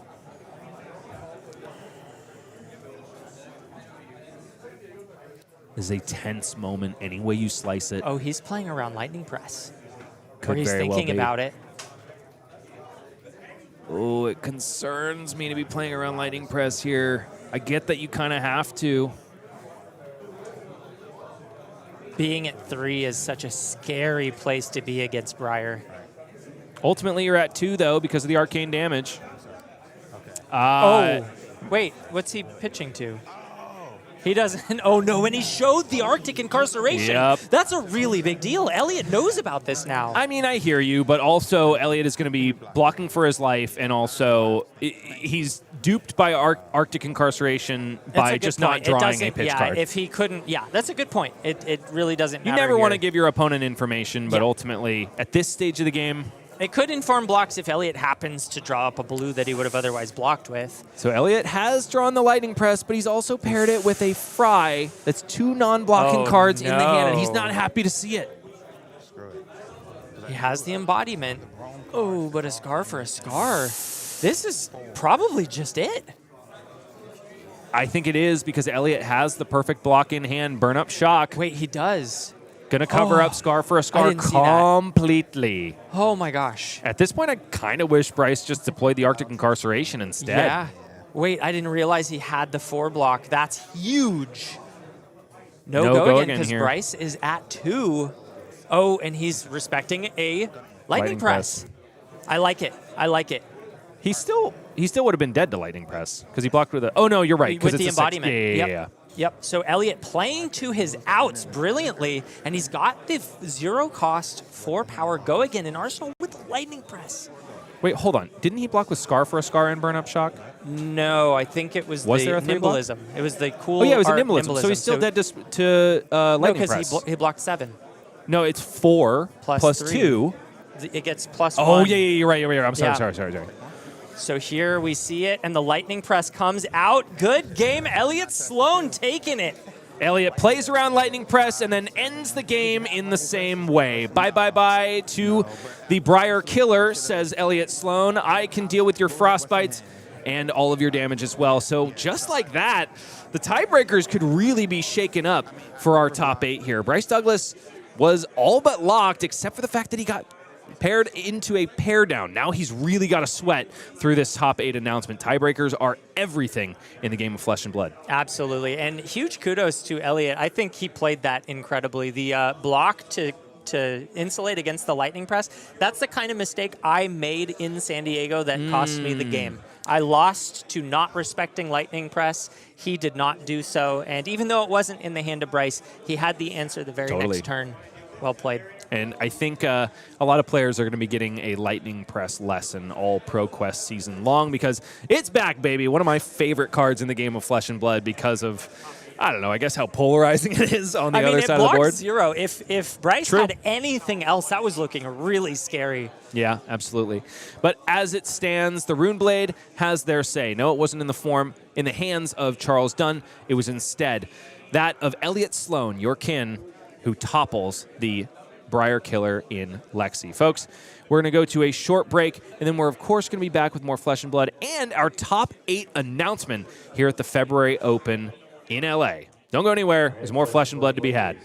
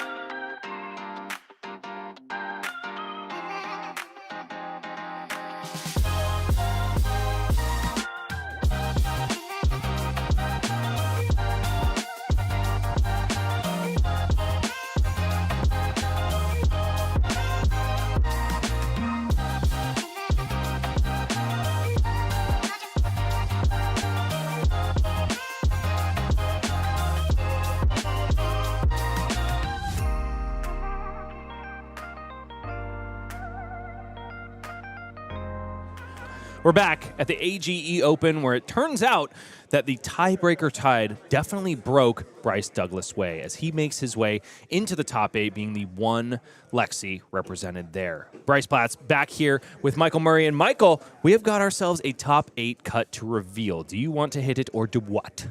Where is it? It's right there. Boop. It's do what indeed. And Michael Murray hits the button to reveal John Kim and Moises Lopez, 1st and 8th seed, going up against each other, Briar and Kayo, respectively. Colin Eriksen, the boy wonder, on Dorinthea versus Travis Wagner on Ira Crimson Haze. One of the heroes that I think a lot of people thought, at least in the Project Blue days, would be particularly well suited in the Silver Age meta. Nevertheless, has been thrown by the wayside, except for, of course, the Ninja Master, Travis. Yeah, he's been playing Ninja for as long as I've known him, other than the Dromai days. Yeah. And really enjoying it. Ninja and Illusionist is a very odd combination of classes to play, I think. played Guardian and Wizard, and I feel like That's those fair. are very polarized, too. It's almost like you kind of just want to scratch the other itch, Yeah. right? You play one way, and then you just completely flip to the other side. Clearly, and I am the antithesis of that in all respects. But anyway, moving down the rest of the bracket, we got Nick Flavin, the second copy of the Great Axe Dorinthea deck, going up against Henry Gomez, another, as you would call it, bottom feeder, making his way into the top 8. Really just got a foothold in this meta today and didn't let go. He did lose his last match against exactly Nick Flavin on Great Axe Dorinthea. So this is a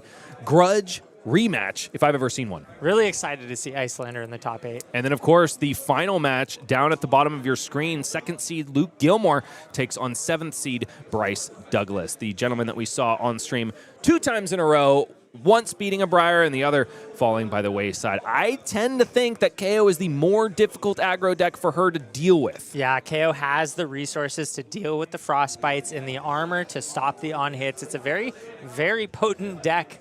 And we can see here 2 people making top 8 with it. And once again, folks, the spoils here are $1,000 USD, a whole host of AGE Open points. And of course, this is a Pro Quest at Top Deck Keep, so there's also the small matter of the Pro Tour invite to Las Vegas.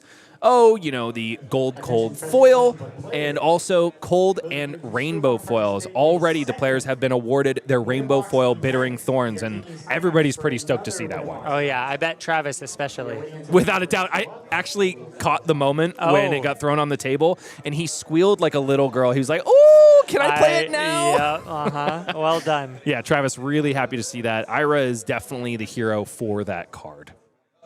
Now, before we proceed on with our top 8 cut with our quarterfinals, do have to go ahead and mention that we have had backup matches going all day long, but they have been recorded, not placed on stream, so that we provide a little more equity to the good folks who get on AGE Premium and trust us with their $10 a month. That backup match that is going on right now with Colin the Boy Wonder Eriksen and all of the others that we've recorded each and every round today will be posted next week, and you can get extra flesh and blood injected directly into your veins for a measly $10 a month. You also support AGE and its mission to afford people the ability to play the game and feel at home. We bring hometown heroes into the fore and into the limelight, so it's not just your Jacob Clements and your Michael Fungs getting all of the attention in the world of Wraith. Although they are very deserving. It's great to see it. Spread the love and come support us over at AGE Premium. Let's see 2 players that are not going to be spreading love, but instead trying to draw blood. It's John Kim versus Moises Lopez, our 1st and 8th seed Briar versus Kayo, respectively. Now, this is an aggro matchup, but it's not just anyone. It is the 2 premier aggro decks in Silver Age going head-to-head. Who do you think is coming out on top here, Michael? You know, I've seen this match a couple times, and I also know about the first place curse. Sometimes it's hard to break. I don't know what it is, but when you end up in first place, I've seen it happen time and time again where the cards don't fall your way after that. So right now, if I were a betting man, I'd put it on this KO deck. But not at all because of what the decks have to offer, but just by fate. You know, I do think that it's a relatively even matchup, but I would also give the edge to KO for that reason. However, John Kim did get turn order choice, and that is a very important piece of the puzzle in an aggro mirror. So certainly has a little bit of a favor just for that fact going into it, as Moises just passes. As you would expect, John Kim does want to be in the second slot so that he can send the first meaningful amount of damage. Ravenous Rabble reveals a Scar for a Scar on top of the deck. Some information that Moises might be able to use in these blocking decisions. Unfortunately, does have non-blocking cards in the hand. It is a strongest survive at the 4, but I think, yes, I did spot a Wild Ride as well. Embodiment of Lightning token generated as 4 damage finds home. Yep, Earth, but same deal, getting those block value. Weave Lightning is the next thing to follow, and it's an Arcanic Shockwave coming in for 7 physical, but also 1 Arcane. And in this case, the Brutes just can't bring the Null Rune. In this case, the equipment that they use on offense is just too valuable to their game plan. So Moises is just going to accept all Arcane damage that comes his way. The matter of the physical, though, is something that he has a choice in. Has a lot of armor to deal with that as well. Looking at 3, 4, 5, 6, 7, 8 on the board. Probably won't commit all of it here. Moises sitting already at 15 and facing down a whopping 7 from this Arcanic Shockwave from John Kim, who remains undefeated in this event today. How does this have go again? Because Weave Lightning says if that elemental attack is fused, it gains go again. And Moises shoves the 4 block in front of it. 8 plays 20 now after John Kim just sends a 4-card hand. Moises, though, has quite the hand himself. 2 resource cards as well as the go again. Can potentially brick on the discard. Wild Ride is the first attack here in the red coming from the arsenal. And Moises does have a redundant copy in the hand. That one I think is yellow, though. John Kim, you spoke about Fate and the first seed curse. There's also a very known undefeated curse. Brody Spurlock is the latest representation of what I'm talking about. At Calling San Diego, he went a hefty, I want to say, did we have 11 rounds? Yeah, 11 and 0, and then immediately lost in the quarterfinals. Yep. It's rough out there. 6 go again here for Moises Lopez. Saves a Might token in his back pocket for the next turn cycle. John must like the hand because he readily accepts 6. Down to 14 he goes. And for Moises, it's a yellow Wild Ride and 2 reds, unfortunately. Yeah, not quite the curve he wants. He does have the chess piece to sort of bail him out here, but you don't love using your bailout pieces this early in the game. We saw how long it took Evan to utilize them and still ended up bricking.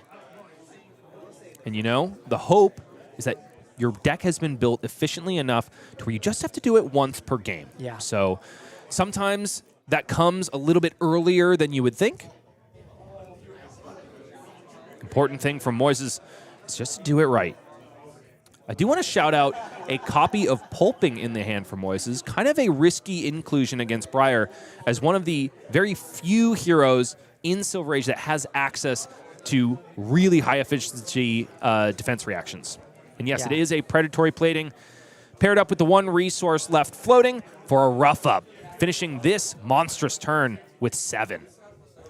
Yeah, doing the KO thing, absolute banger of a turn. As we mentioned, though, using a lot of those important resources early means he's got to draw it up clean coming up on the next turn.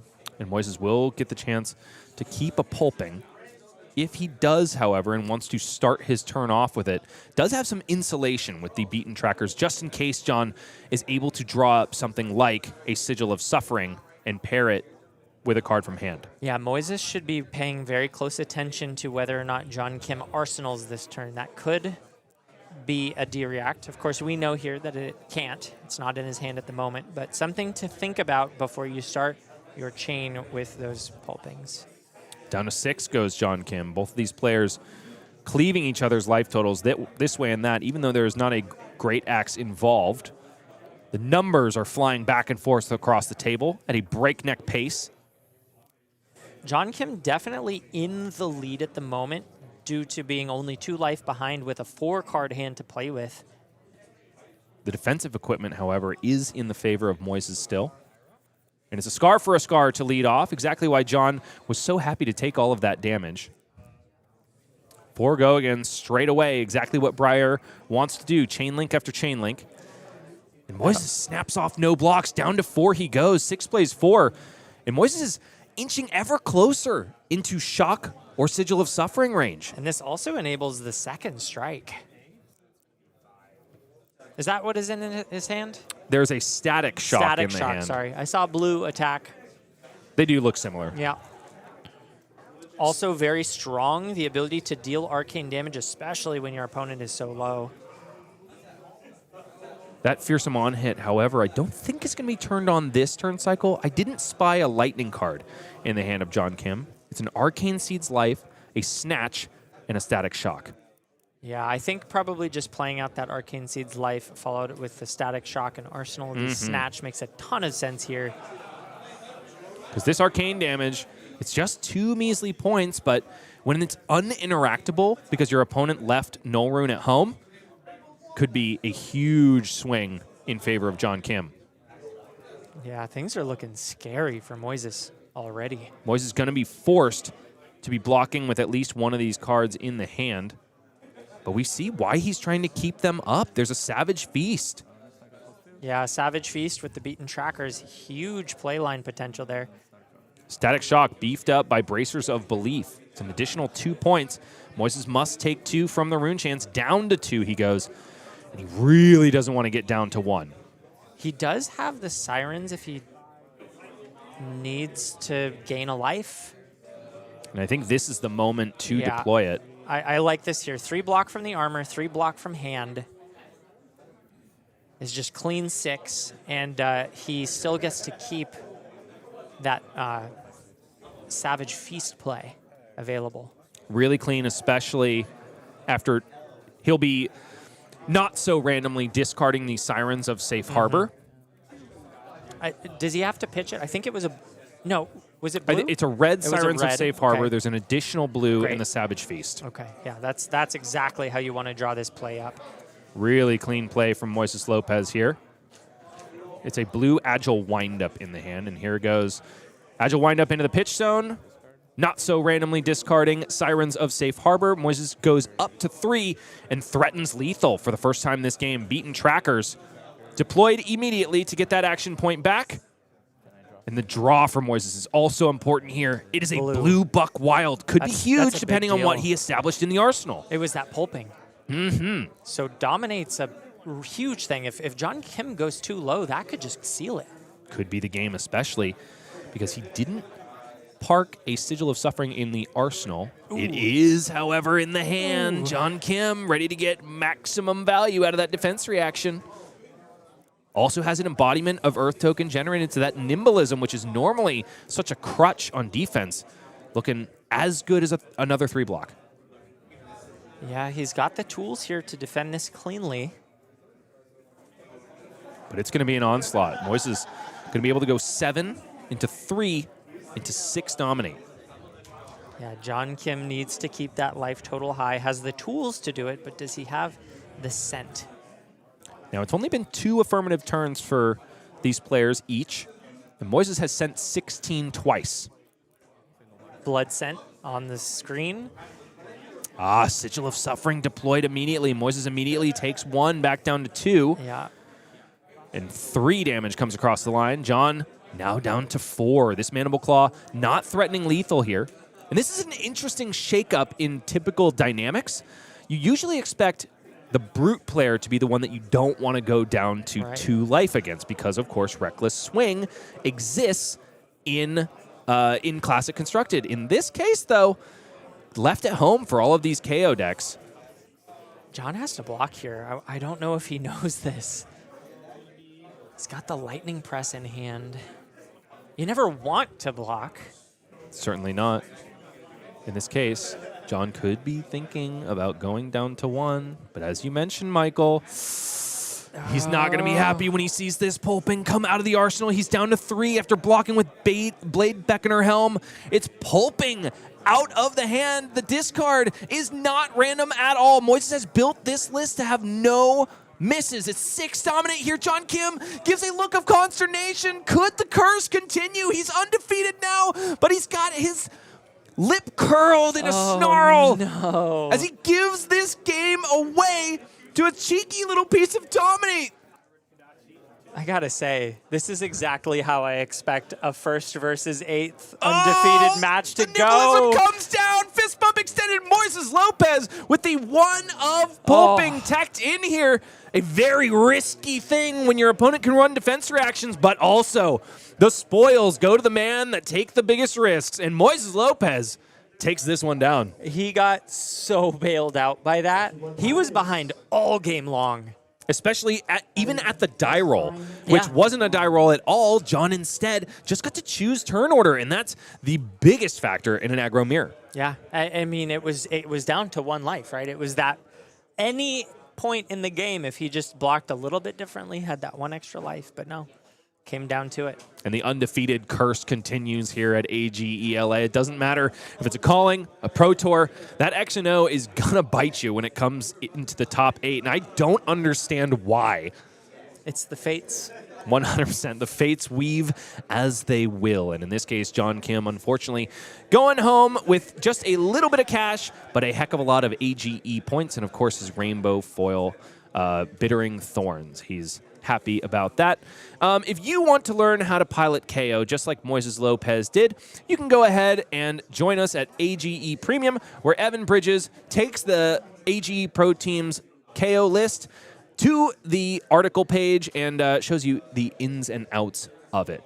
Really good stuff if you want to learn how to be the beatdown. In this case, it was all Moises Lopez, and he's going to join us for an interview in just a moment. But we, of course, have to shout out our sponsor. That's Fab Foundry. Go to them for all of your singles needs. They've got Young Marvel Heroes and also, of course, all of your bulk compendium needs at the ready. Get yours in not a million envelopes, but of course just one clean package. Cut out those middlemen and buy from a place that feels good. From fab players just like you. Use the QR code at the top of your screen, or at checkout, go ahead and type in AGELA10 to get 10% off of your order. And besides all of that, you also get a little bit of rewards points for every purchase that you make, which will just count against any future purchases. Love it. No notes. Okay, 100. Because Michael has said no notes, and because I don't accept notes anyway, we'll be right back with an interview with Moises Lopez after this.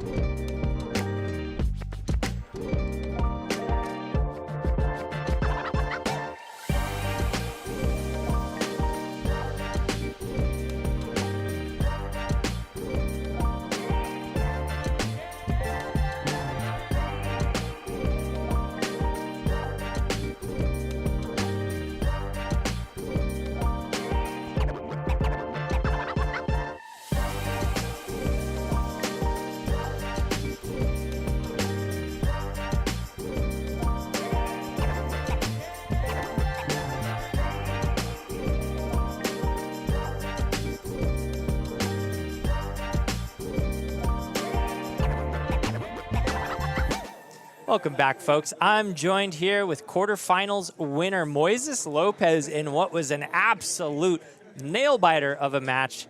How you feeling? Good. Good? I feel good. Yeah. You better feel good after that. Talk to me about that game. How are you feeling starting things out? Briar was out to the races. Things were not looking good. Yeah. I thought I was cooked.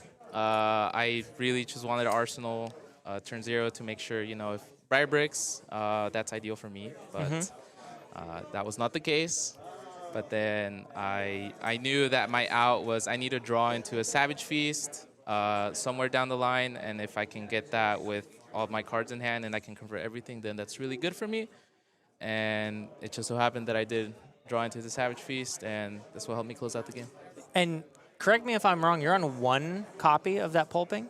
Or are you on 2? I'm on 2. You're on 2, okay. Yes. Okay, so twice as likely to get that play to unfold as it did. Yeah. But you know what's really funny? We were talking, and you should tune in and rewatch that game. We were talking about the curse of first and Okay. how many times in recent tournaments first place has come in undefeated only to fall in the quarterfinals. Oh, I didn't even realize that. And you have Yeah. once again Oh my continued their gosh. tradition, and in shining fashion, I might add. It my looked gosh. like you were cooked, as you mentioned. Yeah, yeah. But you found the one out at the perfect time. He went down to 3. When you saw him shove that headpiece in front and take the 1 damage down to 3, how were you feeling?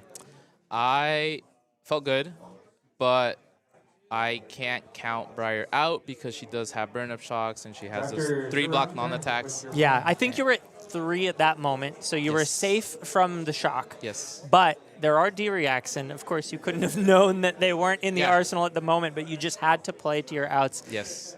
And you didn't have it. It happened that they didn't have it.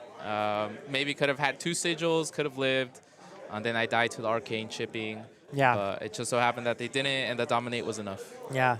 Well, we've now had Silver Age as a format for 3 weeks, 2 weeks? Where are we at? We had the world premiere into San Diego into this weekend. So San Diego was last week, so it's only been technically a week since it's release. like 3 weekends, but they bookend the 2 weeks. Yes. So it's been out for 2 weeks now. And I've been wanting to ask people when we have enough time for the interviews how they've been feeling about the format so far. I feel good. I like the format. It's definitely a little bit faster than I wanted it to be. I love playing Ira. I played her all throughout Blitz. I've never really played anything else. And I enjoyed my time playing Ira. I really wanted to play Ira. You know, she's gotten a lot of new cards from Hunted, from the Armory deck, the TCC deck. And I was really excited to play Ira. I've given her a shot, but the explosiveness is a little bit too much for me. Sure. But other than that, I've been having a good time. Yeah. We did get an Ira in top 8, unsure about the placement of whether they continue on to the top 4. But Travis Wagner top 8'd on Ira today, so that's kind of maybe a silver lining, maybe a deck you could potentially revisit. Yeah. But I do understand the feeling or the need to bring Kayo, who just seems to be performing oh so well in this format. Yes, I really want to qualify for the Pro Quest, Pro Tour in Las Vegas. And, you know, I started off the year playing Katsu at the RTNs, thinking, you know what? I love ninjas. I want to play my ninjas. I want to give them a fair shot. It didn't go too well. Sure. It's just not enough power there yet. Yeah. Yeah. And I just told myself, okay, for the rest of the season, I need to qualify. I need to play good decks. And that happened at RTNs. And now at the Pro Quest, I told myself the same thing. I can play Arrow today or I can play KO. I did well last week at the Showdown, was able to cash. So I just thought, okay, let's just run it back. See what happens. Yeah. Speaking of a fast format, I am in complete agreement that an aggro mirror is extremely fast. That being said, we do have some pretty good decks that like to take the game longer, namely Decimator, Great Axe Warrior decks. And I'm trying to... It was Oldham, but he's kind of getting knocked around by DGA at the moment. Oh, yeah. Have you played any DGA? Have you thought about it? How are you feeling about that deck? I think it's cool that we get to play with the axe. You know, in CC, it's been frowned upon.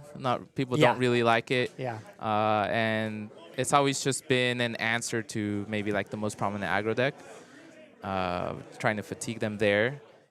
In this lower health format, it's really interesting how it's shining and it's attacking the deck that everyone thought would be the most defensive deck. And yeah, that axe is so interesting. I never thought that this is where we would end up with it. Completely forgot about that. For Project Blue, I knew some people were running the Decimator Great Axe, and those were kind of tough. But they didn't have the armor. Yeah, the armor just, ooh. It's so good. Sent It is that so deck good. all the way to the top. I have talked to quite a few DGA players today, and I think one of the takes that I've heard is a lot of them really enjoy playing the mirror. It feels like you're just playing these long, grindy, articulated games of Flesh and Blood where you really just get to, it comes down to the wire every time. Yeah, it does. So, you know, playing in this format, at least if you're trying to be the most competitive, sometimes you are priced into playing aggro mirrors. But if you're like me, who was a Kano player until I realized how fast the games go, I'm going to pivot. I'm not going to do DGA. I think people are already on that, but I'm still trying to figure out things like new, trying to figure out things. Maybe there's a world that Bravo Flattering Showman can live in. I'm not saying that he beats Kayo yet, but I do like the agency to be able to pick a deck that plays the way that I like to play. And in Silver Age, when you're both playing mid-range, oh man, it feels like peak Flesh and Blood. It feels so good. It's I think if you think about how kind of grindy and annoying Fatigue is in CC, it's kind of flipped. It's like in Silver Age, the Fatigue is pretty fun. It still goes by pretty quick. You get to play real Flesh and Blood. And unfortunately, it's the aggro games that kind of feel just like, oh man, it's over in 2 turns. You win or lose the coin flip, it's over. Oh yeah. Of course, things can fall the other way. I know you don't want to lose turn selection, but here you're showing that even if you do, you can still find the edge and take it. Yes. Yeah, that KO armor is really strong. Yeah. Well, you're moving on to quarterfinals. I didn't actually ask you how you did in San Diego. Was that? I was really close to moving on. I did lose to a decimator. I think it was winning in my second to last round. I died to shunts. Oh no!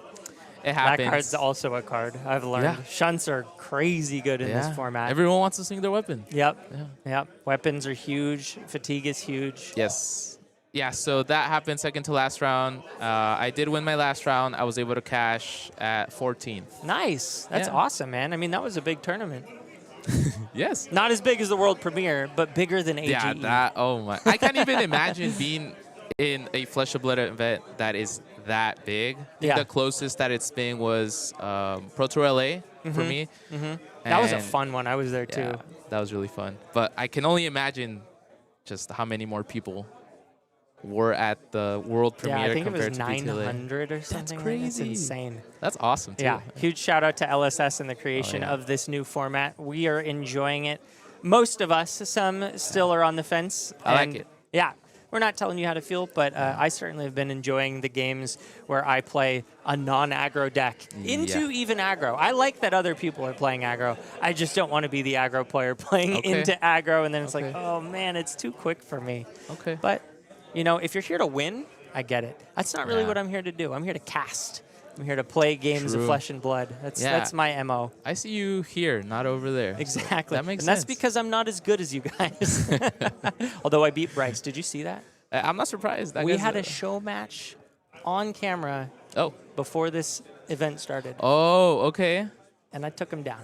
Okay. And I'm going to hang that over his head for a long time going forward. And I played Kano. I know I said that I wasn't. Aren't you a Kano lover? I am a Kano lover in CC. I did bring Kano to San Diego, and I found like I sat in front of Briar, Kayo, Kayo, and I was just, it was over in 2 turns, win or lose. And I went 50-50. It wasn't, you know, it wasn't horrible. But every game I ended, I was just like, oh man, I wish the games were longer. Okay. So how do you feel about the armor that he got? The armor's pretty cool. I think his ability to block 3 in the hand slot is really, really clean. Yeah. I actually thought that was going to be more of like a Guardian card. Here's the secret tech I found. Playing Bravo Flattering Showman with, and I can't remember the name of the chess piece, but it's an old one that makes 2 seismic surges. You lay the whole hand down, including the gloves, and you just pop your chest and pass. With a card in Arsenal, you can now 1 card with a blue, 9 dominate.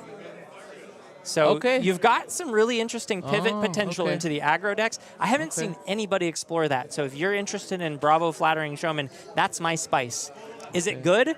I pulled it off one time, and then I drew an all red hand. Oh, man. And so, but that's kind of like unlucky because I have a lot of blues in the deck. So getting the all red hand, the one turn I finally do it, I was like, oh, okay, well. So I ended up sending a 1-card 7 without dominate. It's still better than nothing. Okay. Yeah. But good use of all the cards in your hand. Yeah. Ideally, could have been better, but did it feel good to send that? No, it felt awful. I wanted dominate, Moises. I hated that moment. It sucked. I don't know. Yeah, I lost the game off the back of that because I needed them to die that turn. Okay, okay. So yeah, they just blocked and then lived, and then I died. Okay. Yeah, unlucky. But hey, that's flesh and blood for you. Oh, Sometimes you don't draw it up, as we saw from John Kim. Didn't quite get there. But you did. Sometimes you're on the other side of that, and I'm sure my opponent was just over the moon with my all red hand that turn. They got to keep it in, though. You know, they're excited, but they got to keep it in. No, they were a gentleman and a scholar about it.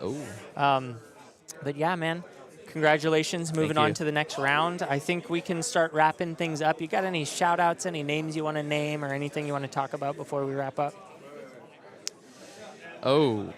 I'm going to play against Ira. Yeah, apparently. this just producer Justin. You're going to face the deck that you wished you were playing.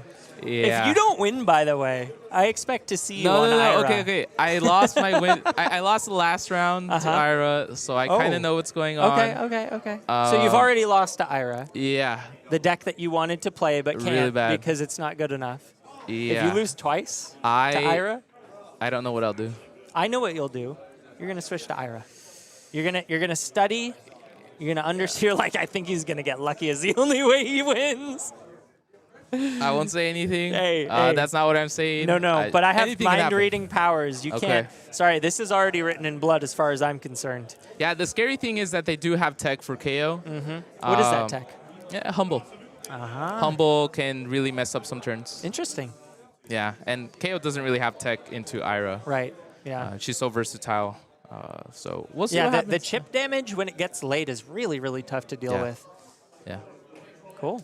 Well, good luck in the next round. Thank you. And for those of you at home, we'll have a little more flesh and blood right after this.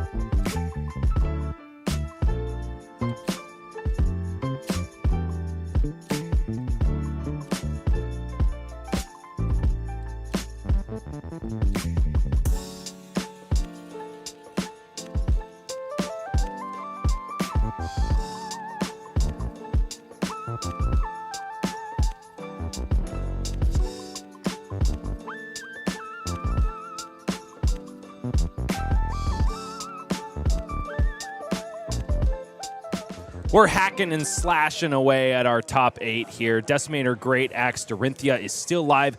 2 copies of Kayo are live. And of course, the one of Ira Scarlet Crimson Haze. Scarlet Crimson, that's a redundant way to say that. Yeah, it is. It's both of those are the color red. So it's Travis Red Wagner in the top 8 here against Moises Lopez. That's the feature match that we're going to be coming at you with in the next round. And then in backup feature, which you can find at AGE Premium, it'll be Nicholas Flavin versus Luke Gilmore, Dorinthea and Kayo respectively, of course.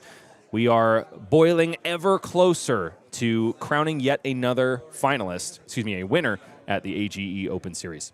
Looking forward to that. But first, we've got this game ahead of us. And I got to say, I love seeing these underdogs show up in the top 8. Unfortunately, Iyslander got knocked out in the quarterfinals, but we still have one surviving, Ira, piloted by Travis Wagner, who is a stalwart of the AGE scene. He has made the Players' Championship twice, once in 2023, the other time in 2025. He's also very excited that Phi has gotten support from Compendium of Wraith because this man is a draconic ninja through and through. His latest accomplishment at AGE was making the finals on Syndra Drakai of Retribution. Yeah, very impressive stuff from him, and as you mentioned, on the ninja class.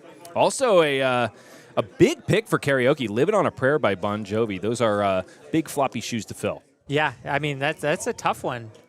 Without a doubt, but Travis thinks he's got the vocal cords to get it done. And get it done he must in this building that we sit in here. And this building, of course, is Top Deck Keep. One of the best facilities in all of Southern California for all of your card gaming needs. For both buying and playing, mind you. It's one heck of a space. They've also been running side events all day long. We've got folks firing off with High Seas Draft and other stuff to win boxes and so forth. Yeah, the draft stuff is really cool. I didn't fully realize that they're just firing off drafts and side events and things like that. They do it often for us, but we never get to reap those spoils because we are chained to the desk below us. You can't really see it, but we never leave. Eaten yet because I can't leave this physical space. You won't eat it. You'll like it. I'm crouched under the desk during interviews due to the chain. But it looks great on you, Michael. I'm glad you think so. And with not a chain of brutality, but just a extended combat chain, we do proceed back down to the feature match area where Travis Wagner, reigning I guess I should say AGE Players Champion finalist, goes up against Moises Lopez, a Chad, but a really sweet one from the AG Pro team. I'm very thankful to see him making the top 8 cut here today because Moises is a grinder. He just doesn't always get his just desserts. He really wants to get that PTI, especially. Was talking on camera during our interview about how important it is for him to make it to Pro Tour Las Vegas. It's one that is really, there's a pressure when you're from Southern California to make events in Vegas, qualify for events in Vegas, I should say, because it's just so close to us. It's a mere like 3 to 4 hour drive. Depending on how fast you drive, 3 would be really, really fast. It's not that fast, is it? If you make it in 3 hours, I think you're going above 100 the whole time. Well, fast and loose is the way I like to play it. And same with Moises, who just arsenals and passes just like he did against Elliott Sloan. Excuse me, John Kim. Yes, John Kim. Travis now on the play here. 20 plays 20. He gets the first meaningful swing of the game, and the hand seems to be cooperating. I do see a blue 0 cost. There's a bluster buff. And some other red cards, yeah. Harmonized Kodachi swinging in for 1 go again, like we're going to see so many times this game, I'm sure. Beaten trackers already being blocked with. Moises might want to deploy them already. Yeah, and also says I've got enough armor for potential breakpoints this turn, so just committing it now before it's too late. For Travis, there is a torrent of tempo in the hand, which is a little bit enticing here. The only way for him to get an additional action point after swinging one of these attack action cards, but it would require Moises to allow it to hit. And unlikely, I would say that is due to his equipment suite. He still has 2 block in the form of his chess piece to pair with a 3 block to end the turn on the spot and maybe give a little IP penalty over to Travis. So Travis now has the opportunity to send Torrent of Tempo, see if he can get his action point back, but I think the safer play here, interesting, is the flying kick instead. I do like that. I think he's just saying, look, you're going to give me the card. I don't need the card. I need the value. Sure. And goes for 2 extra points here and just IPs himself. I'll do it myself. And this is definitely the better play. I was thinking, of course, of paying that extra cost on Bluster Buff, but that would be 1 point less good. Instead, it's flying kick, 7 damage on offer for Moises Lopez. Could proceed all the way down to 13. Hasn't blocked with the predatory plating, so I do think that the resources are cooperating for him. He's got himself a clash card. A little dangerous to make that decision just because of the potential to discard a resource card. Of course, if you can pitch it up front, you know you're safe, and here he's blocking with the yellow anyway. So I like the decision. In the arsenal. That looked like a Bare Fangs to me. Does he have the go again? He's got the beaten trackers on the chain if he needs it. Exactly. So I think he's going to cash it in straight away. There is the blue commits 2 and then cards. a high-pitched howl here. Going to force a clash. Likely going to win this one. Yeah, it's 6, plays 2. On the clash, Might Token generated for Moises Lopez. So 4 value gained by a card that blocks 3. Pretty good stuff. Only 1 damage. Draws first blood here. Travis at 20 to Moises' 19. And I think that was a fairly cooperative hand for Travis on this first one. Knowing that Moises committed 2 cards anyway, he's still got to leak 1 point of damage. So happy about that. 2 cards, and of course, a lot of the fridge. It's Bare Fangs coming out of the arsenal. It's going to be a draw discard, and then assuredly a pop of those beaten trackers. Well, it depends on Yeah, it this. depends on what he draws. So 1 cost, yes. If it's not, no. So it is. So I think it's... Even if it's a 1 cost, maybe you just arsenal. It is a 1 cost because it's a run roughshod that Moises had on top of the deck, right? Right. Was that? Yeah, it is. You want to send run roughshod if you have the opportunity, baby. It's a pretty darn good arsenal target, and all I'm saying is the beaten trackers can bail you out, and you don't necessarily need to be bailed out yet. And it does look like Moises held back the beaten trackers, does want to just arsenal that bad boy and save it for another day. I'm a little worried about it just because unless you can meet the prerequisite condition, you literally cannot resolve that card. Granted, Moises has things like Wild Ride that are going to do it fairly consistently, but if you don't see him in the next few turns, that run roughshod could make making your conversions a little bit more difficult. Yeah, definitely could go either way on that play. Opts for the arsenal instead. And this is a bread and buttered toast turn for Travis Wagner. It's just going to be Harmonized Kodachi, Bluster Buff. Yeah, really clean stuff. Loves those blues into what's effectively a 2-card 3, 8. 4, 5, 6. Yeah, that's a lot. And it's all spread out. Man, Ira does tricky stuff. She sure does. But as of yet, in Silver Age, that innocuous seeming value engine of hero text has not really made waves. You know, I think it might just come down to the equipment. If you compare the amount of block value on the Ninja equipment to most other S-tier classes, that might be one place where she kind of falls a little behind. That being said, the boots and gloves are worth a combined 6? No, 1, 2, 3, 4 values, so 2 each. Tearing Shuko will give +2, if I'm not mistaken, to that Oh, you're Crouching right. Tiger. Right, so 1 block on each. Crouching Tiger gets 2. That's 4. 2 each. Wait, one block on each, though, would be 4 + 2, right? How are we doing our math here? One block on each. Doesn't matter. Okay, great. Bearfang's coming out, and this is the turn I expect to see the beaten trackers. Oh, except for he doesn't have the blue. Never mind. No, it was a yellow, so it's just going to be a really nice 2-card hand. Both players attempting to mid-range each other into the mid-game. But in this case, I do think Travis is ahead based on all of these equipment blocks from Moises Lopez. Yeah, he's already chewed through some equipment. He's able to... Oh, got a flying camera.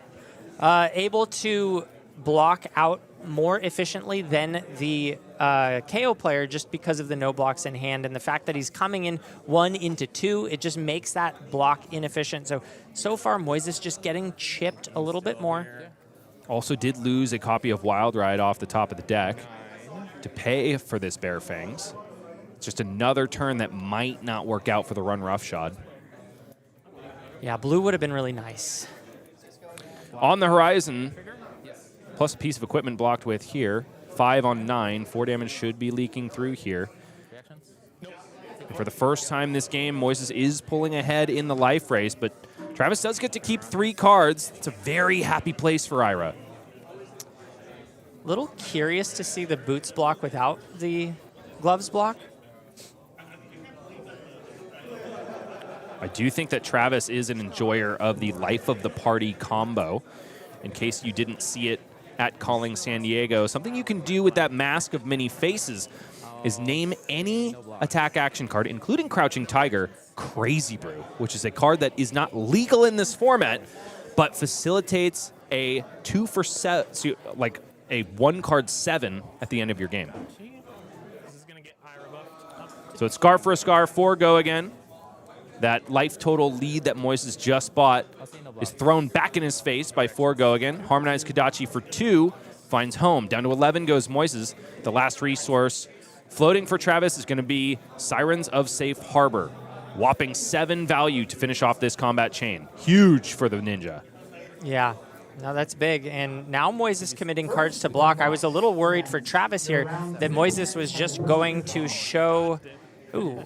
It's a win for Moises because Savage Feast will gain +1 over the top of Travis's Humble. Still wins that. But I was saying that Travis, his ability to come in and heal here means that he's got a huge life lead now with Moises blocking out, so only playing mid-range still. No aggression. Back over to Moises. 11 plays 17. Moises really needs to find a way to go more than 1 chain link wide. That's what's going to even the scales here. 2 Might tokens are going to pop at the beginning of the turn. Does look like it is a Bearfangs, this time paired with a blue. Moises will once again have the opportunity to pop the beaten trackers. Yeah, and this seems like a turn to do it. Savage Feast off the top. We knew it was there based on the Clash of Might. This Bearfangs comes in for 9. 2 Might tokens popped at the beginning of this turn. And no, he holds on to the beaten trackers once again. Maybe just saving it for a kill push. Instead wants to walk the life totals down. But it's really interesting here because Travis can conceivably just keep putting 3 cards in front and then chip away. So Travis continues to get the lead thanks to that evasive Kodachi damage. It's so hard to block out. Now we know that Travis has himself a copy of Humble, which is essentially a sleep dart, but in generic form. Is that, I'm seeing 2 here? 2 Humbles. Ah, No is there a blue? blue in that hand? Yikes. That's one of the few ways that Ira can draw up a clunker of a hand. No blues means no harmonized Kodachis and no really clean finishes. And it's a bunch of costed cards, too. This is really rough. Bunch of 2 blocks as well. Life of the Party is in the hand. That fearsome combo that I was talking about earlier, but it just doesn't line up unless you are resource flush.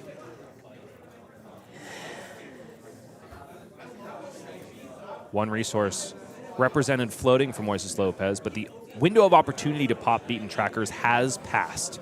Moises has to make that decision the moment that he sees the 6 power go into the graveyard. Travis only blocking 2 here. Moises must be trembling in his boots, but once he sees what he's actually got, it's going to be pretty vanilla. Yeah, this is, I mean, it looks like he's going to try to claw back some value using his equipment here, gaining a resource, gaining a tiger, and some +2 is at least a way to do some resource-free damage. That we can play. I think Travis might be going for the combo right here and now. Oh, right. Life because becomes 0. That's huge. Mask of Many Names is only going to cost 1 here. Travis only going to be forced to pitch a single red card in order to send 8. Ain't bad. So here we go. Crouching Tiger is 2 go again. Moises says no blocks. Down to 9 he goes. At instant speed, Travis will have the opportunity to change, well, I guess actually add a name to this Crouching Tiger. And you know that the added name is going to be Crazy Brew. Blood Scent as well, joining the fray. It's another resource generated there for Travis Wagner. And Bittering Thorns is the follow-up to this Crouching Tiger. 4 go again. This hand is anything but a clunker. Yeah, he really bailed himself out with those equipment. I didn't realize he had so much ability to do that. And the value train could continue here if Moises decides to disrespect this meaningful on-hit. An additional +1 will be given to the next attack if Bittering Thorns connects at all. Still has 2 block in the chess piece. Could cover this up. Moises thumbing a card, so could very well be going for it. Moises also no stranger to the ninja class, so I think he is very well aware of what this turn will be. Yeah, he'll need to cover that Crazy Brew, if not just to stop the healing. There are blocking cards in the hand. I see 3 blues, Strongest Survive, Agile Windup, and Unexpected Backhand. Okay. There's also a Rough Up. Still not a convenient way to go 2 chain links wide for Moises. Took the damage. Down to 4 he went. Could have been thinking about discarding that Agile Windup, either to give Mandible Claw go again or to generate an agility token at the end of Travis's turn. Travis coming in hot with Life of the Party. Because he named a previous attack Crazy Brew, is able to destroy it instead of pay the 2 resource cost of Life of the Party. And when he does, he'll get +2, go again, and on hit, gain some life. Clean cover up, though. So Moises just saved his blocking cards for the moment that he could rob more value away from Travis. 1 Might token pops. And it's yet another 2-card play for Moises Lopez, which so far has very much been favoring Ivra. Yeah, his ability to just block these out and send chip, and now going down to 4, it's getting really scary. Moises has maybe 1 more turn where he can disrespect the Kodachis before he gets completely locked out of the game. It's another really clean hand for Travis Wagner. Does have a blue 0 cost for Kodachis, and then either Sound the Alarm or Humble, which is in the arsenal. And Humble is a really important tech piece into this matchup. It can turn off Kayo's hero ability, which on the surface, okay, he doesn't make the might, but what's really important is so many cards need to discard for 6 in order to get the additional effect, like Go Again on Wild Ride, for example. But if his hero power is turned off, he can't do that. So it's really, really strong.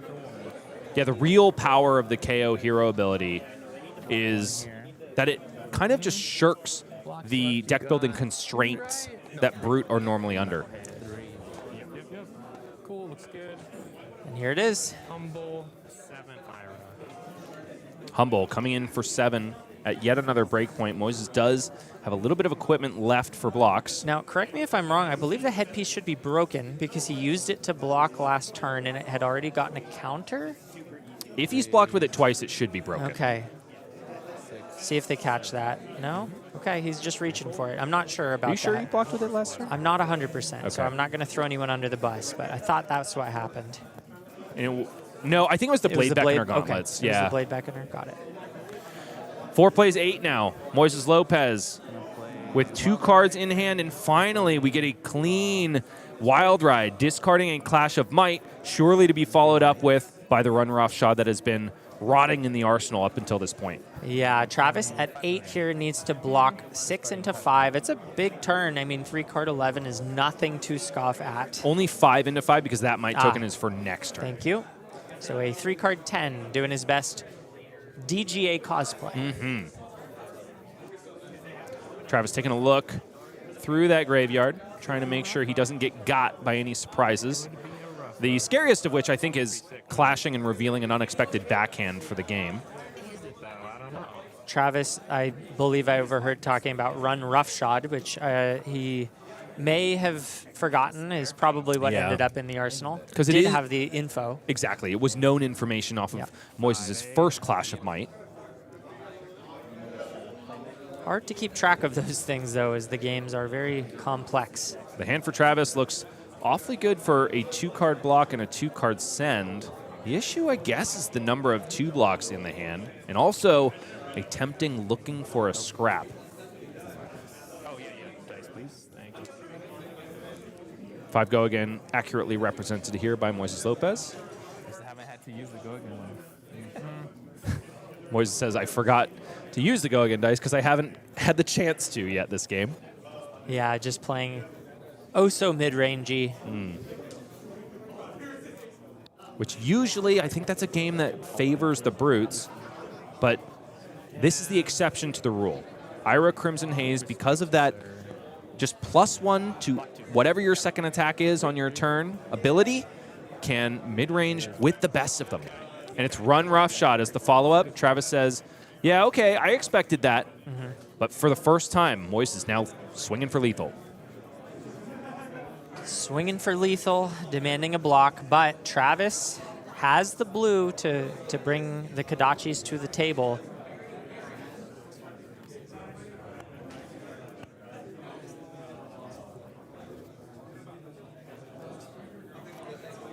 But for now, it is a crane dance blocking out 3 of this 5 damage. Down to 3 goes Travis Wagner. Once again, back to life parity after Sirens of Safe Harbor makes its way into the graveyard. And Travis is now thumbing a looking for a scrap play. One of those cards that really made Azuri come together in the days of Pro Tour Amsterdam in the hands of Shoma Yamamura. In this case, just continuing that value train for Travis. It's a pitch of Pouncing Chi for Harmonized Kodachi. 1 go again, as has come so many times before. And now, correct me if I'm wrong, Michael, but I think it is a Sound the Alarm that made its way into the arsenal for Travis. I think you're right. So that is a nice, clean 3-card play here. 1 into 6 into 5. Huge. Total of 12. Could stymie any meaningful offense that Moises could put together on this turn cycle. Looks like he's not going for that line. I guess I don't hate it, but also, what are you waiting for? Maybe I misremembered the Arsenal card. If it's a 2-cost, then this makes all the sense in the world. Exactly. But Travis gives a look of derision at the predatory plating as it comes out, and finally, I get a good shot of Sleepy Connor, who is staring into the void, trying to hold on. You would think that that luminescent pink sweater could do it, but he looks to the sky for inspiration. As Travis Wagner does decide to proceed with looking for a scrap here. Pouncing Chi banished to pay the additional cost of looking for a scrap, now given +1 and go again, coming in for a whopping 5. No float. We'll give you 5. We clash for Might. A third Clash of Might from Moises. Another Might token generated there. That'll be it for me. Okay. And no matter what, he's going to make use of those 2 mites because he's got 2 cards in hand. Even if he wanted to arsenal one of those cards, could, of course, send a Mandible Claw. 3 plays 4 now. Moises back on the affirmative. And still outside of Kodachi lock range. Of course, a very important factor in this game. Going to get himself even further away after sending a Sirens of Safe Harbor, maybe? Huh. What's the thought process here? Maybe waiting. Ah, I see. I think Moises may have forgotten to gain a life from that yellow Sirens of Safe Harbor that's in the graveyard. Going to ask Sleepy Connor for a bit of a rewind there.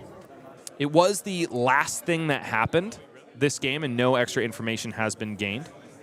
So we'll see if it goes Moises' way, this judge call. Yeah, late in the day, got to keep track of those triggers as we see Moises' life tick up to 4. Looks like the judge ruling is not too late. Never too late. Okay, yes. Never too late. Moises remembered just in time. 2 Might tokens pop at the beginning of this turn. So now this Sirens of Safe Harbor comes in for a whopping 8. 9 value if you factor in that life gain that is definitely going to be happening. Because Travis, unlike Briar and unlike CC Brutes, cannot rob this game away from Moises on his own turn. Yeah, no arcane damage, no shenanigans. Now, I do want to highlight, this is a rare situation at the AGE Open Series where these 2 players have never met each other in competition. Wow. They're both here all the time. Yes. So it is by Gem's fate that they find each other for the first time at AGE here in the semifinals. 6. Travis Wagner blocks 6, takes 2, down to 2. Moises remembers that life gain immediately this time. It'd be funny if he didn't. Fool me once, shame on me. And all of a sudden, man, I've been giving the edge at this point to Travis over and over again, turn cycle after turn cycle. He had a huge life lead at one point, and Moises has really clawed it back. Yeah, just playing really efficient Flesh and Blood. No blocks here on the first Harmonized Kodachi. The second attack for Travis is going to be a Bittering Thorns. This one coming in for 5 go again now, and threatening more upon connection. If there is, in fact, a 1 cost in that arsenal, I will be very confused to see it come out here. The hand for Moises Lopez blocks rather well. Is it a Bear Fangs at the top of the hand there? It does look like that to me. It does. So Moises has access to a solid 2-card play. Because some of these cards are absolutely going to have to get into the fray. But will he respect the on-hit? That's the question. Yeah. He's damned if he does, he's damned if he isn't. I think you have to, right? Yeah, exactly. It's going to confer in either direction. Because Travis will gain 1 point of value if Moises is forced to block with 2 3 blocks, which is 1 over the value of Bittering Thorns, or he's going to gain it on the front end upon connection. Scary spot for Moises. Moises thumbs 1 blocking card. He holds his hand over, though, in trepidation, making sure he's made the right decision. It's a 3 block here. 2 damage comes across. Down to 2 goes Moises. Both players at life parity, and the follow-up for Travis is just another Harmonized Kodachi. This one for 2 go again. Rough Up gets in the way. Blocks all of that damage, and I think once again we've learned that it is a 2 cost in the arsenal, so we must be remembering it incorrectly. I actually think Moises missed a point of value there, because it would have been blocking 5, blocking all of it into 1 damage. It is a Bear Fangs here. Popping Beaten Trackers is Moises Lopez, which probably means the follow-up here is going to be a Mandible Claw in conjunction with the Predatory Plating. That makes a lot of sense. This is a really good spot for Moises, but Travis has drawn up a On the Horizon. Wow. One of those clean 4 blocks available to all decks in Sage. But there's also a 2 block there. Up sticks and run. Plus, am I seeing another copy of Scar for a Scar behind the elbow? He really needs 2 3 blocks in the 4 block. I don't think he has all that. So it's up to Travis on the defense to keep this game from slipping out of his hands. And with just 2 life points, It's a tall order. He really needs to keep a blue as well. Travis thumbing all of the cards in hand, not liking what he sees. Connor holds on with the last bit of both his sanity and his consciousness. He's using his yellow judge shirt, his bumblebee as they like to call it, for extra insulation and warmth. It's the cold-hearted killer of Travis Wagner. I like to think that Connor's staring directly at you through the camera. He knows, he can sense what you're saying. On the horizon reveals the top card of the deck for Travis and also keeps him alive by 1. Predatory Plating popped here, 2 resources floating, and there is the Mandible Claw coming in for 3 go again. Nip at the heels gets in the way. So there is a combat trick for the Wagster. And now, left in the hand is 1 card, and it's just a cut through. 3, no go again. Ready to be blocked by Moises. 3 blocks aplenty, abound. With a go again source in the hand, Buck Wild is there, both in blue and red. This is going to be at least 8 go again into 3. With a +1 from the Might, this is scary. Here it is, 8 go again. Buck Wild in the blue in the pitch zone, giving go again to the red Buck Wild on the combat chain. Travis, without any more 4 blocks, heck, without a lot of 3 blocks too. It's just Nip at the heels, and besides, it's 2 blocks abound. No, I think that's it. This game is coming to a close at a rapid clip. Travis is just hoping that there's no resource card in the hand, but there it is. Moises puts out the Mandible Claw, gets the fist bump, and that is it. With 1 arm and a prayer, Moises Lopez ascends to his first finals at the AGE Open Series this season. Really excited for Moises. He's put a lot of work into this game, and like I said, he was talking about his desire to go to Las Vegas and get that PTI. He is 1 game away from earning that right. He's also got a smile that could warm the heart of the chilliest visage, and I gotta love him for that. He's always a fantastic person to be testing with, very happy to play whatever deck that you need the most reps into. Just an all-around swell role player of a guy on the AGE Pro Team, and it feels so good to see him getting his just desserts. Absolutely. Okay. Couldn't be a better guy. We do have an updated top 8 bracket for you here, folks. A lot of these stories have already unfolded before your eyes. Moises Lopez does ascend into the finals, but on the other side, it's Luke Gilmore. It's a KO off. Yikes. And once again, Moises sitting at the lower seed means well, that was going to happen this whole top 8 with the coming in 8th place. But surely he would like to have turn choice. Will not be the case in this mirror match. And gotta give kudos to Luke Gilmore for doing what Evan Bridges couldn't when he was on like a value train all game long. Somehow Luke is the one who's able to find his way through the great axe of Nicholas Flavin. And so there's only one more question left to be answered here at the AGE Open Series in February. Before we go to break and get over to our finals match, we do, of course, have to talk about our illustrious sponsor. That's Fabtcg, of course. If you need to get your hands on brand new boxes, packs, or what have you from Compendium of Wraith, then Fabtcg is the place to get it done. You get the extra bonus of supporting the AGE Open Series by proving this relationship to be fruitful. Must show mad respect to Fabtcg because not only did they supply the prize support in terms of cash today at the AGE Open, they also are sponsoring us so that we can give you ad-free content on YouTube, which is a huge feather in my cap as a still non-YouTube premium subscriber. Don't forget, they're sponsoring you, the players at home, with a 10% discount using that discount code AGELA at checkout, or scan the QR code above. Go to Fabtcg, take the QR code or the discount code at the bottom of your screen. Let them know that we sent you, and you'll get 10% off your first order. You'll also accumulate rewards points every time you place an order, and those can be used toward all future orders. Love you, Fabtcg, and thank you so much for supporting grassroots competitive play for Flesh and Blood. We are so honored to offer it, and of course, to be partnered with people that are definitely kindred spirits as far as our mission for the game. Our mission continues after this break, And of course, one more game of Flesh and Blood to go. We'll be back after this.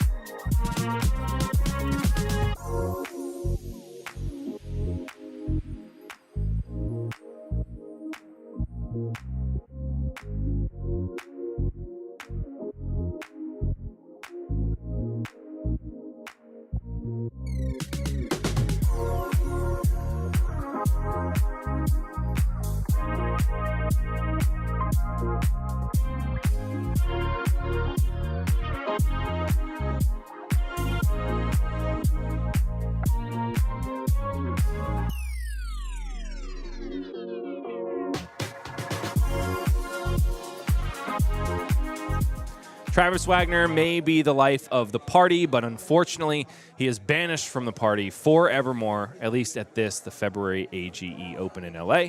Bryce Platt's back with Michael Murray here for the final game of the day, and it's going to be a doozy. Both players, of course, are the beatdown.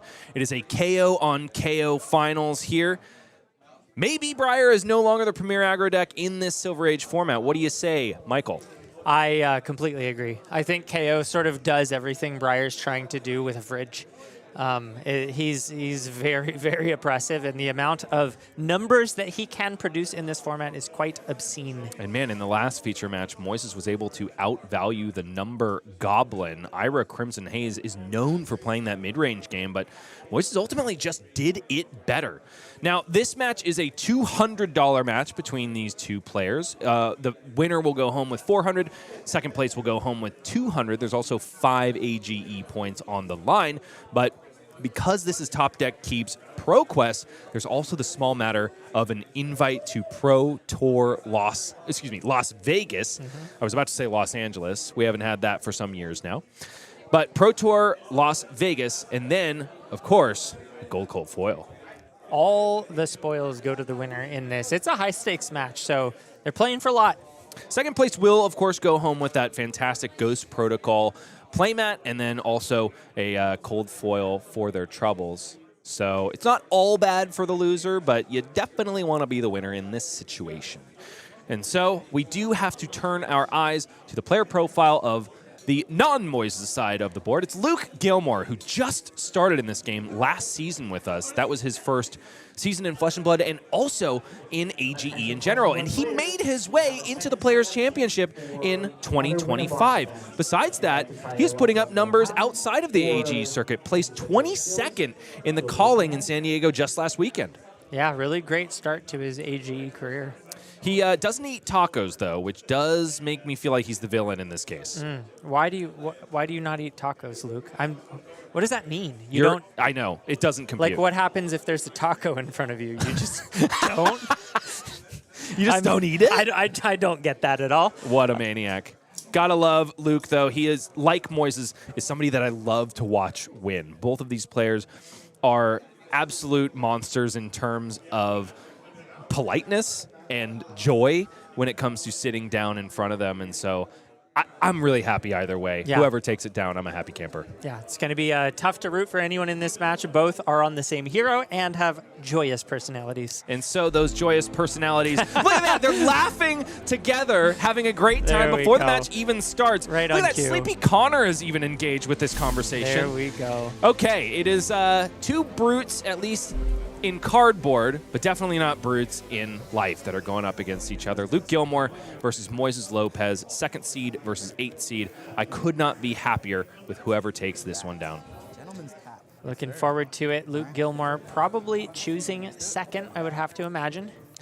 And as fate would have it, they came to this dance dressed exactly the same. It is Knucklehead, Predatory Plating, Blade Beckoner Gauntlets, and Beaten Trackers as the loadout for both of these players. Do you think they're on similar 55s, Michael? I have to imagine. They test together, right? So I don't think so. No? Okay. Do they? I don't know. Maybe not. Oh, okay. I'm mistaken. Moises coming out, just trying to send some damage, trying to ask the question, do you have no blocks in your hand? If yes, take some damage. Right now, Luke getting 100% in front of this Buck Wild. But are there any wild rides in the hand for him? I do see one. Ooh. If Moises puts his foot on the gas, could really be punishing Luke, and he goes for it. Yeah. It's a high-pitched towel, going to generate a Vigor token for the next turn cycle. In this case, coming in for only 6. Yeah. It looks like a 9 on that die, but it is only 6. Vigor token pocketed. There we go, corrected that. And now Luke almost forced to take 3 damage here, but might get more of the equipment involved. Here it goes, Predatory Plating with a card blocking 5. 1 damage leaks through. And Moises, perhaps happy with that, doesn't have an arsenal though, so there was a trade-off. Yeah, able to push some damage is nice and something you don't always get to do when you go first. But, of course, Luke Gilmore getting to keep that Wild Ride means he's almost guaranteed to have a nice, clean, efficient turn coming in. And there it goes, Wild Ride, the card drawn. I want to say it was another Wild It Ride. looked like that to me, too. The roll is 4, middle card discarded. It was a Mighty Windup in the blue. Now, I want to say that was the only resource card. There was a Buckwild, yes, pitched already. So maybe the prospect of going 3 chain links wide is now not on the table for Luke. Hard to say what remains in the hand. Right now, it's 5 go again for Moises Lopez to answer. 19 plays 20 here. I'm interested to see, and there's the answer, how much Moises is going to be blocking. He did a lot of blocking against the Ira. I was surprised to see that. So see how things turn out here. No equipment shoved in front. And it's a Bear Fangs is the follow-up. Luke, very happy with this. No arsenal established for the next turn cycle, though. Moises now faces down 8. Moises did dodge 3 damage. If instead it was the yellow Wild Ride discarded instead of the blue Mighty Windup, would have seen a Mandible Claw coming in to join this party. So good roll on the die for Moises Lopez. Brute variance is definitely a factor in this matchup. In the hand, that's 3 2-blocks. Yeah, does have the resources to support a 4-card play. Once again, no arsenal. Would be able to go Buck Wild into yellow Bear Fangs, Yeah. which ain't bad. With this block of the beaten trackers, could even take a different tack. Down an additional 7 goes Moises Lopez. Life Force leaking away from Kayo. Down to 8 he goes. A Vigor token is going to pop at the beginning of this turn. Does that matter? It could if Moises goes for Bear Fangs first. As it happens, though, it's a Buck Wild instead. 7 go again. 8 plays 19 now. Luke Gilmore, up until this point, firmly in the driver's seat. He had a monster of a retort to Moises leaking only 1 damage on turn 0. Blocking now with a yellow Sirens of Safe Harbor. I think that's fine. Putting 3 in front. Bear Fangs as the follow-up. Moises unable to get that extra swing of a Mandible Claw, unfortunately. Except he goes for it. He does go for beaten trackers here. I think that's okay. He held on to that for a while last game, but here, just converting that extra floating resource, you really want to cash in every point of value. You want to be as efficient as possible. It does, of course, leave him a little vulnerable to bricks later in the game, but I think that this is a good decision here, given that the life lead is firmly in Luke Gilmore's side. And in any aggro mirror, not just KO on KO, you do want to make sure you get the value on the resources at your disposal at the earliest opportunity, because it's only going to be a turn or 2 before one of you is blocking just to stay alive. And for Luke Gilmore, the shoulder tells the story. No, I'm just kidding. There are 2 blocks in the hand. That is not one of them, though. Rough Up plus Knucklehead means only 2 damage leaks through. Luke now down to 12, and then Mandible Claw finishes up this turn. Another damage leaks over that Blade Beckoner Gauntlets, and then Luke Gilmore swiftly back up to 12 after Sirens of Safe Harbor goes into the graveyard. Well, despite the life total seeming to favor Luke, the armor total certainly still favors Moises. And it's a humble, not just a tech piece for Ira into KO. In this case, it's looking good. KO into KO. KO on KO violence continues. Moises, though, very happy to have the armor still to cash in to stop this very, very debilitating on hit. What is that yellow there? I don't think it's a Bear Fangs, is it? No. Can't quite make out that yellow. It's a yellow Buckwild, so another 2-block, unfortunately for Moises. Only real 3-block in the hand is that unexpected backhand. Does have 4-block in the armor suite right now, so that's probably... Oh, I like this too. Yeah. A pseudo 3-block. It's 7-on-7 here. Sirens of Safe Harbor then going to gain Moises a point of life up to 9. 9 plays 12 now. It's going to be a 2-card retort for Mr. Lopez. One of these players is certainly favoring playing aggressively more than the other, as Moises continues to block. But Moises is really comfortable with this mid-range game plan. I mean, we saw it against Travis as we were thinking the edge was eking ever further into Ira's favor. Moises stayed calm and did 2-card 7s on. Yeah, and this one here is like a 2-card 9. Pretty strong, if you ask me. Not like a 2-card 9, is a 2-card 9. Yeah. Resolving your red cards against your KO opponent is also important. Yeah, a little sad to see the second copy of Red Bear Fangs discarded there. Probably the best card in the deck. Sure. 6-on-9 are the blocks. Luke takes 3 over the top. It's 9-on-9 now. And Moises still has himself 4-block in the equipment. Sorry, 5. High-pitched howl is the response from Luke Gilmore. Not great in terms of the offensive numbers, but still a 2-card 7 if he's able to make the most of that Vigor token. And this feels like a pivot point. We're going to have to kind of see how things unfold. But if Moises goes into the next turn with equal life and is sending offensive damage, that's a bit of a pivot. I think he's in the lead. I think that hand, though, is rather flush with blues. Ooh. It is nothing but blues for Mr. Lopez. That's not good. So this meagering 2-card play from Luke Gilmore might just be enough, because I don't think Moises has enough gas to swing the tempo. Yeah. Bear hug plus unexpected backhand, going to block out this high-pitched howl in its entirety. 1 might token going to pop at the beginning of the turn. I do think it's just going to be assault and battery, or, oh no, strongest survive is definitely the better play here. Coming in for 6, offering one of the few forms of disruption on hit that Kayo has at its disposal. When it connects with Luke, he will be forced to reveal a card with power greater than the damage dealt by Strongest Survive in order to avoid discarding a card. But you know, Kayo does tend to have a lot of 6-power attacks. Yeah, seems like not as disruptive into the mirror for sure.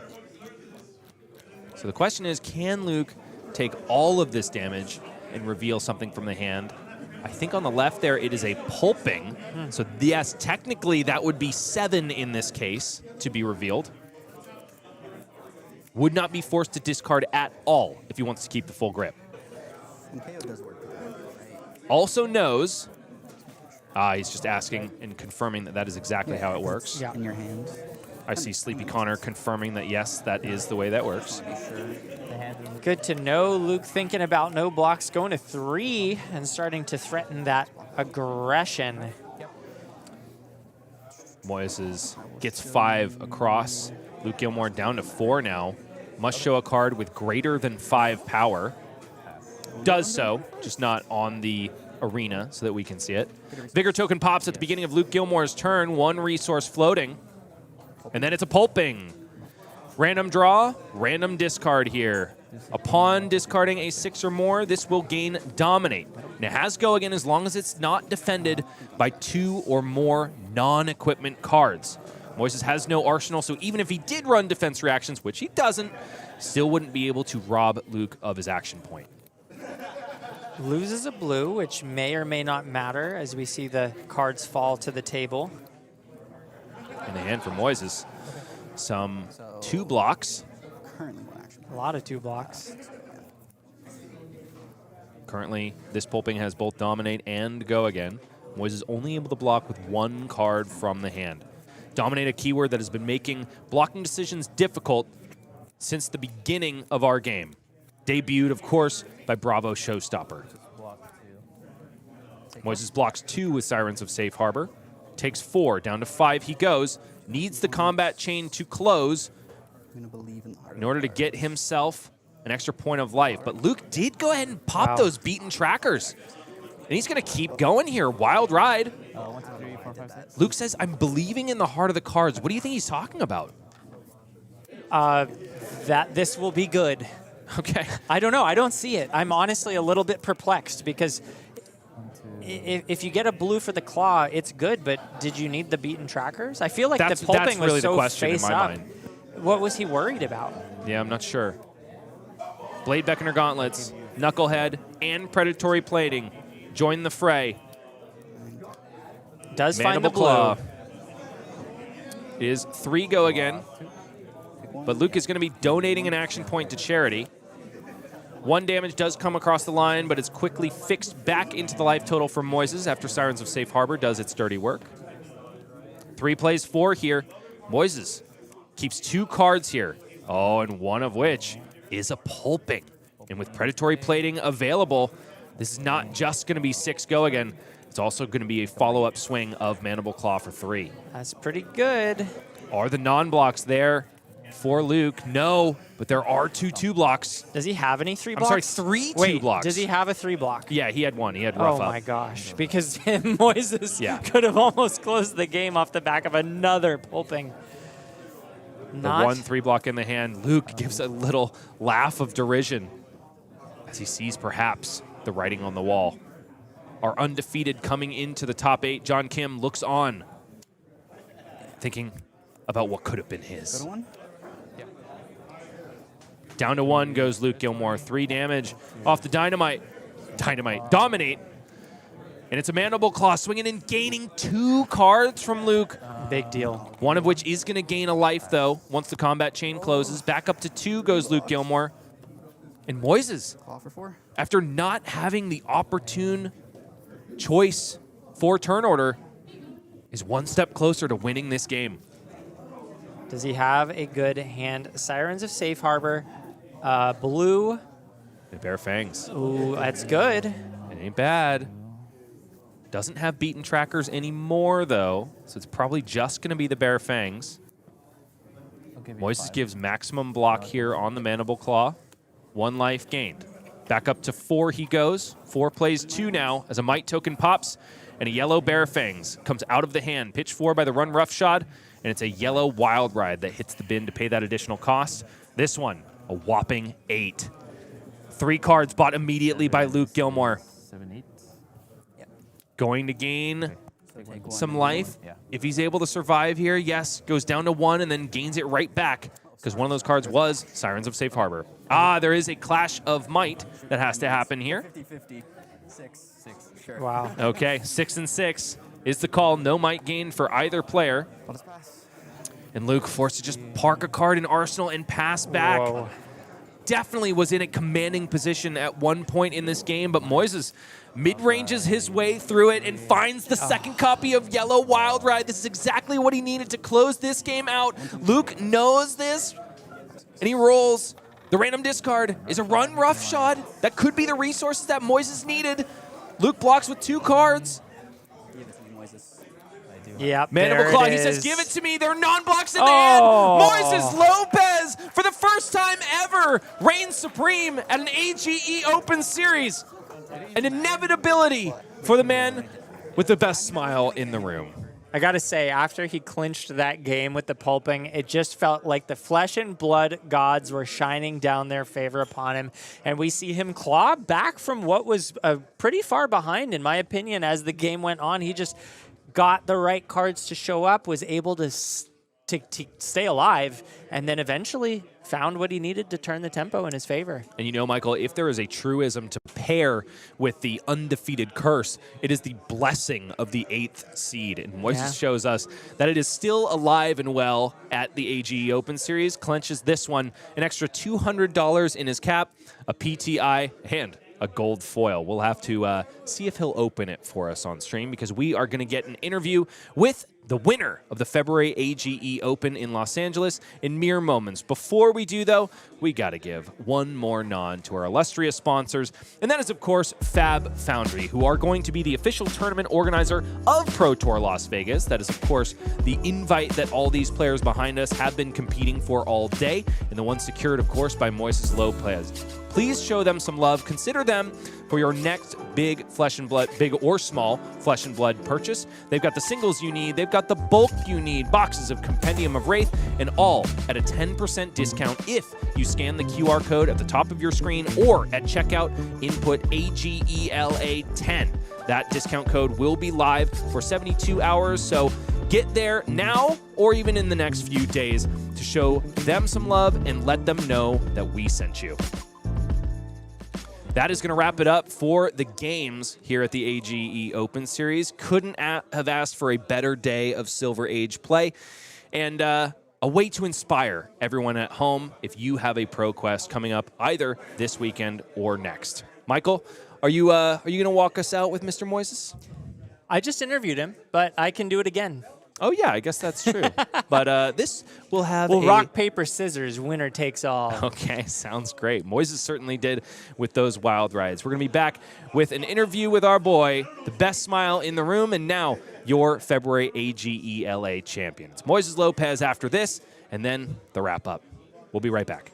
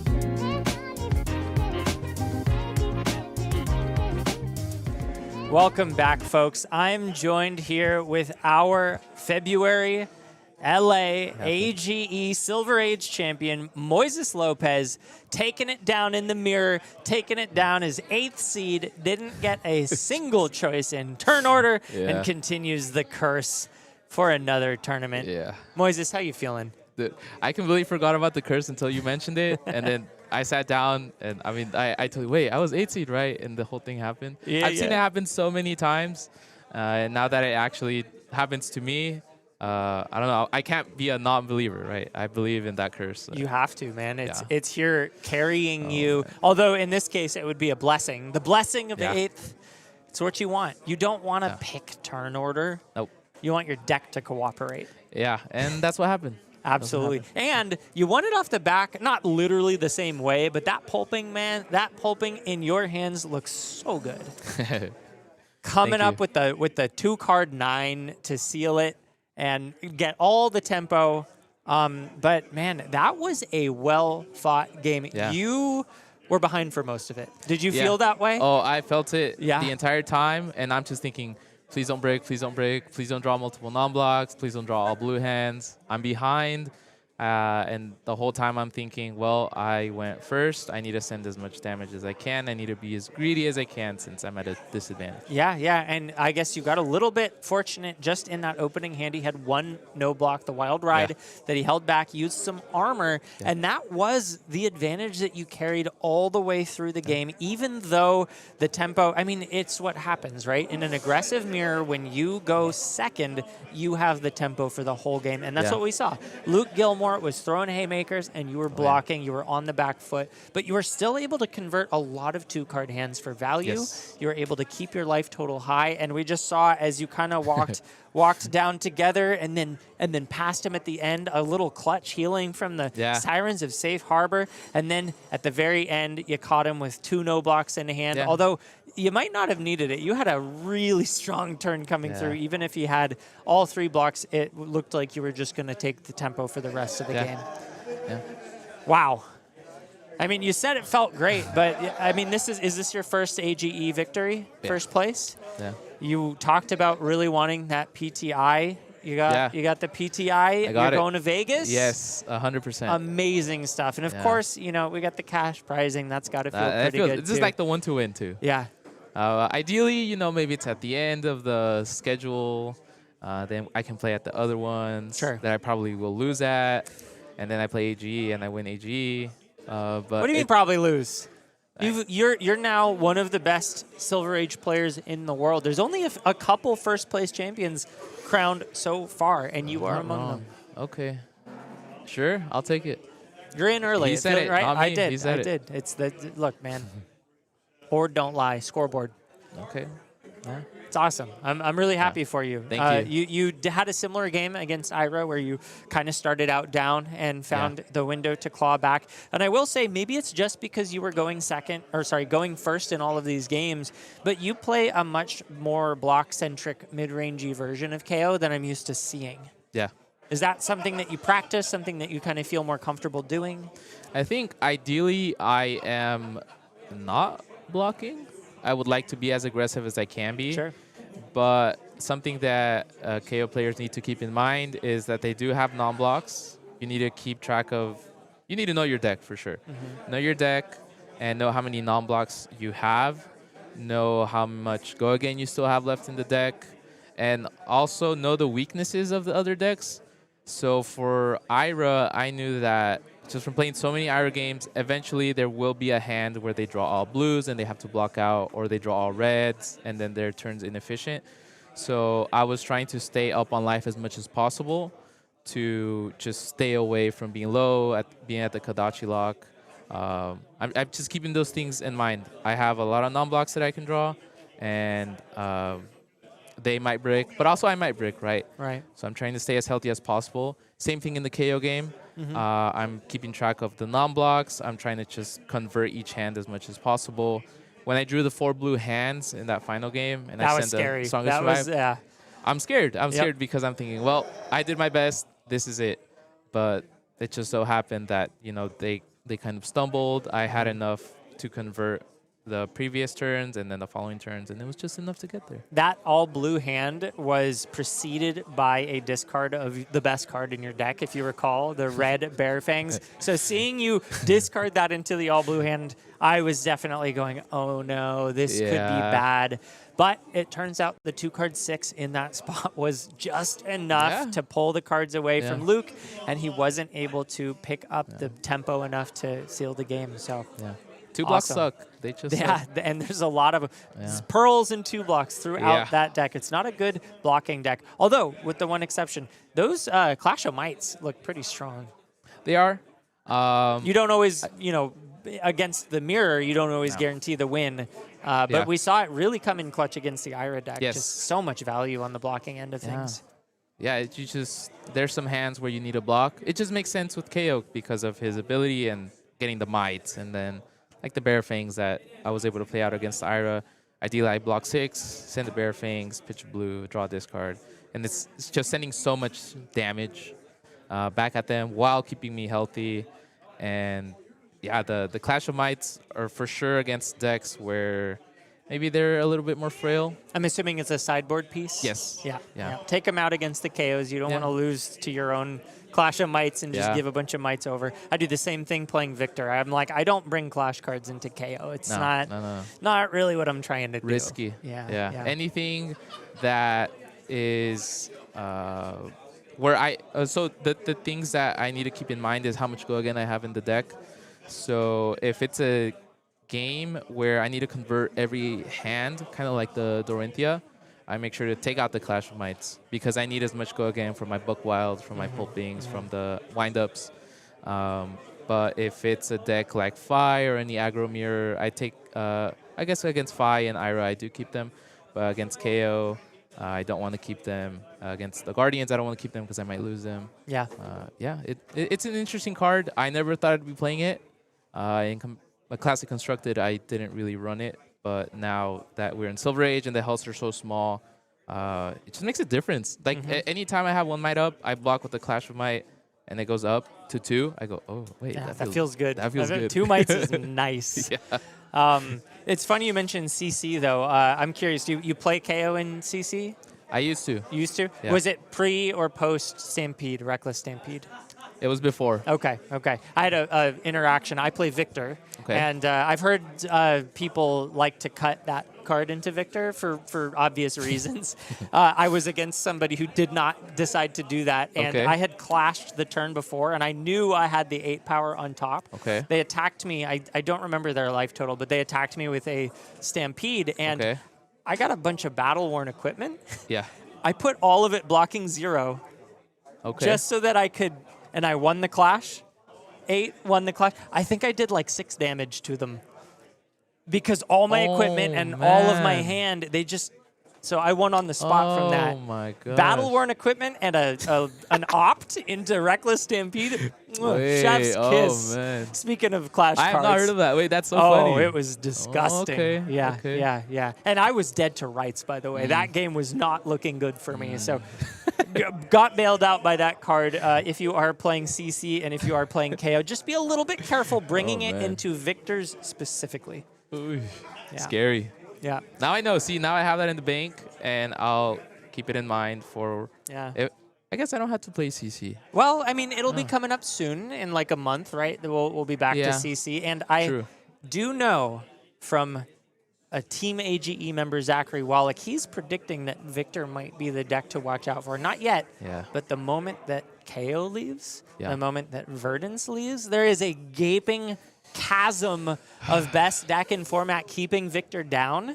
I think he might be like good. I don't like that, man. I do. I do not like that. I play ninjas. Oh, Victor has such a fun time against that. So I really wanted to win Silver Age Pro Quest so that I didn't have to play CC because I agree with Zach. The numbers just look good. Yeah. Victor is looking good. He got a buff from the rules changes too.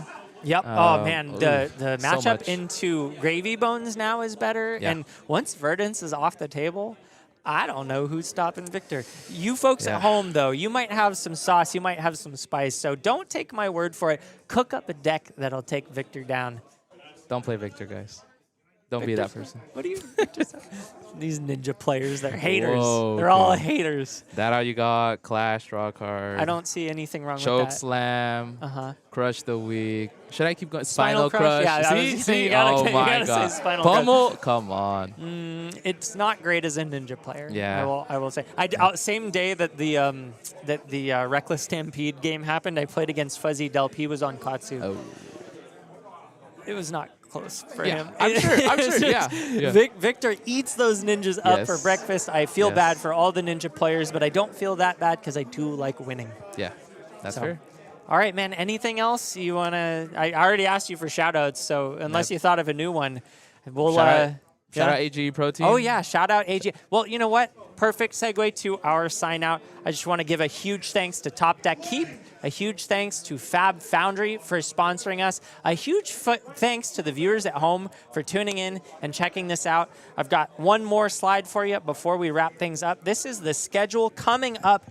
AGE February 21st is today. The Los Angeles and St. Louis Silver Age Opens just occurred. March 15th, we've got the AGE Open Series in New England at Grave Troll Games. And then March 21st, the AGE Open Series comes back to Classic Constructed in Los Angeles, followed by March 8th, AGE Open Series Mystic TCG. I don't know. Oh, is that that's St. Louis? I thought it was Los Angeles. St. Louis Mystic TCG is the name of the store. I was like, what is that? A new card game?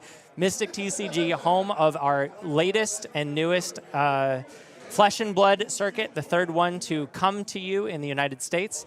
So here's what we've got for the upcoming next couple months, and that's all I have for you for today. So without further ado, thanks so much for joining us, and I'll see you all next time.